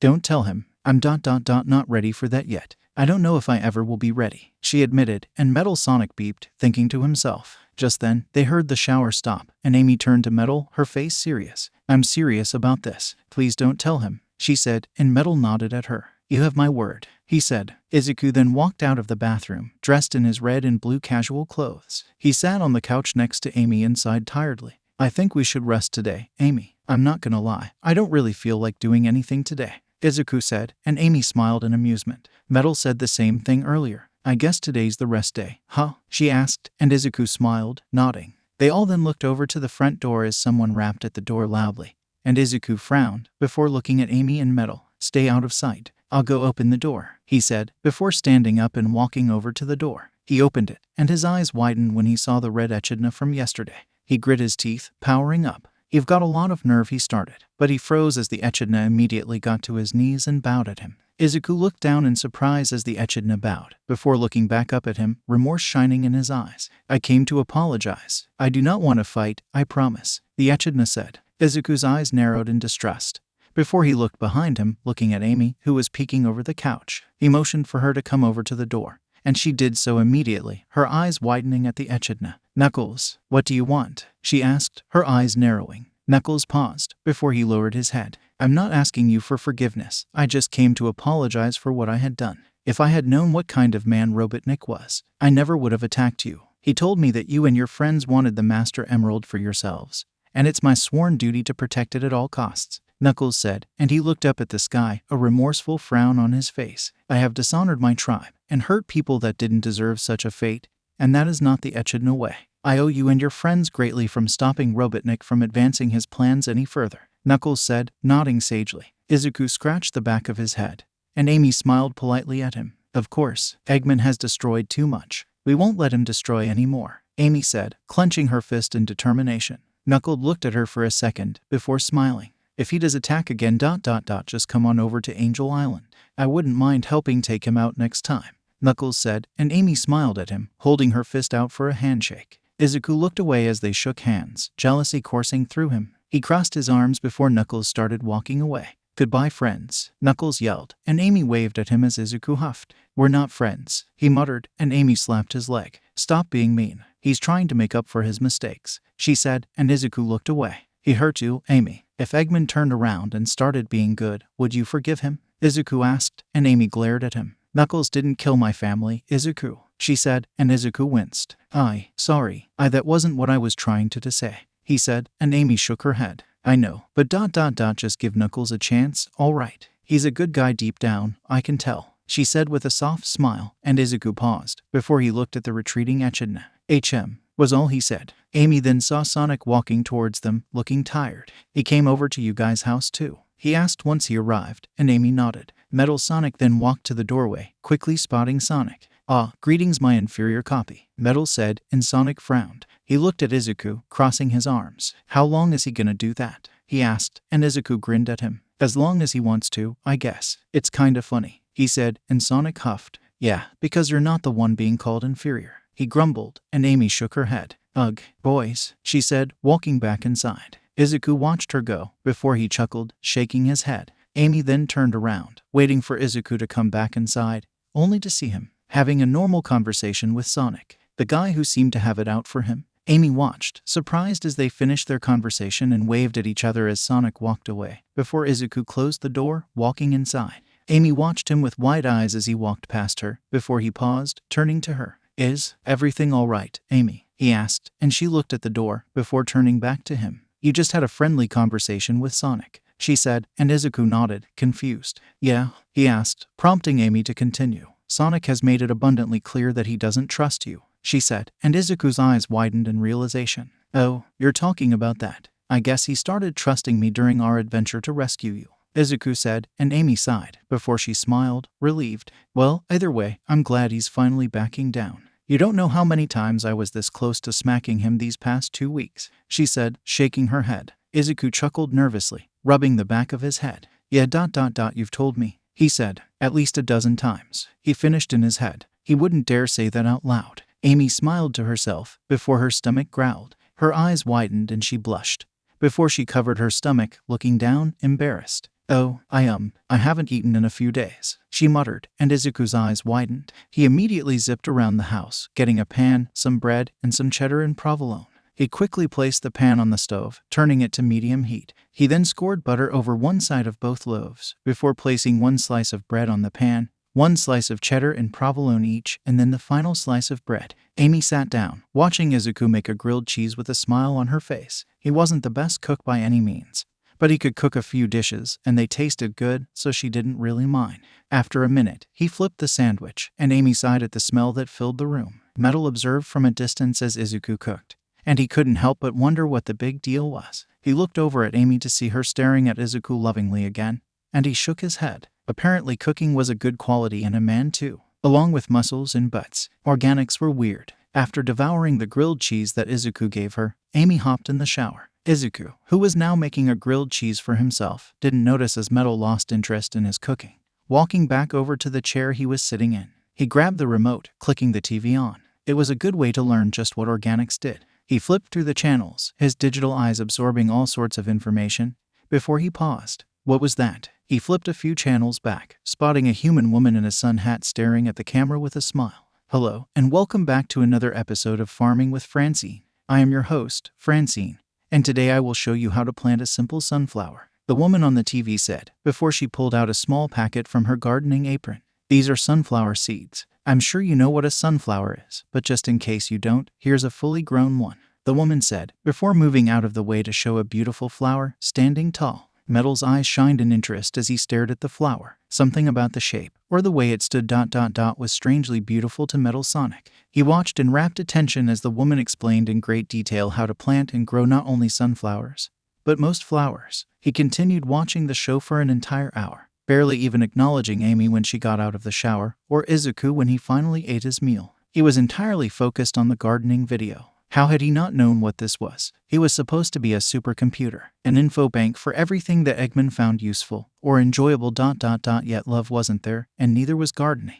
Just how much did he not know about the world? How much has he been missing out on? Metal Sonic looked down at his claws as the screen went black. He was created for the sole purpose of killing. Yet he didn't want to kill. Yes, he did enjoy fighting, and the synthetic rush it gave him. But he didn't want to kill anything. He was curious. He wanted to learn, to experience the pleasures of life outside of being a metallic mercenary. Metal Sonic snapped out of his borderline hypnotic trance as Izuku and Amy told him that they were leaving to go shopping. He didn't hesitate to ask them to get sunflower seeds. Amy and Izuku walked through the supermarket, with Amy choosing what to buy and Izuku pushing the cart. She walked around, grabbing items she found interesting or useful, and avoiding items that she believed didn't benefit them. Izuku watched, impressed, as Amy navigated the market like a master, quickly sniffing out the best deals and high-quality items in minutes. It was a trait that his own mother had, and it allowed them to live comfortably despite being somewhat lower class than his peers. His father did leave under the pretense of work in America, but he had quickly given up on that pipe dream when the calls stopped coming in. At least the man still paid child support, but that did little with his mother's dead-end receptionist job. He loved her dearly and respected her for just how hard she worked, but no matter how many times he had told her that that job was a waste of her time, she never quit. Eventually, when the inevitable crash of heroics occurred, she was quickly let off and had nowhere but UA to go, which ultimately led to her untimely death as Shigaraki destroyed a large portion of UA in his final battle with Izuku. Izuku had won the battle. But at a massive cost. He had been careless enough to allow his mother to die, and it changed him. He grew harsher, colder, but far more mature than even before. Yes, he became a better hero due to the battle, but he had never once in his life thought that it was worth it. Izuku blinked as Amy tugged on his arm. Hello, Earth to Izuku. Geez, I've been saying your name for like a minute. You all right? She asked, and Izuku paused, before she shook his head, an apologetic smile on his face. Sorry about that. I got a little lost in thought. What's up? He asked, and Amy hummed, looking down at her hands. In one hand was a bag of planting sunflower seeds. In the other, cooked sunflower seeds for chewing on. What do you think Metal meant by sunflower seeds? Does he want to plant flowers, or chew seeds to chew on? She asked, and Izuku paused, staring at them. Does he even have a mouth? He asked, and Amy shrugged. I mean, I've never seen one on his muzzle. He might have it in a weird place or something. Can he even eat? She asked, more to herself than anything. Izuku paused, before he sighed, shaking his head. Let's just get both of them. We have enough rings, right? He asked, and Amy nodded. Definitely. I'm glad you went on that adventure, because you grabbed a lot of rings. You must have gotten at least 2,000. We have enough money to last us a bit, she told him, before tossing them into the cart. All right, that should be everything. We got more milk, eggs, cheese, rice, pork, chicken, and bread, she said, reading off of a small list that she had written, and she smiled once she finished. Yep, that's everything. Let's go pay for our stuff and leave. Sorry for making you push the cart and everything again, she said, and Izuku waved her concerns off as they started making their way to the front of the store. Don't worry about it, I enjoy helping, he said, and she smiled at him, shaking her head. Yeah, but you shouldn't have to do everything, she said, and Izuku grinned at her. Well, you can help me put the stuff away when we get home. That would be a great help, he offered, and she nodded as they walked up to one of the cashiers. who looked at them, not hiding her contempt. She was a tall human woman who glared at Amy, disgusted. "I still can't believe we're letting these animals in here," the woman muttered, and Amy's smile faded, her eyelid twitching. Izuku blinked in surprise at the venom in the woman's voice, and the fact that she basically just called Amy a slur. "Excuse me?" Amy asked, and the woman looked at Amy, surprised that she had heard her. The woman doubled down on her feelings, sneering at Amy. "You heard me, rodent. You might act civilized, but we all know that you're nothing but a bunch of wild beasts," she said, and Amy practically turned red from anger. "Izuku, can we pretend this bitch is a poacher? Just once?" she asked, and Izuku sighed, shaking his head. "Unfortunately, no. We can't attack her for that," Izuku said, and the woman's eyes widened. "Attack," she mumbled, before Izuku smiled at Amy. However, he started, before he threw his fist forward, making the woman yelp. Izuku stopped his fist just before it hit the woman in her face. The woman opened an eye to see Izuku pointing behind her, a grin on his face. "Can we get some bags, please?" he asked, and the woman was frozen for a second. "Well, we don't have all day, lady. Come on, hurry it up. Man, she sure is lucky that Sonic isn't here, or he'd be pretty angry, wouldn't she, Izuku?" she asked, a mischievous grin on her face. Izuku paused, before he nodded, crossing his arms as the woman froze. "Yeah, I mean, we did ask him to come, but he said he trusts us, seeing as we're such good friends and all," he said, and the woman looked at them, a shaky smile on her face, quickly scanning their items. "That'll be 200 rings, she said nervously, and Izuku quickly paid her, before dropping 10 rings in the charity box. "All right, Amy, let's go," he said, putting the bags in the cart and pushing it out of the store. Amy followed, before flipping the racist woman off with a grin. Izuku and Amy walked inside the house, each carrying around 5 bags in each hand. Metal Sonic looked at them as they entered, standing in the kitchen. Behind him was a pan that had multiple strips of pork being seared in oil. Both Izuku and Amy paused at the delightful scent, before they both looked at Metal Sonic, surprised. "You can cook?" they both asked in unison, and Metal nodded. "Yes, one of Eggman's greatest pleasures is food, and he made sure to instill the ability to cook whatever he wanted into my programming. I know how to make a large variety of meals, from homemade salad to bouillabaisse," he replied, his head turned 180 degrees to face them. Amy turned to Izuku, whispering into his ear. "What's a bouillabaisse?" she asked, and he fought the blush that tinted his cheeks as he shrugged. "As so close," he thought to himself, and he heard Nana laugh in his head. They're back." The Vestiges often had periods where they would go radio silent, usually to have long discussions that could last a few hours to multiple weeks. It was definitely very strange, and one of the leading reasons that he rarely initiated conversation with them. "So, where have you guys been?" he asked, and All Might cleared his throat. "I apologize for disappearing on you like that, young Midoriya, but we had much to discuss. We'll try to let you know next time," the Vestige said, and Izuku sighed. Amy looked at him, an eyebrow raised. "You all right, Izuku?" she asked. Izuku nodded, smiling at her. "Yeah, let's just put these groceries away." "Oh, right, Metal, we got you sunflower seeds, but we didn't know which ones you wanted, so we just got both." Metal Sonic's head was locked onto Izuku as his body grabbed the pan, walking over to the window and opening it, spinning his turbine softly. Steam wafted out of the window, smelling of perfectly cooked pork. A few blocks away, a resting tail's nose twitched as he smelled something amazing. He sat up and blinked, surprised. He looked outside, before he smiled.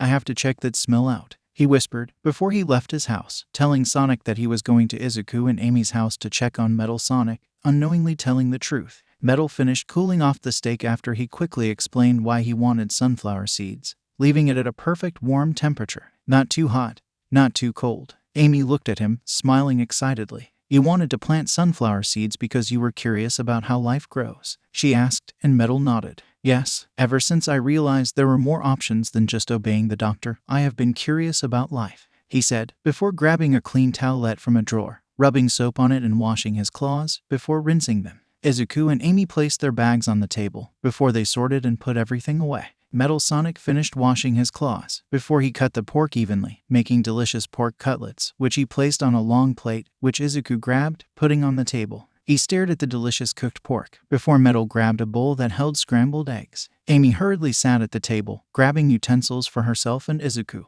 She grinned at the food, before a plate was placed in front of her by Black Whip. She looked over to Izuku to see him giving her a thumbs up, and smiled. She then quickly grabbed a cutlet of meat and a portion of scrambled eggs, eating quickly but neatly. Izuku was a bit messier, but he made sure to not make a mess. He didn't eat American food too often, but he did indulge a little bit sometimes, as he did have a very active life. He took a bite of pork, and his eyes widened at the taste. Is that honey?" he asked, and Metal Sonic nodded. Glazing pork in a small amount of honey adds the perfect amount of sweetness that blends together perfectly together with the eggs, he said, and Izuku took another bite, nodding. No offense, Izuku ... but I think Metal should cook the meals from now on. If he doesn't mind, that is, Amy said, her eyes practically sparkling with reverence as she stared at the food. Metal shrugged, though he seemed a little ... odd. He wasn't quite embarrassed, but he seemed a little put off by their reactions to his food. I do not have a problem with cooking. It's certainly ... an interesting feeling to see someone appreciate my talent. The doctor never thanked me for the food, nor did he praise me for my skill. He just pretended I wasn't there, Metal said, thinking aloud. Izuku and Amy paused what they were doing, staring at Metal as he spoke. I did not like cooking for him, but hearing how good the food is ... does bring me a bit of satisfaction, Metal said, and Izuku smiled. Well, I really appreciate what you've done, Metal. This pork is absolutely delicious, and the eggs have the perfect texture, Izuku complimented. Amy nodded along, grabbing another slice of meat. Seriously, this is amazing, she agreed, and Metal looked away, actually embarrassed this time. Thank you, he said, and Amy snapped her fingers. Speaking of food, can you eat, Metal? She asked, and the robot nodded, looking back at her. Yes, I am actually required to in order to use my jet. I run off of a modified car battery, but my jet takes normal fuel. I can consume plant-based food, as it burns incredibly easily, but anything from animals is nearly unprocessable for me, he said, and Izuku looked at Amy. So ... he's technically a vegan. Wait, those chewable sunflower seeds, could he eat those? He asked Amy, and she shrugged. Maybe, I'm not sure, she said, and Izuku stood up, walking over to the pantry and grabbing the bag of chewable sunflower seeds. He handed the bag to Metal, who looked at it curiously, scanning it. He paused, before he poked a hole through the top of the bag, tearing it open. He reached inside and grabbed one of the unsalted seeds. Before steam hissed frocked the spot where his head and torso connected, and his head rose into the air slightly, connected to a tube that unfolded into a funnel. He dropped the seed into the funnel, and waited as it entered his core, quickly burning to a charcoal-like substance. Metal Sonic paused, before he took a few more, dropping them into the tunnel. This suffices. Thank you for looking out for me, Metal said, and Izuku smiled at the robot, giving him a thumbs up. No problem. Just let us know when you need a restock, he said, before he heard someone shuffle outside. He turned to see Tails looking inside through the still open window, smiling innocently at Amy. Be careful, Amy. Sonic says that girls who eat a lot get fat, he said, and Amy, who had already eaten 2 more pork cutlets, froze, before she scowled. Oh, he did now. Well, I wonder why he didn't say that to my face, she said, and Tails shrugged. I don't know either. That smell is coming from your house, right? It smells so good, he said, whimpering. Izuku looked at Amy, who seemed to not want any more, looking down at herself. I should probably slow down. I've already had 4 slices of pork, she said, and Izuku smiled at her. You're fine, Amy. You want some, Tails? He asked, and Tails grinned at him, excited. Do I? Thanks, Izuku, he said, hopping through the window and snagging a few. Amy humphed, turning her face away, and Izuku walked up to her, leaning over and whispering to her. You're in great shape, by the way, he said, and she froze, before her tail started wagging. She looked at him, her face slightly pink ... or more pink than it usually was, at least. Really? She asked, and he smiled at her, giving her a thumbs up. She smiled, before taking her last slice of pork. All right ... just one more. This is the first thing I've eaten in a few days after all ...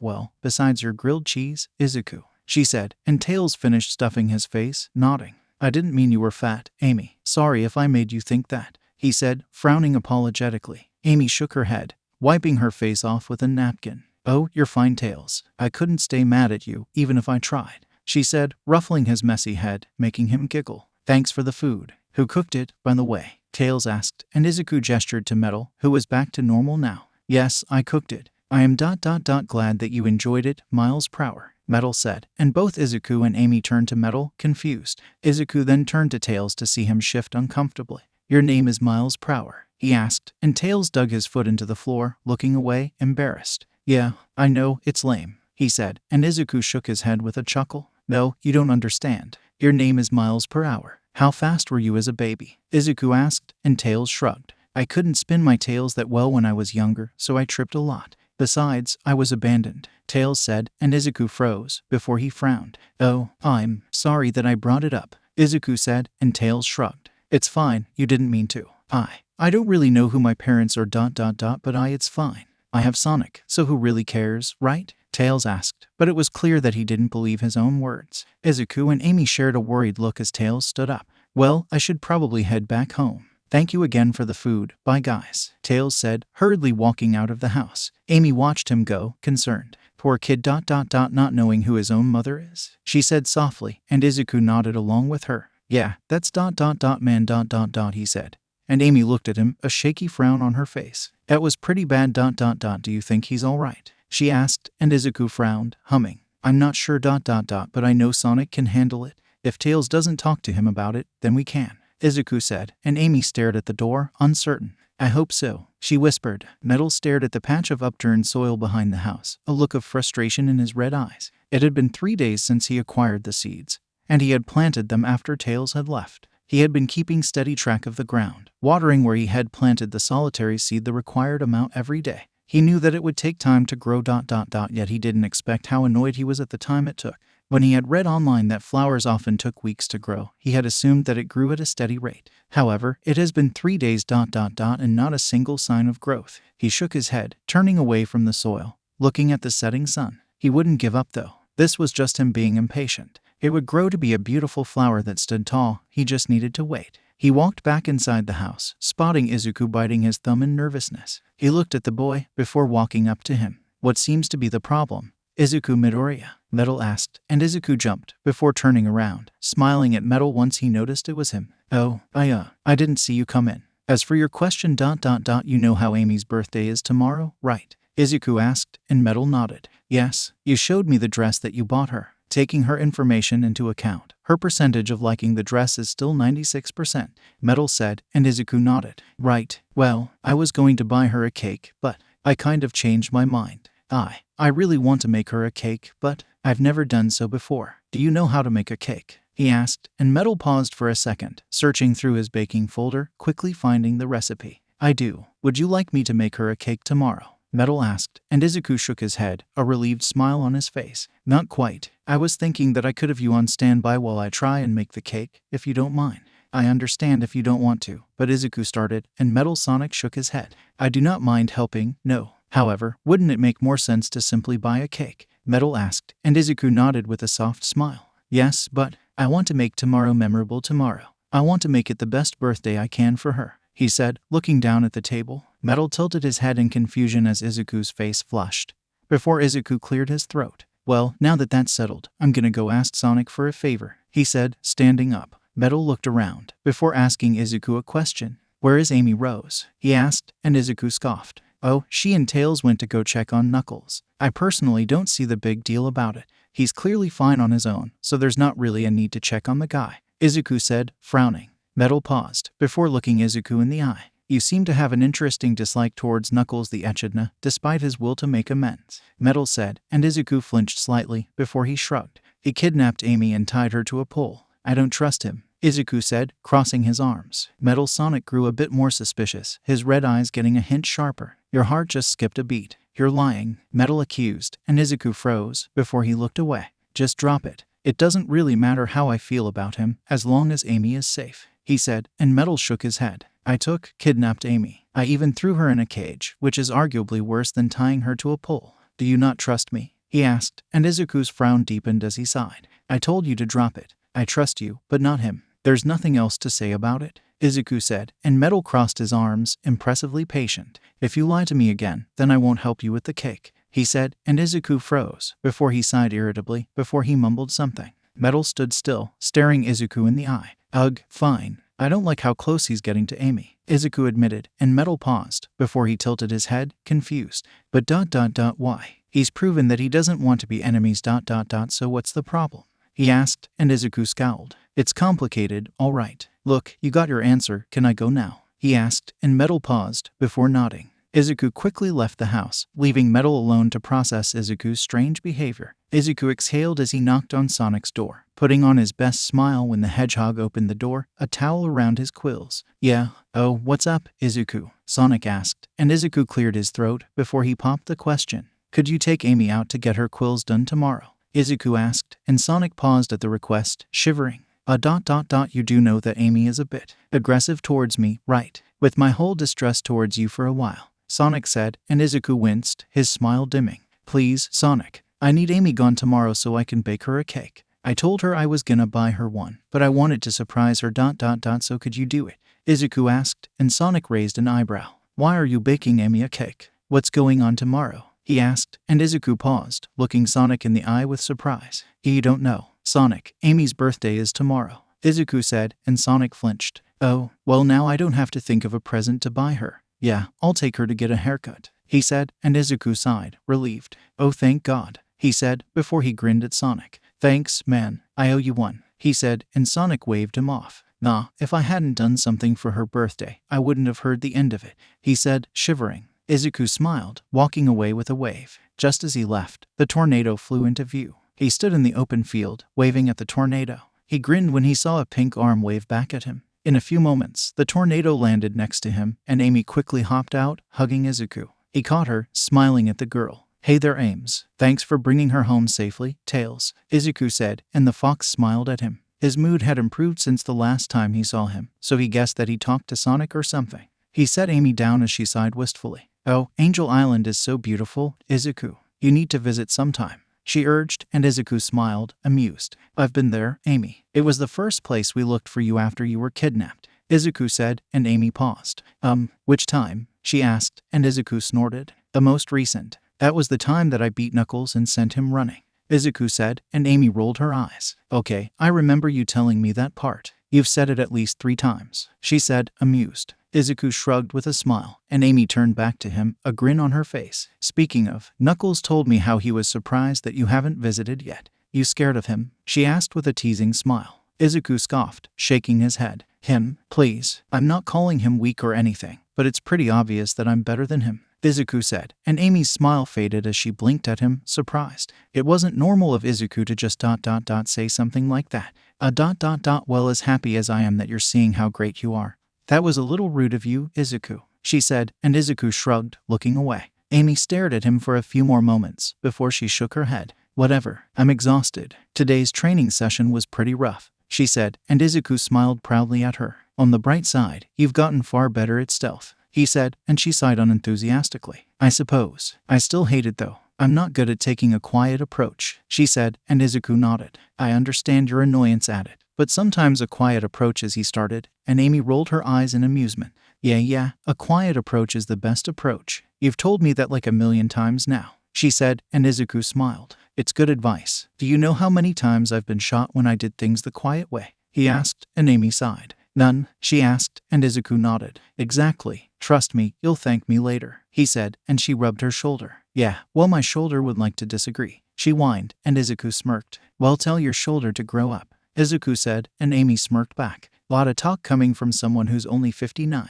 she said, and Izuku flinched before he scowled. 59 isn't short, he yelled, and Amy giggled at him. That sounds like something a short person would say, she countered, and Izuku pointed at her accusingly. You're over a foot shorter than me, he defended, and Amy shrugged. 45 isn't too bad for a Mobian, so you're still the only short one here, she said, and Izuku crossed his arms with a huff. The average male height is 58, he said, and Amy snorted. Yeah, maybe like 0.40 years ago, she said, and Izuku didn't say anything before his pout turned into a grin, unable to keep the amusement off his face. They both laughed together as they walked home, blissfully ignorant of the chaotic day that would follow. Amy's nose twitched in her sleep as the scent of cooked food blessed her senses. She stirred before her eyes opened slowly. She looked around, confused when she didn't see Izuku.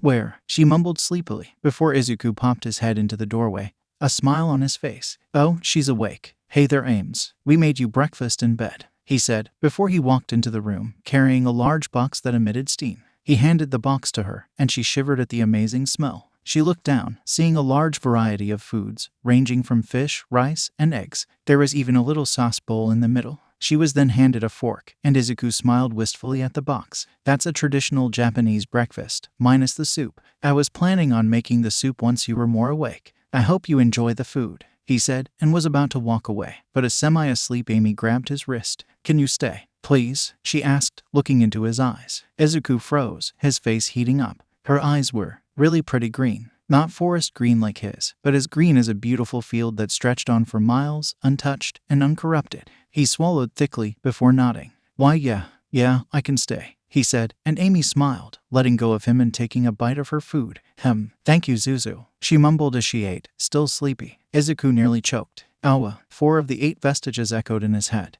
and he couldn't even blame them. From the other room, Metal noticed how Izuku's dopamine levels skyrocketed towards the stars, and he paused in surprise. I didn't even know someone could be that happy, he muttered, checking that they had all the right ingredients to make the cake. Back with Izuku, he watched with a smile as Amy slowly ate the meal, enjoying every part of it. She mixed and matched food groups to create unique tastes, and savored the savory flavor fish, which was definitely her favorite part. He gently took the box away from her when she was done, placing it on the nightstand. He had actually made that from wood a few days ago. It was his first time trying anything like that, but Metal Sonic did help, as apparently carving was one of his special skills. It turned out that Eggman liked having numerous statues of himself everywhere, which wasn't all that surprising, honestly. Izuku then watched as Amy stretched, before looking at Izuku, a satisfied smile on her face. "Thanks for the food, Zuzu," she said groggily, and Izuku's heart soared once more, before he cleared his throat. "All right, you should go shower. Someone's gonna be here to see you soon," he said, and Amy blinked at him before she stood up. "All right," she mumbled, walking away. Izuku grinned, standing up and walking over to the closet, opening it and taking the box out. He opened it, smiling at the pristine dress that sat inside the vacuum-sealed bag. He then grabbed the roll of wrapping paper he had prepared just for this box and got to work. Amy sighed as she stepped out of the shower, towel wrapped around her body. She was fully awake now, and her face was a bright red. Not from the heat of the shower ... but from pure unfiltered embarrassment. "I can't believe I called him that," she mumbled, face burning. She had called him Zuzu not once, but twice. "That's a pet name that a loving wife would give her husband," Amy mumbled, before she groaned. "These feelings of mine just keep growing, huh?" she grumbled, before she opened the bathroom door, spotting Izuku walk out of their room. He smiled at her, taking a step to the side. "You should get dressed. Sonic will be here any minute," he said, and Amy deflated slightly. "Sonic, great," she said, before walking into their room, closing the door behind her. She opened the closet, not even spotting the hidden gift-wrapped box. She grabbed her red and blue clothes, quickly getting dressed, before she exited the room, quickly going to brush her teeth and quills. Just as she finished, she heard a knock on the front door. She sighed as she exited the bathroom to see Metal Sonic open the door. "Hello, my inferior copy. How have you been faring?" Metal asked, and Sonic rolled his eyes. "I'd be faring a lot better if you stopped calling me that," Sonic snapped back, and Metal's eyes were shining with amusement. "I will once you stop being inferior to me," Metal said, and Sonic huffed, shaking his head. "I'm here to take Amy out." "Any idea where she is?" he asked, and Metal moved to the side as Amy walked up. "And there she is. Nice colors, by the way," he said, grinning at her. Amy looked down, and she realized with a groan that she matched with Sonic. "Oh, great," she grumbled, and Sonic grinned at her. "Maybe you are still a fan, eh?" Sonic said, and Amy looked back at Izuku, an eyebrow raised. "Was this your idea?" she asked, and Izuku looked away, coughing into his fist. Maybe," he said, and she sighed, stepping outside. "Let's just get this over with ... What are we doing, anyways?" she asked. Before Sonic could answer, a hand was placed on her shoulder. She turned around to see Izuku smiling down at her. "That's a surprise. I swear you're gonna like it. Just trust me," he said, and Amy paused, before she smiled back at him. All right, I trust you. Let's go, Sonic," she said, walking outside. "Where are we headed?" she asked, and Sonic crossed his arms behind his head, walking casually. "Central City," he responded, and Amy groaned. "This is gonna take forever, isn't it?" she whined, and Sonic shrugged, a grin on his face. "Maybe," he said, and Amy glared at him. "You're an ass," she said, and Sonic shrugged. "You know you love me," he responded with a grin. Amy shrugged, a smirk appearing on her face.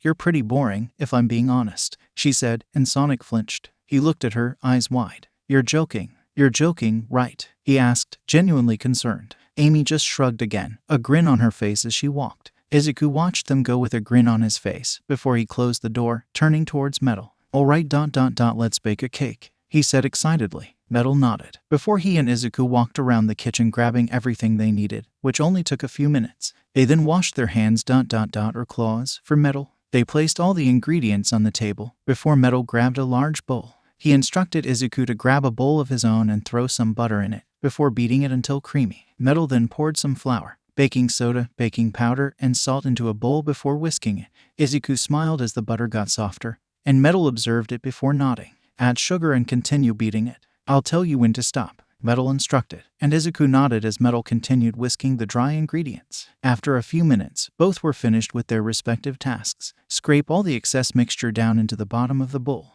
"I'll add some egg whites and you can add the vanilla extract," 𝗏𝗏 said, and 𝐬𝐻𝐻 immediately did as he was told, adding the vanilla extract. 𝗏𝗏 then grabbed 4 eggs, methodically cracking them and separating the yolks from the whites, adding the latter half to the mixture before his claw was replaced with a mixer. When I tell you to, add half of the dry mix to the batter, 𝗏𝗏 said, and 𝐬𝐻𝐻 nodded, grabbing the bowl. 𝗏𝗏 continued mixing the batter until it was as fluffy as possible, before he nodded at 𝐬𝐻𝐻. The boy slowly poured the mixture into the batter with no problem, and 𝗏𝗏 nodded once more, prompting 𝐬𝐻𝐻 to stop. Perfect, 𝗏𝗏 said, and 𝐬𝐻𝐻 grinned. This is easy, he thought to himself. 𝗏𝗏 then nodded, before he grabbed the gallon of milk he had set aside, pouring a small amount inside. That's still so impressive to me that you can just eyeball it like that, 𝐬𝐻𝐻 said, and 𝗏𝗏 nodded. I am designed to not need the help of measurement devices when cooking, he said, before looking at 𝐬𝐻𝐻. Continue mixing slowly until I say so, 𝗏𝗏 instructed, and 𝐬𝐻𝐻 grabbed the mixer he was using beforehand, taking over. 𝗏𝗏 walked over to the sink, quickly washing his built-in whisk, before swapping it back out with his claw. He then very carefully grabbed his rotor and slid it out, making sure to not brush it against his core. 𝐬𝐻𝐻 watched him curiously, his eyes widening as he took the rotor and his torso out. It was connected to a thin glass tube with a hatch at the top. Is that a blender? 𝐬𝐻𝐻 asked, and 𝗏𝗏 Sonic nodded. Correct, he said, before walking over to the table, grabbing a few strawberries and opening the hatch to his built-in blender. He threw the strawberries inside, and continued this until he couldn't fit any more inside. He then walked over to the bowl that 𝐬𝐻𝐻 was still mixing, making the boy stop. Do not stop mixing. I will blend the berries into a puree and it will fall into the batter. I must reiterate, do not stop mixing. If you mix it in as it falls, you will get a more smooth batter, 𝗏𝗏 said, and 𝐬𝐻𝐻 nodded, surprised. He grabbed the mixer and continued beating the batter, smiling at 𝗏𝗏. I didn't know that. Thanks for telling me, he said. 𝗏𝗏 nodded, before he pressed the button on the hatch, and his rotor immediately started spinning faster than any blender could ever even hope to.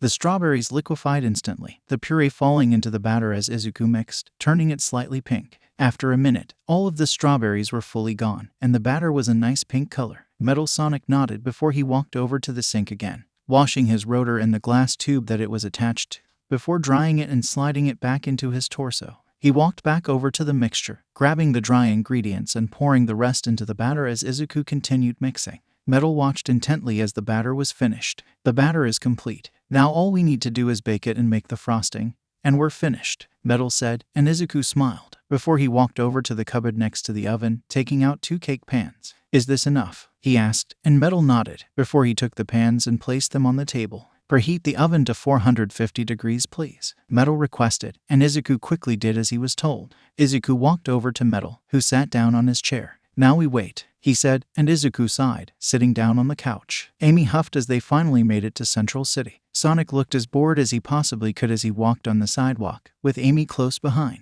People's heads turned as they saw Sonic, the hero of Mobius. Amy heard hushed whispers everywhere, and she wilted slightly. They're all staring. I hate being stared at, she whimpered, and Sonic shrugged. I doubt they're staring at you, Amy, he said, and while it did sound cocky, it wasn't exactly hard to believe. Sonic and Amy continued walking down the street, unaware that they were gaining the attention of a certain gang. Amy was relieved as she heard the whispers stop, before her quills bristled, a hand laying itself on her shoulder. She turned around quickly, spotting a man in a black leather jacket grinning darkly at her. Hey there, girlie, how's about you come with us and ditch the blue boy? The man asked, and Amy frowned, taking a step back. No thank you, she said, and the man chuckled. Hee, so polite. It's a shame that I wasn't asking though, the man said, slipping on a pair of brass knuckles. Amy looked at the weapons, before she glared at the man. Before Amy could properly react, Sonic pushed her out of the way, a grin on his face. Hey, pal, you're one of those weird poacher guys, right? Nice to meet you, I'm Sonic the Hedgehog, Sonic said, and the man's grin widened. Oh, 2 for 1, eh? The boss is gonna be pretty happy once he sees you too. Your quills will sell for a pretty penny. Your shoes too, the man said, and Sonic winced, more than a bit unnerved. So you guys don't just call yourselves the poachers, you just actually like killing us. Mate, Sonic said, before he grabbed the man's wrist, his eyes flashing red as the resilient chaos emeralds inside him showed just a fraction of their power. The man fell to his knees and yelped in pain as his wrist was bent. Sonic frowned at the man as multiple men and women pulled out a variety of weapons, all of which could kill the average Mobian. Luckily, Sonic wasn't the average Mobian. He looked around, glaring at all the poachers hidden in plain sight, before he vanished, and so did their weapons. He then reappeared back where he was beforehand, a pile of destroyed guns in front of him. He tapped his foot impatiently, crossing his arms. Really, that's it? he asked, and the man in front of Sonic got to his feet, gritting his teeth. You little rat, I'm gonna GLK, he started, only for Amy to headbutt him in the stomach. Shut up already, it's my birthday today. And if you don't get out of our way, I'll crush your hand into paste. Yeah, I'm talking to you, jackass. Friday night's bout to get a whole lot lonelier if you don't scram, Amy yelled, and the man scowled up at her. You really think I'm scared of you, Pinky? He asked, and Amy blinked before she grinned, a vein throbbing on her forehead. I warned you, Amy said, before she summoned her hammer, raising it above her head. The man yelped in fear and scrambled backwards, and Amy froze, the sight replaced with Izuku's broken body in front of her, a memory from the nightmare she had a few days ago. She snapped back into reality as the man bowed to her, apologizing rapidly. I am sorry. I'll go home, the man yelled before he darted off. Amy huffed before her hammer disappeared. She then looked around, smiling apologetically towards everyone.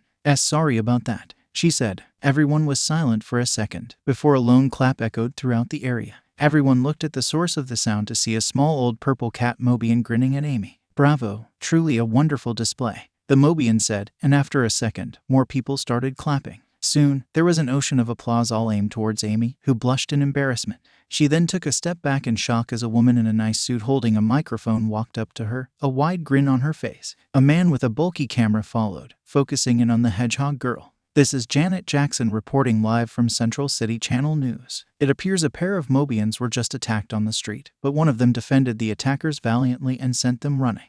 What is your name, you brave heroine? The woman asked, and the cameraman zoomed in on her face. Amy stuttered, her face red. Sonic popped into frame of the camera, placing his arm around Amy and giving a thumbs up to the camera. Her name's Amy Rose and she's a hero like me, he said, and the woman smiled with stars in her eyes, immediately shifting focus from Amy to Sonic. Wow, a bold appearance from the head hedgehog himself. Sonic the Hedgehog appears to be working with the hot new hero Amy Rose. You heard it here first, folks, the woman said, before she smiled directly at the camera. The man turned the device off, and the woman dropped her overbearing smile, turning to the two hedgehogs, her smile more natural. Sorry about that. I just want to say that you guys are doing great. Thank you for keeping our city safe from creeps like those guys, she said, and Amy paused for a second before she smiled. You know that masked menace guy? She asked, and the woman raised an eyebrow before she nodded. Yeah, that green lighting guy who runs around attacking people. I've heard of him, she said, and Amy's eye twitched. Well, he doesn't just go around attacking random people, he actually only targets criminals, like the poachers. He has a bad rep, and maybe you and your news friends can fix that,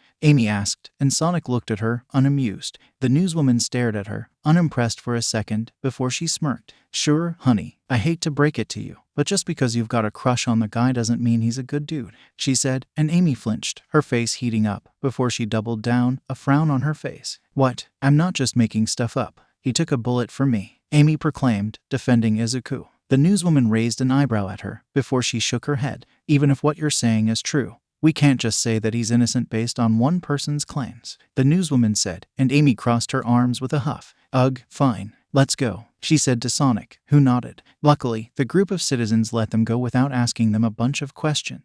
After a few minutes, Sonic stopped in front of a building with a grin in his face. Here we are, he said, and Amy looked up, seeing a sign that read the Starman Salon. Amy gasped as she realized where Sonic took her. You took me to get my hair done, she asked, and Sonic chuckled. It was Izuku's idea. I just took you here. This is where I get my quills done. And let me just say, these guys get it, Sonic said, before he opened the salon door, walking inside. Amy followed him inside, seeing two human men look at them. They both looked extremely similar, wearing nearly identical clothes. The shorter of the two wore a simple pinstriped suit with a red bow tie, and the taller one wore the same suit, only his tie was green. They both had large noses and big bushy mustaches. Sonic, it's been a while, the shorter of the two said, walking over to the hedgehog and holding his hand out. Sonic took it with a grin. You said it, Mario. How's business, by the way? He asked, and Mario grinned. Amy instantly liked the man, his jolly nature and joyous nature infectious. Oh, it's a booming. I have you to thank for that, old friend, Mario said, before he looked over at Amy. Oh, you didn't tell me you had a lady friend, Mario said with a teasing grin. Amy shook her head, raising her hands with a smile. Oh, we're not like that. Honestly, I can barely tolerate Sonic sometimes, Amy said, and Mario laughed. Well, my apologies. How can we get you a 2 started? He asked, and Sonic sighed, running his hands through his quills. A trim would be nice, he said, before he smiled at Amy. You want a rundown of what they do before we get started? Sonic asked, and Amy paused before she nodded. Mario smiled before he walked over to the taller of the two and put his arm around him. Remember, Luigi, it's just like we practiced, Mario whispered, and Luigi nodded slowly. They then looked at Amy, spreading their arms out in a welcoming manner. We're the Super Mario Brothers, and welcome to the Starman Salon, they both said in unison. Mario's voice was louder and had more confidence in it, while Luigi's voice was slightly more nasally, and he had a big blush on his face as he spoke, making it clear that he wasn't the most confident person. I'll take Sonic, you take his friend, all right Luigi? Mario asked, a patient smile on his face. But Mario ... what if I mess up? Luigi asked, and Mario smiled. Oh, you say that every time, Luigi. Has anyone ever been dissatisfied with your work? Mario asked, and Luigi looked down. And no, Mario, he replied, and Mario smiled at him. Well then what's the problem? You're a prodigy, Luigi, Mario said, and Luigi blushed, looking away. Thanks, Mario, he said, before they both skipped on a pair of silk white gloves. Let's go, both of the brothers said. Sonic walked over to one of the chairs, sitting on it. Mario draped a yellow cape over Sonic, and the hedgehog looked over at Amy, who nervously walked to the chair 2 spots away from him. It'll be fine, Amy. Mario has been training Luigi for nearly a year now. Isn't that right, Mario? Sonic said. Another yellow cape was draped over Amy's body as Mario smiled, grabbing a pair of hair-cutting scissors. You know it, he responded, and Luigi hummed shakily behind Amy. What would you like? He asked shyly, and Amy paused. She had thought about it a lot ... but she still didn't know what she wanted. Should I get something practical? I mean, I want to keep my cute look, but I want to get a more woman-like look too. Amy thought to herself, before she groaned softly. Can't decide. We have a pamphlet of Mobian haircuts I can get for you, Luigi said, and Amy winced. She would have felt bad for the guy if it wasn't her hair he was about to cut. She didn't doubt his skill or anything, but he was so shaky. If she got a botched haircut on her birthday, she nearly shivered at the thought of it. And just before she could say anything, she heard Luigi hum, an idea coming to his head. I can frame your quills around your head ... kind of like a bob cut, he suggested, and Amy tilted her head. A bob cut? She asked, and Luigi grabbed a booklet, opening it and flipping it to a page, before turning it and pointing at a Mobian that had her hair falling around her face, framing her head perfectly. Amy's eyes widened, practically sparkling with joy. It was perfect. Not only would it be short enough to be practical, but it also looked cute. She got the best of both worlds. She nodded at Luigi, and the man smiled shakily, his bushy mustache hiding most of his mouth. Honestly, just looking at how well-groomed the two men were, she was probably worried over nothing. Izuku lowered the book he was reading as he heard the oven start beeping. He looked over at Metal Sonic, seeing him stand up and walk over to the oven. He opened it, grabbing the 2 trays with his metal claws, before cooling them off with his fan. Izuku watched, a grin on his face. That fan of yours is pretty useful for cooking, Izuku said, and Metal paused. Correction, it is not a fan, but a rotor ... and yes, it is quite useful, Metal said, before he placed the warm pans on the table. Izuku looked at the unfrosted cake layers, a happy grin on his face. It smells amazing, he murmured, and Metal Sonic looked down. I do not have a sense of smell, but I will take your word for it, Metal said, and Izuku winced. Sorry about that, he apologized, and Metal tilted his head. Sorry, for what? There is nothing to apologize about, he said, and Izuku paused, before he shook his head. Never mind, let's just continue with the cake, Izuku said, and Metal Sonic nodded, only for someone to knock at their door. Izuku deadpanned as Metal walked over to the door, opening it to find Tails looking down at a book, curiosity in his eyes. He looked up, smiling at Metal Sonic. Hey, Metal, can I borrow your help for a second? I found this weird book in Sonic's room. It's about engineering. I read a little bit of it, and I think I get it. I'm gonna open up the tornado since it's been running a little slow lately, but I kind of want someone there if anything goes wrong. And you're the best guy for the job, Tails rambled. Metal paused, before he shook his head. I apologize, but I am quite occupied at the moment. I can help you later though, Metal said, and Izuku walked up to the robot, shaking his head. Don't worry about it, I should be able to take it from here. I've made frosting before, Izuku said, and Metal looked at him for a second, before he nodded, turning back to the downcast Tails. It seems that my schedule has opened up. I can help you now, Metal said, and Tails smiled, before he paused, sniffing the air. What's that smell? It smells really good, Tails asked, and Metal shifted so that Tails could see the cake resting on the table. It is Amy's birthday cake. Izuku and I made it from scratch, Metal said, and Tails froze. Right, Amy's birthday is today. I remember her telling Knuckles and I when we checked on Angel Island, he said, and Izuku's face soured. She told Knuckles. Was he gonna be here for Amy's party? Metal Sonic left, closing the door behind him as Izuku's train of thought continued. He imagined the echidna showing up and immediately stealing Amy's attention. He grimaced as imaginary Amy and Knuckles walked away, conversing excitedly. He frowned, walking over to the bowl that the batter was in. He quickly washed it out, scrubbing it with a clean cloth and dish soap, before he threw some cream cheese, vanilla extract, salt, butter, and powdered sugar into the bowl and started mixing it, a determined glare on his face. "I'm gonna make this the best damn birthday cake she's ever had," he promised. Metal Sonic followed Tails as they made it to Sonic's house, and Tails smiled at Metal, pointing at the house. "It's just behind our house. You go back there and wait while I get the toolbox," Tails said, before rushing inside the house. Metal walked around the house, quickly spotting the tornado. He walked over to the plane, inspecting it closely. It had a sleek red paint job that looked fairly new. Sonic's name was written on the side of the plane in bold blue letters, and other than that, it just looked like a normal airplane. Metal placed his hand against the frame of the plane, scanning it, his eyes aglow. He examined the interior of the plane, humming in thought. "What are you doing?" Tails asked, walking up to him from behind. Metal turned robotically, his eyes still glowing slightly. "I am scanning the interior of the tornado. I have found the issue. The engine needs to be replaced entirely, as it is starting to rust," Metal Sonic said. And Tails' eyes widened. "The engine is rusting. Oh, Sonic's going to be so mad," Tails said, and Metal shook his head. "Unless we fix the plane before he comes back." He took Amy Rose to get her quills done, so they should be gone for a little while longer, Metal said, and Tails nodded, before he sighed. "Well, I guess we're off to get a new engine. I remember where Sonic got the last one, so we just need to head there," Tails said, walking back inside his house to put the toolbox away. After a moment, he walked back out, a smile on his face and a large ring around his wrist. "All right, off to Central City," he said, spinning his tails and shooting off. Metal's rotor started spinning and a burst of flame erupted from his back, sending him flying forward after the energetic Mobian.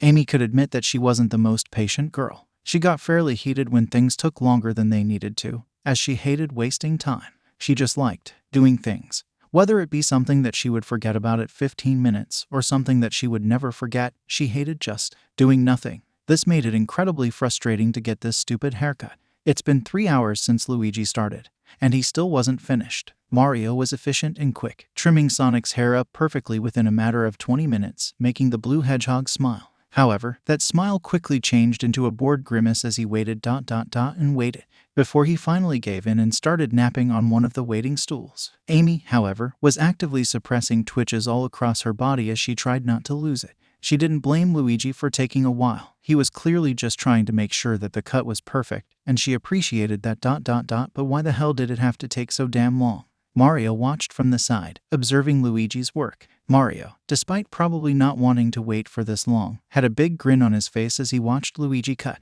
The taller brother had a focused look in his eyes, and the jittery and shaky movements had disappeared the moment he started cutting, immediately getting into the zone. Mario whistled as Luigi took a step back, looking at her quills with narrowed eyes, before he sighed shakily. "Oh, okie dokie, I'm finished," Luigi said, and Amy nearly groaned in relief. A handheld mirror was then held out in front of her, which she grabbed with an appreciative nod towards Mario, before she inspected her new do. She gasped as she finally laid eyes on her quills, a big smile appearing on her face. Her bangs were untouched, still hanging down from her forehead, but the back of her head looked entirely different. 5 thick spines rested against the back of her head, just barely brushing against her shoulders and back. Not only did they look cute, but they were perfectly symmetrical as well. "How did you even?" she started, and Mario laughed proudly. "I told you, my brother's a prodigy. I mean look at his mustache. It's a perfecto," Mario said, and Luigi blushed. It's not that good. Yours is still better, Mario," Luigi said, and Mario shook his head, a smile on his face. "Oh, that's what you always say," Mario said, before he grabbed a broom and started sweeping the many quills that were cut. Sonic woke up as Mario passed him, the sound of the broom making his ears twitch. He looked around groggily, before he saw Amy. His eyes widened in shock, and he grinned at her. "Well, what do we have here?" he asked, and Amy couldn't help but smile. "It looks like someone wanted to look cute for a certain green-haired hero," Sonic asked, and Amy blushed, looking away. "I don't know what you're talking about," she mumbled, her face red. Sonic chuckled, standing up and stretching. "Sure. Anyways, how much do I owe, Mario?" Sonic asked, and Mario grinned at him as he disposed of the quills. 350 rings, he said, and Sonic winced. "You really know how to make a hedgehog cry, huh, Mario?" Sonic asked, and Mario chuckled as Sonic handed over the money. "Gotta make a living somehow," he said, and Sonic raised an eyebrow. "Don't you work like .4 jobs? He asked, and Mario smiled. I've got a lot of family members, Sonic, the man said, and Sonic shrugged. Yeah, well thanks for the cuts, guys. See you when I need another trim, Sonic said, walking out the door. Amy smiled at them, waving as she exited the salon. You didn't have to pay for me, Sonic. I could have done so myself, Amy said with a smile, and Sonic waved her off. Hey, don't worry about it, Amy. Just think of it as your present from me, he said, and Amy's smile widened. She wrapped her arms around Sonic, making him squirm uncomfortably. I get that you're appreciative and all, but can you let go? I'm not exactly a hugs guy, Sonic said, and Amy let go, rolling her eyes. Oh, calm down. It was just a hug, she said, and Sonic deadpanned, looking her in the eyes. The last time you said that, you leapt at me. I might be pretty strong, but you weigh a lot, Sonic said, and Amy's smile disappeared, a scowl on her face. What did you just say? Amy screamed, summoning her hammer. Sonic's eyes widened and he held his hands up complacently. Remember how I just paid for your haircut? He asked, and Amy grinned angrily. You're not gonna remember much of anything when I'm done with you, blue balls, Amy yelled, and Sonic yelped, quickly dashing away. Get back here, coward. Izuku wiped some sweat off of his face, observing the finished cake, smiling proudly. With just a little bit of hard work, he and Metal created something that hopefully made Amy's birthday all the more better. He then checked the clock, pausing. It was already nearly 5 p.m. Izuku groaned, shaking his head. He sighed, looking back at the delicious cake that he had just finished only to find it gone. Izuku's eyes widened, and he looked around frantically. Why, he stuttered. Activating OFA, he dashed around the house at super speed, checking anywhere that it could possibly be for all of 5 seconds, before he remembered that cakes couldn't just walk away. That means somebody took Amy's cake, Izuku stated, before the realization dawned on him. Someone took Amy's cake, he yelled, hands going up to his head. He then heard a small chuckle coming from the roof. Huh, sucker, he heard. His eyebrow twitched, and he stomped outside, looking up towards the roof. I heard that. Stop loitering on my roof and give me that cake back, before I come up there and take it myself, he yelled. All he got in return was silence, and he growled in anger before he activated OFA, jumping to the roof and scowling at the perpetrator, only for his eyes to widen. Wa Rouge, he shouted. The Batwoman's eyes widened as she took in this stranger form, only for the electricity around him to reveal who he was. Hero Boy, she responded. If this were anyone else that he knew, Izuku would probably just laugh it off and take the cake back. But he had a particular dislike for Rouge, as every time he met her in the streets whilst he was patrolling, she always gave him the slip. Like that time she stole the portrait of the legendary writer Akira Toriyama. He hadn't known much of the artist, as he had only been in this world for a few weeks, but he knew that the man was an inspiration to many, and the fact that she would just steal such a thing was just as baffling as it was disrespectful. Rouge, I'm only going to ask this of you once. Please give the cake back. I'm serious, I really need that, Izuku said, his eyes pleading to her. The Batwoman hummed as if in thought, before she grinned at him. No, she said, and Izuku winced. Damn, I was sure that would work, he thought, and Nana snickered in his head. You're hopeless, she said, and Izuku ignored her. Rouge, I don't want to have to wrestle a cake from you, he said, and Rouge winked at him. Izuku's face went pale as he realized what was coming. Her ability to slither away was just one of the things he hated about her. The other thing. Oh, what's wrong, Hero Boy? You don't want my cake? I would be glad to share some with you, she said teasingly. Izuku's face heated up as he grit his teeth, both irritated and annoyed. I don't want your cake. I want Amy's. Wait, he said, and Rouge put her hand up to her mouth in faux shock. Oh, so you want Amy's cake now too? I don't know who this poor girl is, but she must be heartbroken that you're going for 2 girls at the same time, she said, and Izuku blushed red, practically foaming at the mouth. She really knew how to get under his skin. Just give me the just give me the cake. Please, he said, on guard. He couldn't provoke her, as if she flew away. It could ruin the hours of hard work he and Metal put into that cake.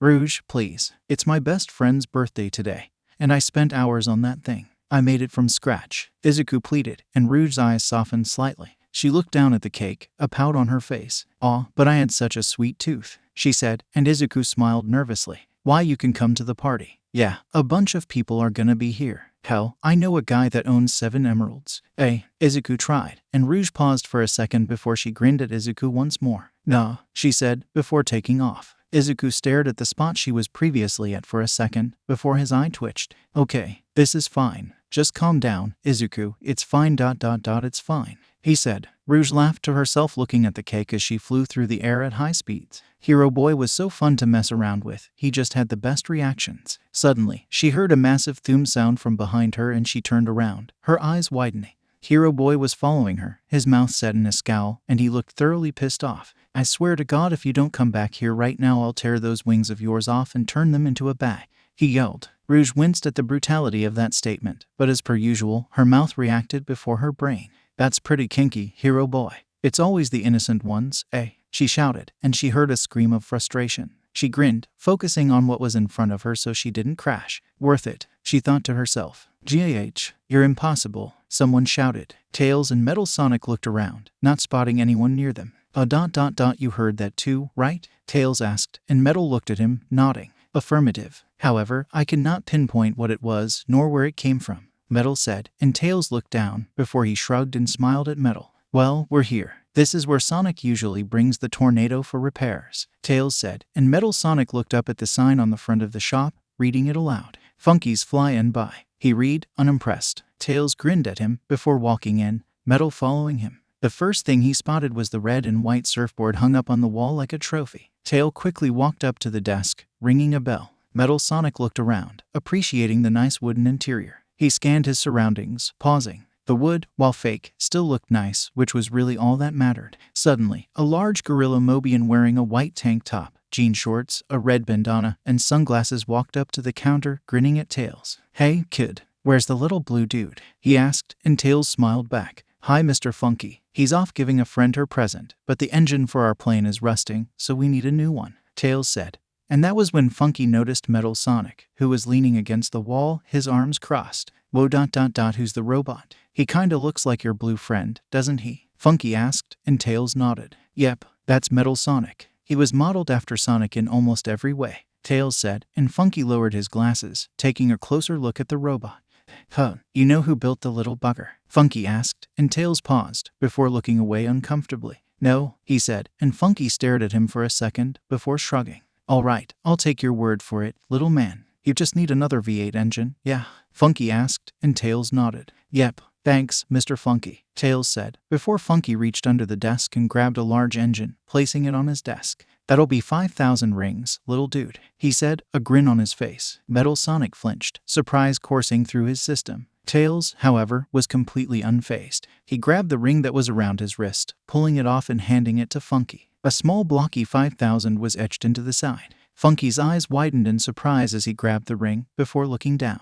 You just had the exact amount on you, he asked, and Tails nodded, his ears flopping around adorably. Yep, I just calculated the estimated price, the tax, and the Friday discount. I accounted for that too. It's a 20% discount on everything, Tails said, spreading his arms out. Funky's jaw dropped, his sunglasses slanting across his face, before he composed himself, smiling at Tails. You're smart, kid. Say you ever consider engineering? Funky asked, and Tails tilted his head. Izuku grit his teeth as he chased Rouge through the city sky. Yes, he was infinitely faster than her. Yes, he could use Black Whip to stop her in her tracks. And yes, he could knock her out with a single punch. However, all of those options were a no-go due to one variable. The cake. He didn't have enough time to make another one. And he didn't want to just give up and buy one for Amy when she deserved a homemade one. Rouge, just hand the cake over, he shouted as they exited the city. Below them, Sonic and Amy looked up, spotting a familiar streak of lighting fly through the air. Izuku, what is he doing here? What if he's being attacked? Amy asked. Sonic opened his mouth to reassure her when she dashed forwards, following the streak of lighting. Sonic rolled his eyes, immediately catching up with her. He looked at her, an eyebrow raised. You do know that he can handle himself, right? He asked, and Amy nodded, but she didn't slow down. If anything, she sped up, her legs blurring as she tapped into the chaos energy that still resided in her body. You'd be surprised at how much he gets hurt due to unfortunate circumstances. He wasn't lying when he said he was unlucky. She said, Amy, you look so pretty, a voice asked behind them. They both turned as they ran, spotting Tails and Metal following them, the former with a confused look on his face. We saw you speed by and decided to follow you. What's going on? Metal asked, and Sonic looked ahead, jumping over a rock. We saw Izuku speed by, and we're following him to see what's going on, he said, and Tails' eyes widened. Maybe that's what we heard earlier. Now that I think of it, that voice did kind of sound like Izuku, Tails said, and Amy looked forward, concerned. Izuku grit his teeth as they needed his house. The fact that he had just chased Rouge in a circle was extremely irritating to him, and that irritation doubled as Rouge flew through his open window. Izuku landed on the ground, accidentally creating a small crater. He looked down, his face deadpan. "I'll deal with that later," he muttered, before he gently opened the door. He looked around, immediately spotting Rouge hanging off the ceiling, grinning at him. Well, look who finally caught up you RK. Rouge started, only for a strand of black whip to fly out and wrap around her neck. You know, maybe Izuku wouldn't be so livid if Nana wasn't cheering for Rouge the entire time she was flying around. "I have been chasing you around ...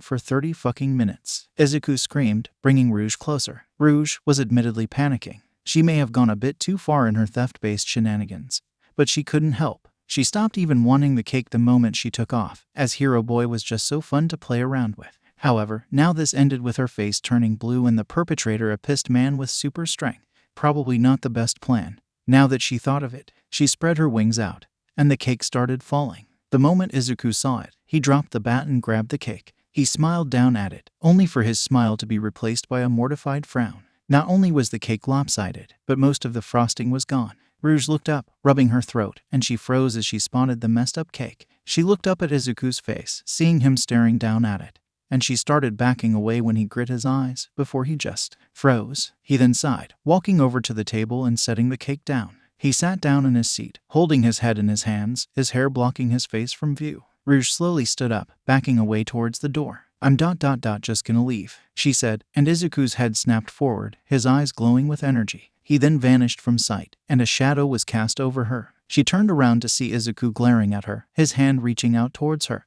Just then, "Izuku," they heard. Izuku froze, powering down. Rouge breathed a sigh of relief, and Izuku turned around, seeing Amy looking at him in confusion. "Why is there a crater in our front lawn ... and who's ... that?" Amy asked, pointing at Rouge. Izuku said nothing, frowning sadly at Amy, before he sighed. He stepped further inside the house, gesturing for everyone to come inside. Rouge attempted to slip out, but a few dozen strands of black whip wrapped around her torso, dragging her back towards him. Amy looked at her, confused. Can someone explain? "I'm a little lost," Sonic asked, tapping his foot. Metal Sonic's eyes were locked onto the cake, or what was left of it, at least. He twitched, feeling something that he had never felt before. He felt angry, sad, and ... lost. He didn't quite know ... but he didn't like the feeling. Since the surprise is ruined ... bah. Who the hell cares? Metal and I made a cake for you while you were getting your quills done, but Metal went to help Tails do something. I don't really remember, but I finished the cake without any problems ... only for this little thief to take it. I just spent the last half an hour chasing her throughout Central City, and now the cake is ruined. Are you happy now, Rouge? Izuku asked, glaring down at the bat, who flinched. Everyone's eyes widened in surprise and realization before Amy stepped forward. She teared up as she looked at the destroyed cake, and everyone glared at the tied-up Rouge. If she makes Ames cry, Izuku started. Heroic thoughts, young Midoriya. He heard, though he didn't respond. Then, she did something somewhat unexpected. She grabbed a spoon and took a small bite of the cake, and she smiled shakily. Strawberry ... How did you know strawberry cake was my favorite? Amy asked, and Izuku paused, before he smiled back. You told me a week ago. I remember you told me that strawberry was your favorite fruit, and that one of your goals was to grow a strawberry bush, Izuku said, and Amy shook slightly, before she dropped her spoon and leapt at Izuku, wrapping her arms around him in a tight hug. You're the best friend a girl could ask for. Oh, I love you, I love you, I love you, she yelled, and Izuku's face heated up as he looked down at Amy, eyes wide open. What? He asked, shocked beyond belief. Sonic's eyes were also wide, and Metal Sonic turned around, crossing his arms. He probably would have smiled if he had a mouth. Suddenly, Amy froze in Izuku's arms. Before she looked up, her crimson face set in a mortified smile. She started, before another person walked through the door. Friends, I have arrived to celebrate the day of birth. Am I interrupting an intimate moment? Knuckles asked, looking around with wide eyes. Izuku snapped out of his blushing stupor, immediately spotting Knuckles and narrowing his eyes. He looked down at Amy, who was still staring at him and stuttering, before he gently grabbed her chin and dipped his head down, their lips meeting. Amy's eyes widened in shock as Izuku's closed, before she melted into the kiss, wrapping her arms around Izuku's neck. It seems I am. I apologize, though I suppose there is another reason to celebrate now. I am happy to see that you two are wed, Knuckles said, and Sonic frowned at him, snapping out of his shocked state first. They're not married, Knucklehead, Sonic said, and Knuckles paused. They are not, but I thought people only kissed when they were married. My mother and father were married, and they kissed a lot, Knuckles said, confused. Izuku pulled away from the kiss, looking down at Amy, whose eyes were half-lidded. She had a happy smile on her face, and she was purring. Not only that, but her tail was wagging excitedly too. "You're a really good kisser, 𝐻𝐸𝐽," she purred, and 𝐻𝐸𝐽 blushed, his actions catching up with him. Thank you, Amy," he said, looking away. "Finally, you did it, 𝐻𝐸𝐽. We're so proud of you," Nana yelled, and 𝐻𝐸𝐽 hummed. "You know ... that almost makes up for you cheering for Rouge," he said internally. And Nana paused. "Almost," she repeated nervously. "Expect to be ignored for the next few days," 𝐻𝐸𝐽 told her, and he smiled as the woman started panicking. He looked down at Amy, who seemed to be lost in her own little world, her tail still wagging. He blinked as she giggled to herself, and 𝐻𝐸𝐽 smiled lovingly at her as everyone started conversing. He had to admit ... that kiss did feel great. It felt like a weight was just taken off of his shoulders. He wrapped his arms around Amy, leaning down and kissing her on the forehead, snapping her out of her fantasy. I love you too, Ames, more than you know," he whispered, and she smiled up at him, nuzzling into his chest. "So, I guess we're giving this relationship thing a shot?" she asked, and 𝐻𝐸𝐽 grinned. "Yeah, I guess we are," he said, before his eyes widened. "Oh, right, you're present," he said, before he gently grabbed Amy and lifted her off of him. She looked at him in surprise as he stood up and rushed over to his room, before he walked back out with a wrapped box, giving it to Amy, who stared up at him, surprised. Another present?" she asked, and 𝐻𝐸𝐽 paused. "Another? What do you mean, another?" he asked, and she blushed. "That ... kiss. That wasn't a present?" she asked, and 𝐻𝐸𝐽 paused, before he rubbed the back of his head and looked away, embarrassed. I actually did that because Knuckles showed up. I kind of thought you were crushing on him, and my jealousy outweighed my shyness ... and then I kissed you ... Boy, was I glad I did," 𝐻𝐸𝐽 said, and Amy's eyes widened in realization. "That's why you got all stiff whenever he was brought up. Wait, you thought I liked him, Knuckles?" she asked, and 𝐻𝐸𝐽 blushed. "Yes?" he asked, and Amy giggled at him. "You know nothing about girls, do you?" she asked, and 𝐻𝐸𝐽 sighed, wilting slightly. "Just ... open the gift," he pleaded, and she rolled her eyes, tearing the wrapping paper. Everyone went silent as Amy looked down at the box, her eyes widening. She ... she knew that logo. The ... the violet tail, or? She whispered, and Sonic blinked, before he smiled. "Man, you settle for nothing but the best, huh, 𝐻𝐸𝐽?" Sonic asked, and 𝐻𝐸𝐽 raised an eyebrow. Metal's eyes glowed, before he turned to 𝐻𝐸𝐽. "The Violet Tail or is a small business run by 𝗵𝐽 the cat, a world-renowned seamster," he explained, and 𝐻𝐸𝐽's eyes widened.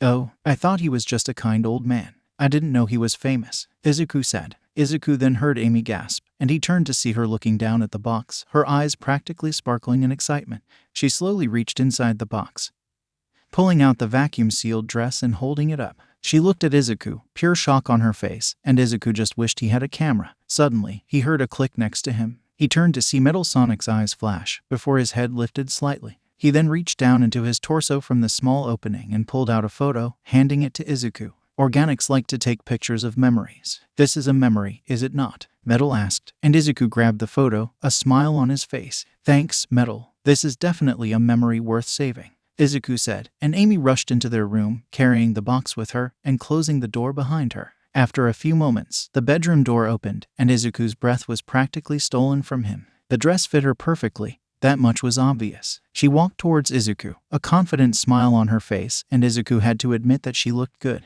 She quickly sped up and jumped at him again, but 𝐻𝐸𝐽 was ready this time, catching her as she wrapped her arms around his neck and kissing him passionately. Sonic and Tails looked away, a disgusted look on their faces. Knuckles smiled at the two. Rouge finally got free from TBE bindings, but instead of leaving, she grabbed a plate and took a slice of cake, enjoying it. Metal Sonic nodded in satisfaction, before he walked outside, checking on his sunflower. He froze when he saw a tiny sprout sticking out of the ground. Amy pulled away from the kiss, staring at 𝐻𝐸𝐽 with love in her eyes, and a grin on her face. She leaned close to him, whispering into his ear. "This might be my favorite birthday ever, 𝐻𝐸𝐽," she said, and 𝐻𝐸𝐽 smiled hopefully at her. "Really?" he asked, and she nodded, a loving smile on her face. "Really," she confirmed. 𝐻𝐸𝐽 grinned at her, before he blinked, looking around. He just realized that they ... had no food for the party, which had basically already started. 𝐻𝐸𝐽 let Amy go, and she landed on her feet, looking at 𝐻𝐸𝐽, confused. "𝐻𝐸𝐽, what are you doing?" she asked. 𝐻𝐸𝐽 turned, smiling at Amy and grabbing the house phone. "Ordering us some pizza," he replied. The night continued, with everyone having a good time. 𝐻𝐸𝐽 forgave Rouge for her little stunt, talked to Knuckles and found out he actually had a lot in common with the guy before the pizza man arrived, stunned at the fact that the famous Sonic the Hedgehog was at some random party. 𝐻𝐸𝐽 was mildly disappointed that he couldn't see Aizawa in a full pizza uniform, but he knew he would eventually. After 8 p.m., Sonic and Tails left. After 9, Knuckles left, saying that he had left the Master Emerald unguarded for more than he should have.